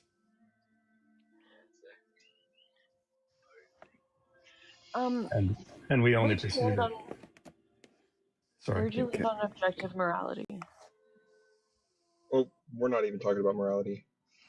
Right, no, I'm asking you. Huh? Where you landed on that. Where did I land on morality? On objective morality, yeah. I've always held the position that it's subjective. Okay. Right, He but we tried. have to you tried to make it objective like last week. We were But he did. exploring the ideas. Yeah, he explores it. Right, that's why I asked where you landed on that. But if you are no longer exploring your beliefs on a god or gods, request steps so we can ask you what those beliefs are. Trying to get somebody to question. I know, I would love to get somebody, but I am also trying to like get through a couple questions. Go for it. Was this idea of objective rationality born from the abandonment of the idea of objective morality? Was it born from the abandonment? No. Okay. Why do you think there is objective rationality? Because rationality, the definition of rationality that I use is a state of a being that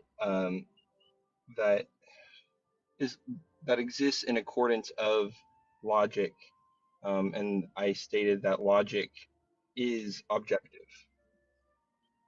How are logic and rationality like? What? Logic is objective. It is. I didn't argue with the objectivity of it. I was asking you, How rationality is objective? No, nope, nothing about objectivity. I wanted to know if logic and rationality are synonymous. No. Okay. Can you define rationality one more time for me? Sorry. Yeah, a state of being in accordance of logic. A state of being the importance of logic. So how are we sure that logic is rational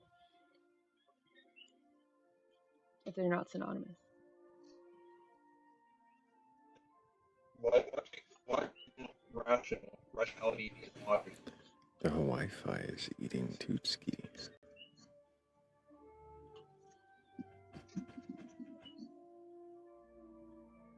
I got Flofi. Yeah.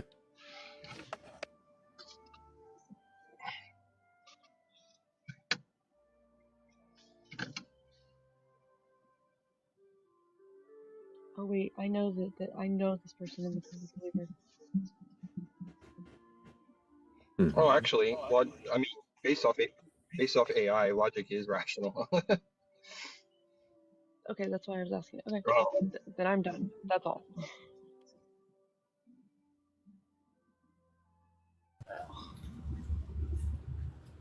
That felt kind of anticlimactic. It was anticlimactic, but Mm. hello, Kirk. Can I get your age for TikTok TOS? 35. Do you have a belief in a god or gods, higher power, or anything like that? I would say to an extent, yes. To what extent, and what is the god? I would say not separate of myself, but as extensions of consciousness. What?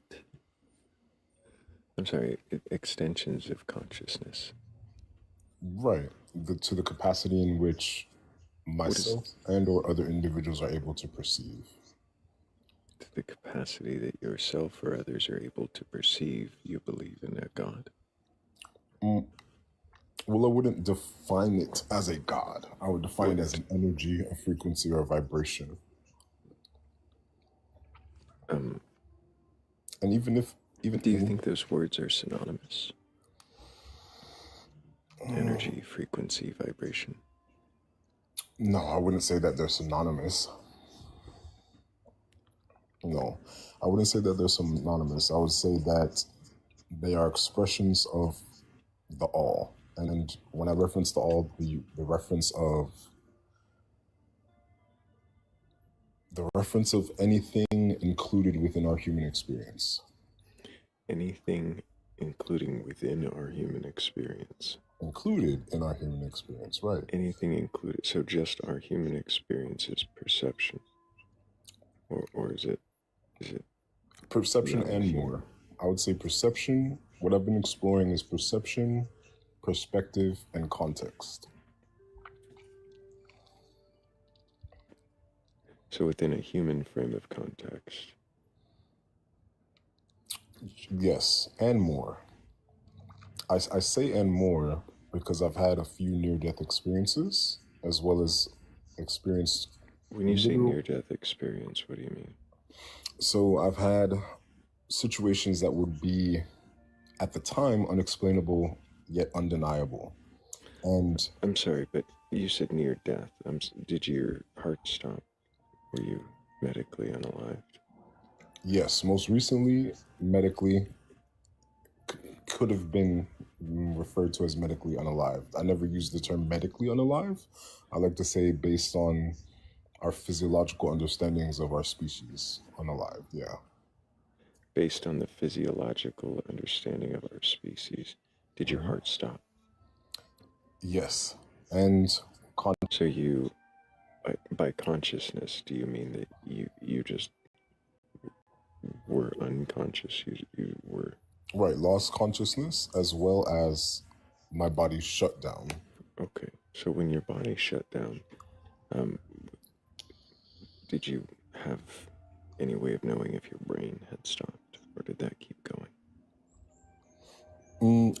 No, it definitely stopped because the experiences that I had...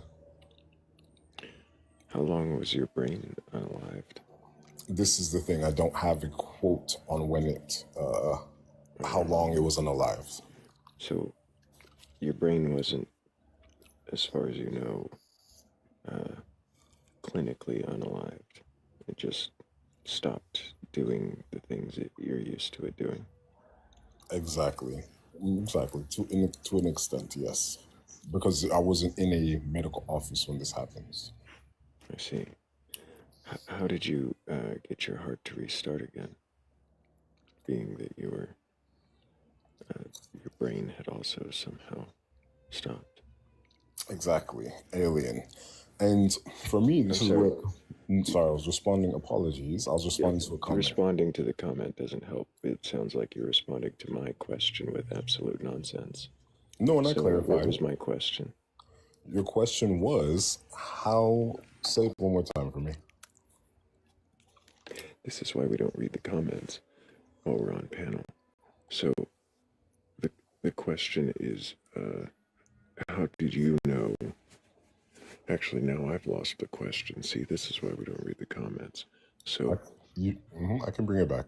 You asked me how did I know that my brain stopped? I didn't ask that. Okay. How would you ask? Pretty sure I was asking if you were unconscious and your heart stopped. How I think I was asking how you know that your brain stopped. You asked how his heart started again with his brain. Thank you, Kat. That was a much better question. How did your heart start again if there was no doctor around? And this is where it gets into the unexplainable and undeniable for me. Mm-hmm. Where I'll show the experience I had. So, and this is why I just wanted an answer to that one question. I mean, we can flesh out the story as we go, but I was wanting that answer. How did your heart start again? So reality opened up. Reality opened up into a new dimension, and I was revived. You were revived by what? That's where the undeniable, unexplainable. Did you go to a doctor afterwards? No, I did not go to a physician. Can you stop smacking your lips to answer every question? It's quite annoying. So you didn't go to a doctor afterwards to verify that you were in good health and that your heart had stopped, in fact, or in any way to check and make sure everything was working again. And you can't verify. I'm sorry, how do you verify that your heart even did stop at all? My lived experience. Your lived experience. I'm not sure how that answers my question. How did you verify that your heart stopped? Knowing that I couldn't breathe. How does that verify that your heart stopped? It's in my body. So you assume your heart stopped? We could say assumed. Do you also assume that your brain stopped? We can say assumed. Why wouldn't you normally say assumed? If you don't have anything to actually verify, how is it anything other than an assumption? Because I give space for the unexplainable and undeniable. As I search for logic to catch up to the sense that I have. You give space for the undeniable. Mm-hmm. I don't understand how that verifies that your heart stopped. For me, it does. So, for you, you assume because you lost consciousness, then therefore you had a near-death experience because you lost consciousness. Correct. Because this was the most recent. Stop for just a moment. Did you sleep last night? Of course. Do you consider that to be a near-death experience? No. Can you tell me the difference? The difference between recognizing that I falling asleep last night and the time that you claim it was a near-death experience. What was the actual difference? The difference was my ability to identify that loss of life. And by what criteria did you identify the loss of life? Recognizing through the events prior to the loss of consciousness and breath and functioning of my body versus gently arriving into and returning to waking consciousness. So, because your experience was less gentle, you determined it was their reality dumped you back out, revived. Essentially, and I use gentle to keep it simple for you. I see. Thank you so much. I need the simplicity. That really helps. I wouldn't be able to understand with all the big words if you hadn't used simple, condescending piece of shit. Does anybody actually have a belief that they're capable of questioning out there, or is it just condescending assholes who make assumptions? You want to know what? He was Z's guest the other night, and he was He's like, V's. I'm there. All I hear is assumption, assertion, no questioning, and condescension, and I think a drink somebody of read too water. much. I think somebody read too much I Save the World shit.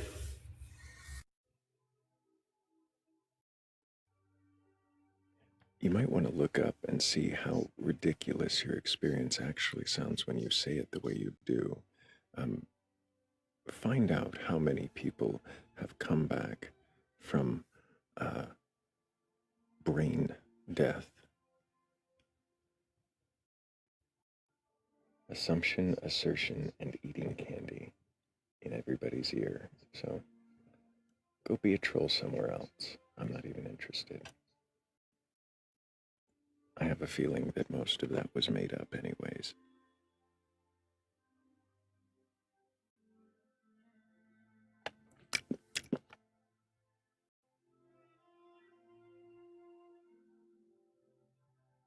Something about beginning literally every response with a lip smack makes me want to block you instantly.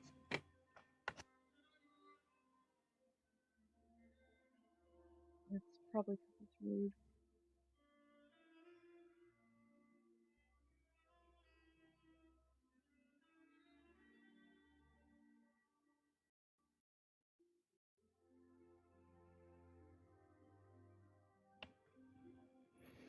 Charlie says, I don't think he's being a troll. He actually believed it. He was Z's guest yesterday. He's been Z's guest many times. I don't think that makes him not a troll.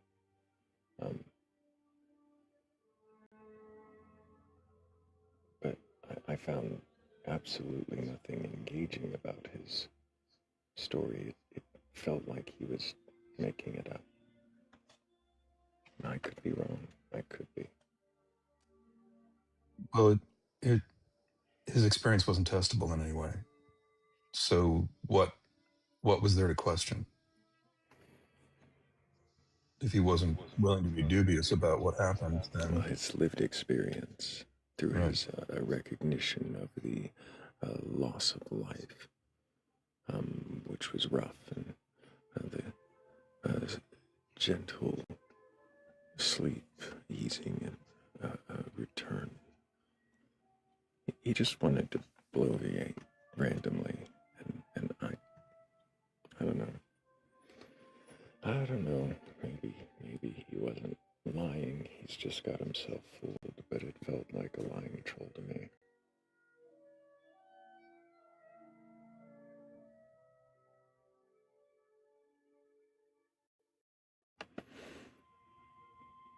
I appreciate you, Z. I try to be very understanding and patient, and when I'm not, it's either me just hitting the end of my rope or recognizing something that I've seen before over hundreds of trying to think, could it be thousands by now? It could probably be thousands of these interviews.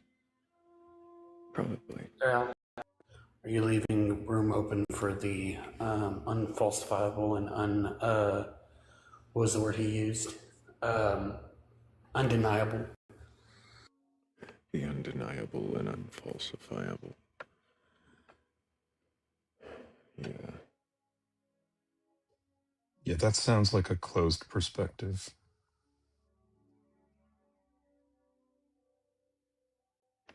Yeah, see, you gave him enough of your time. You yelled at him for being deceptive. Yeah. I felt like I was being deceived right off the bat. But it was just a vibe.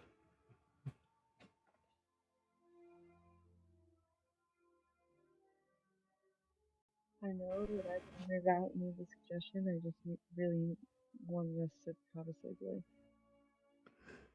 Say that again, Kat. So I know that I pointed him out in the queue and made the suggestion, but I was really looking for a segue. Yeah, you needed a segue. I think we all did. You needed a guest. You got one. And yeah, he certainly was that for a moment.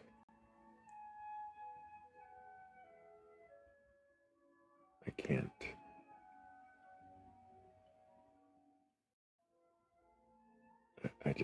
can't question arrogance and ignorance combined in a lip-smacking format. Also, you guys, there was plenty of shit to question. Not shit, but there was plenty of things to question in what Chucky was saying, but none of them had to be quantum anything or defining whatever or superposition. You know what I mean?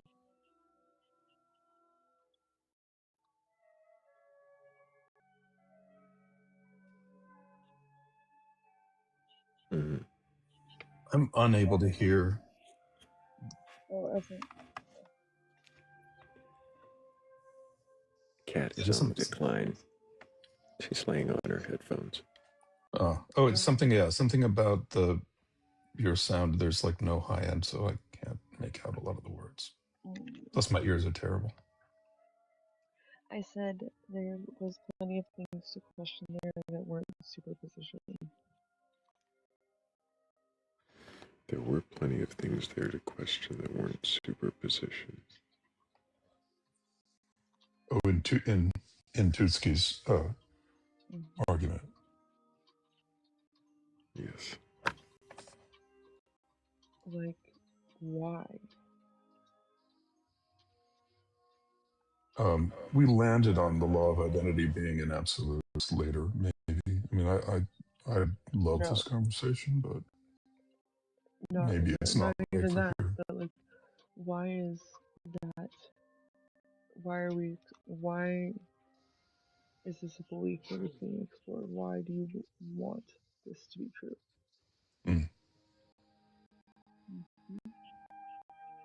Because then it's grounding. We have something to anchor things on, and that feels good. You said that you did. I thought you said that you did agree that identity was like objective. No, I don't. But this again, unfortunately, one of my philosophical gurus is Ludwig Wittgenstein, which is really infuriating for people. But he says of the law of identity, roughly speaking, to say of two things that are identical is nonsense, and to say of one thing that is identical with itself is to say nothing. So he refutes on logic the law of identity, which I guess is a contradiction in itself. Thrayle? Yeah, here. How do you handle unknowable things? How do I handle unknowable things? People oftentimes take a stance.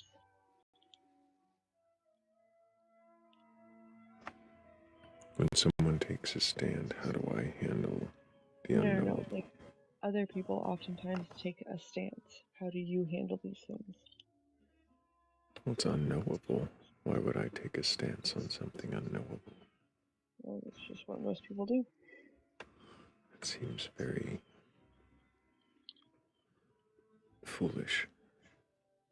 I agree.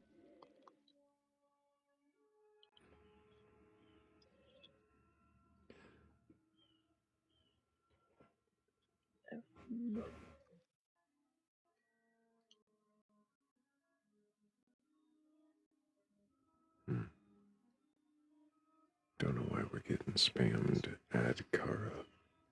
Who's Kara? And why aren't they requesting up if they're wanting to be added to the panel?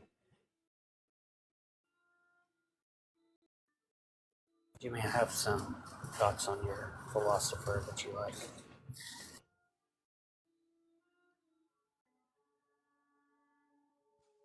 I haven't been reading the comments. So you're saying there's... Oh, I already removed it. It was spam. Okay. No, I was saying that I had comments on your philosopher. Oh, if Thrayle allows, but I know that we're looking for a believer here. We're probably winding towards the end. Go for it.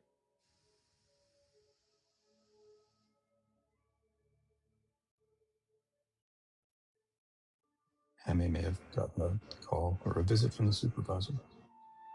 Hemi's getting into trouble. Oh, Hemi just has customers that he keeps dealing with because it's that time of day. But so you're saying that the dude was talking about identical thing, like so, like if you, for instance, if you take a rock, have a good one. If there's a rock and there's an identical rock, but I'm just talking about the rock itself. You don't think that a rock exists without outside of a mind? We fix the rock. The rock is not identical from one instant to another, right? I mean, everything is changing. So to say a thing is identical to itself is to fix it in a point in time. How is a rock if there's no other things added to it, such as if it's in a rock in a dry cave? What is changing about that rock? Temperature, probably. I don't see how that it would be enough temperature to change the rock itself. Oh, well, you're saying significantly change it, right? I mean, the rock will be different, in 5 seconds from what it is now. Just given the movement of molecules, the temperature of the object, can we really, right? It's the same enough.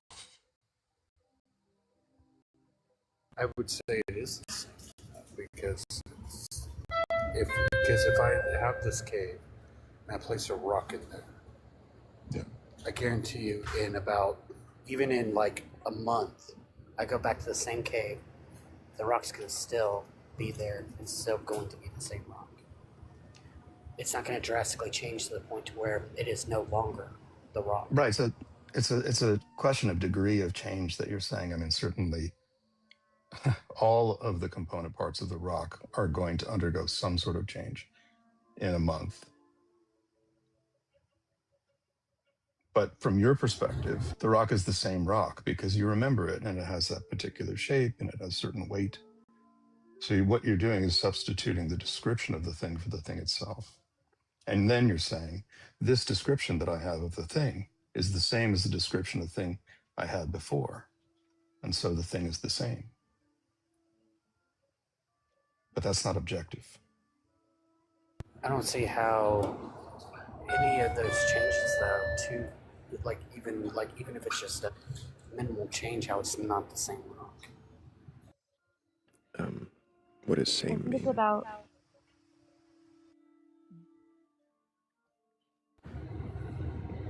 Same as in like, hold on, I gotta guess. Are you trying to mean, it sounds like you're using same when you mean similar. Jim, isn't like about how you're using your own description of the rock, which is like it's subjective. It can't be objective. Yeah. Right. Mm-hmm. Right. We confuse our description of the thing for the thing itself. It's the map for So the territory. So then does that mean that, are you under the impression then that nothing is real? Because if there's no longer any mind to perceive anything in this world, it ceases to exist?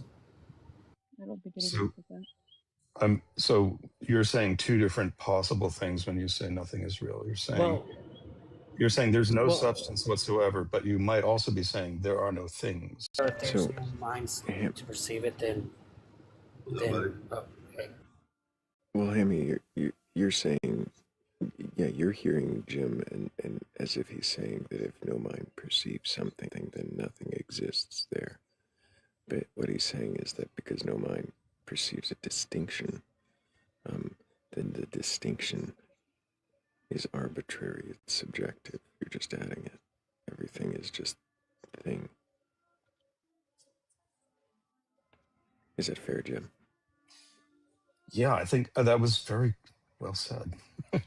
That was a great distillation of what I was saying. Yeah, right. I mean, and I wouldn't even say, right, I would just say the thing is a property of the mind. So thing is a description we give. And we make comparisons between our descriptions. So yeah, it doesn't mean there's no substance. There's no sandwich. We're talking about the component parts of the sandwich.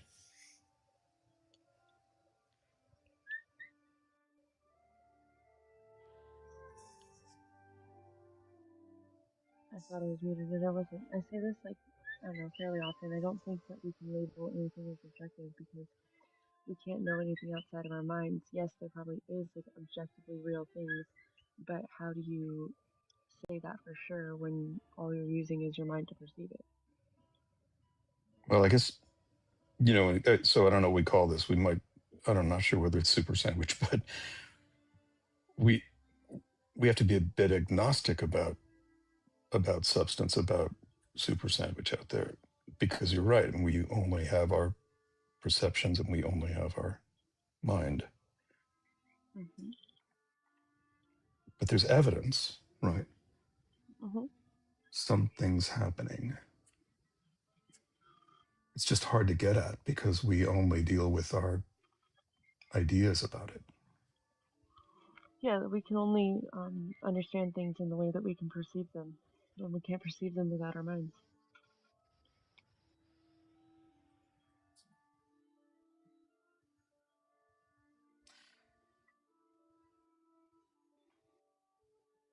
So it makes the argument for an objective anything difficult. That's why I said don't ask me if anything about anything being objective, because that's gonna be my answer every time, no matter what, and nobody likes it.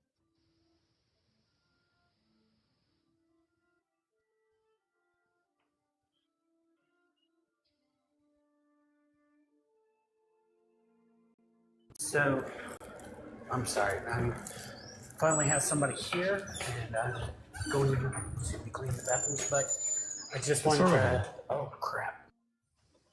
As soon as he was going to say something, he walks into an occupied bathroom, I'm sure. Isn't that? I had gotten a call coming. Yeah. Sorry. I don't want to. But. Oh. Yeah. I don't want to jeopardize your work. I mean, these questions will last. They will. And the end is nigh. Well, if the end is nigh, then I will hold on to my questions for another time.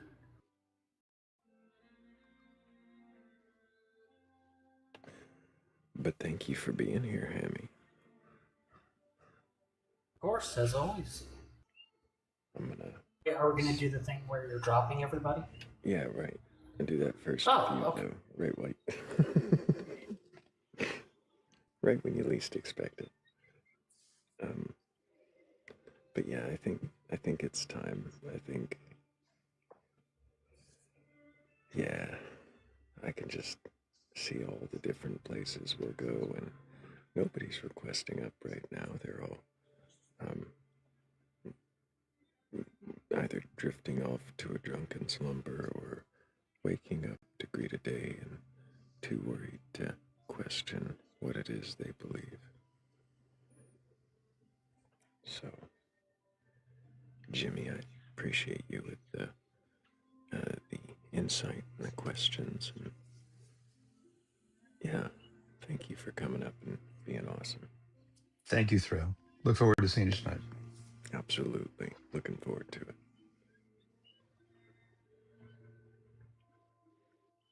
And Please tell Kat, me you have one more good question. one more good question. Yeah, I just trying to think about something. Do you ever listen to the poems? Sometimes. But I can't do the Wordle if there are other people in there, so I try to use that time to do the Wordle, honestly.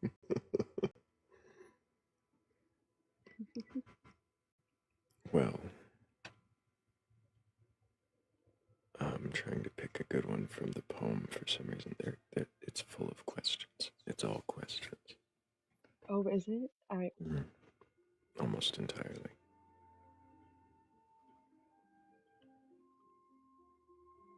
So I Yeah, think... if I know it's gonna be something that I will really enjoy, I do stick around for it, but otherwise it's like valuable Wordle time that I'm wasting.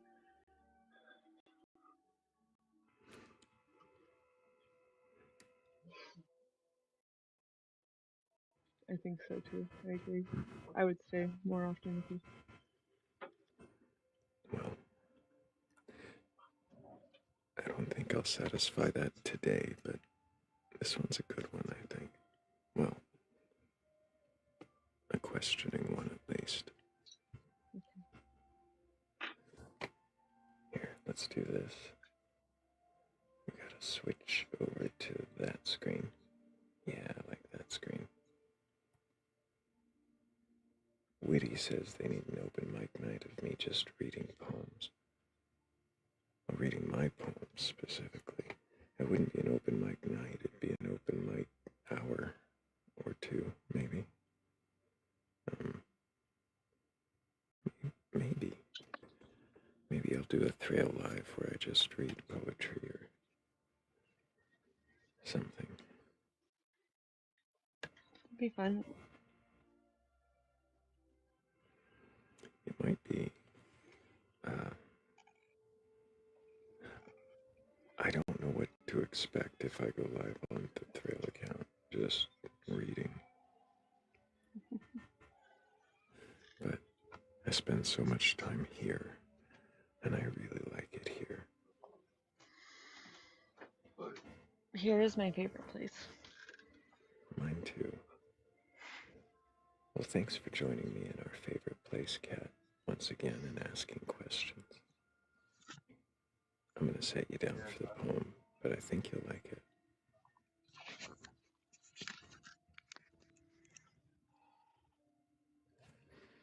And thank you to everybody else for joining us, for tapping the screen, sharing the live, for helping us meet those gift goals. I really appreciate each and every one of you. Thank you to the sleepers, to the questioners, to the questioned. Thank you to all of you for being so questionable and questioning.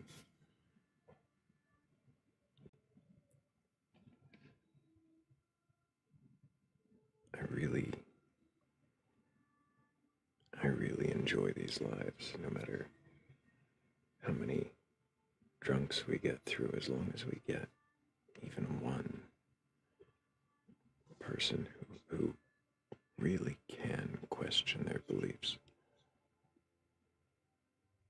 to stop and think and say, I don't know.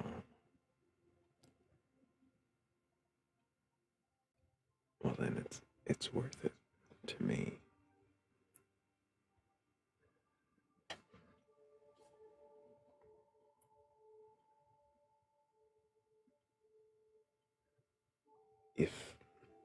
If you enjoy that as much as I do, or you just want to be a part of this community, want to see where we go, see how we build, or you just want to challenge us to chess or Wordle or something like that, then you can join the Discord. The link tree is in my bio or in the Batcolyte's bio. The first link will take you to the Discord. You will want to make sure, though, that you read the rules when you get there, otherwise it might look a little lonely. But if you can agree to them, then you should find out that you're not alone. And if you stumble across the Venmo or the Cash App and you want to show your support that way, well, that is always appreciated. And I do thank every one of you who helps that way. It does make all the difference.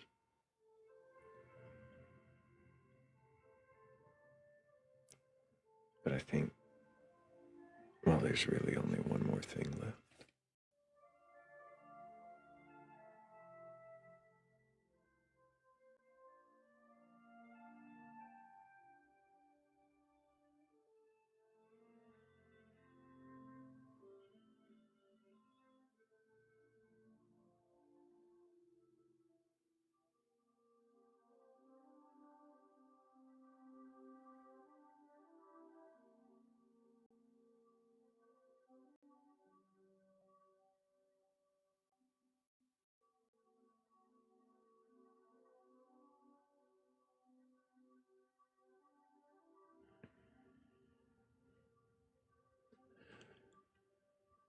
What if the gods we inherited were only the shadows of older fears? What if the stories we whisper as truth are just echoes sharpened by the years? What if the lines we draw as right were carved by trembling mortal hands? What if the laws we call divine were written by those who sought command? What if the faith we guard so tight was given to us without our say?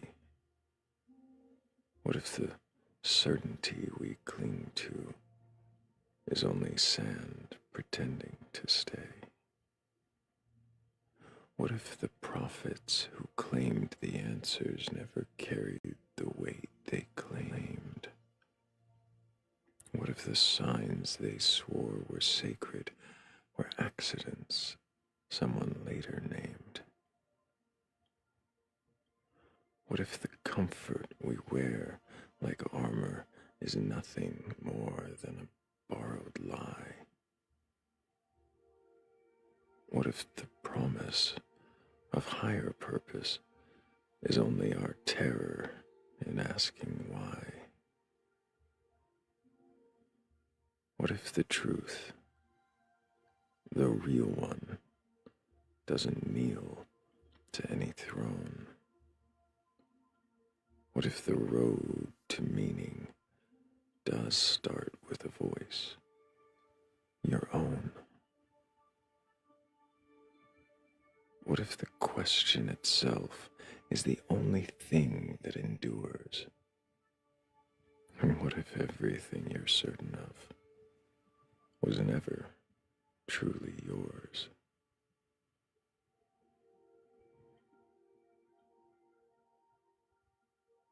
And on that note, until the next time we meet in darkness and seek wisdom together,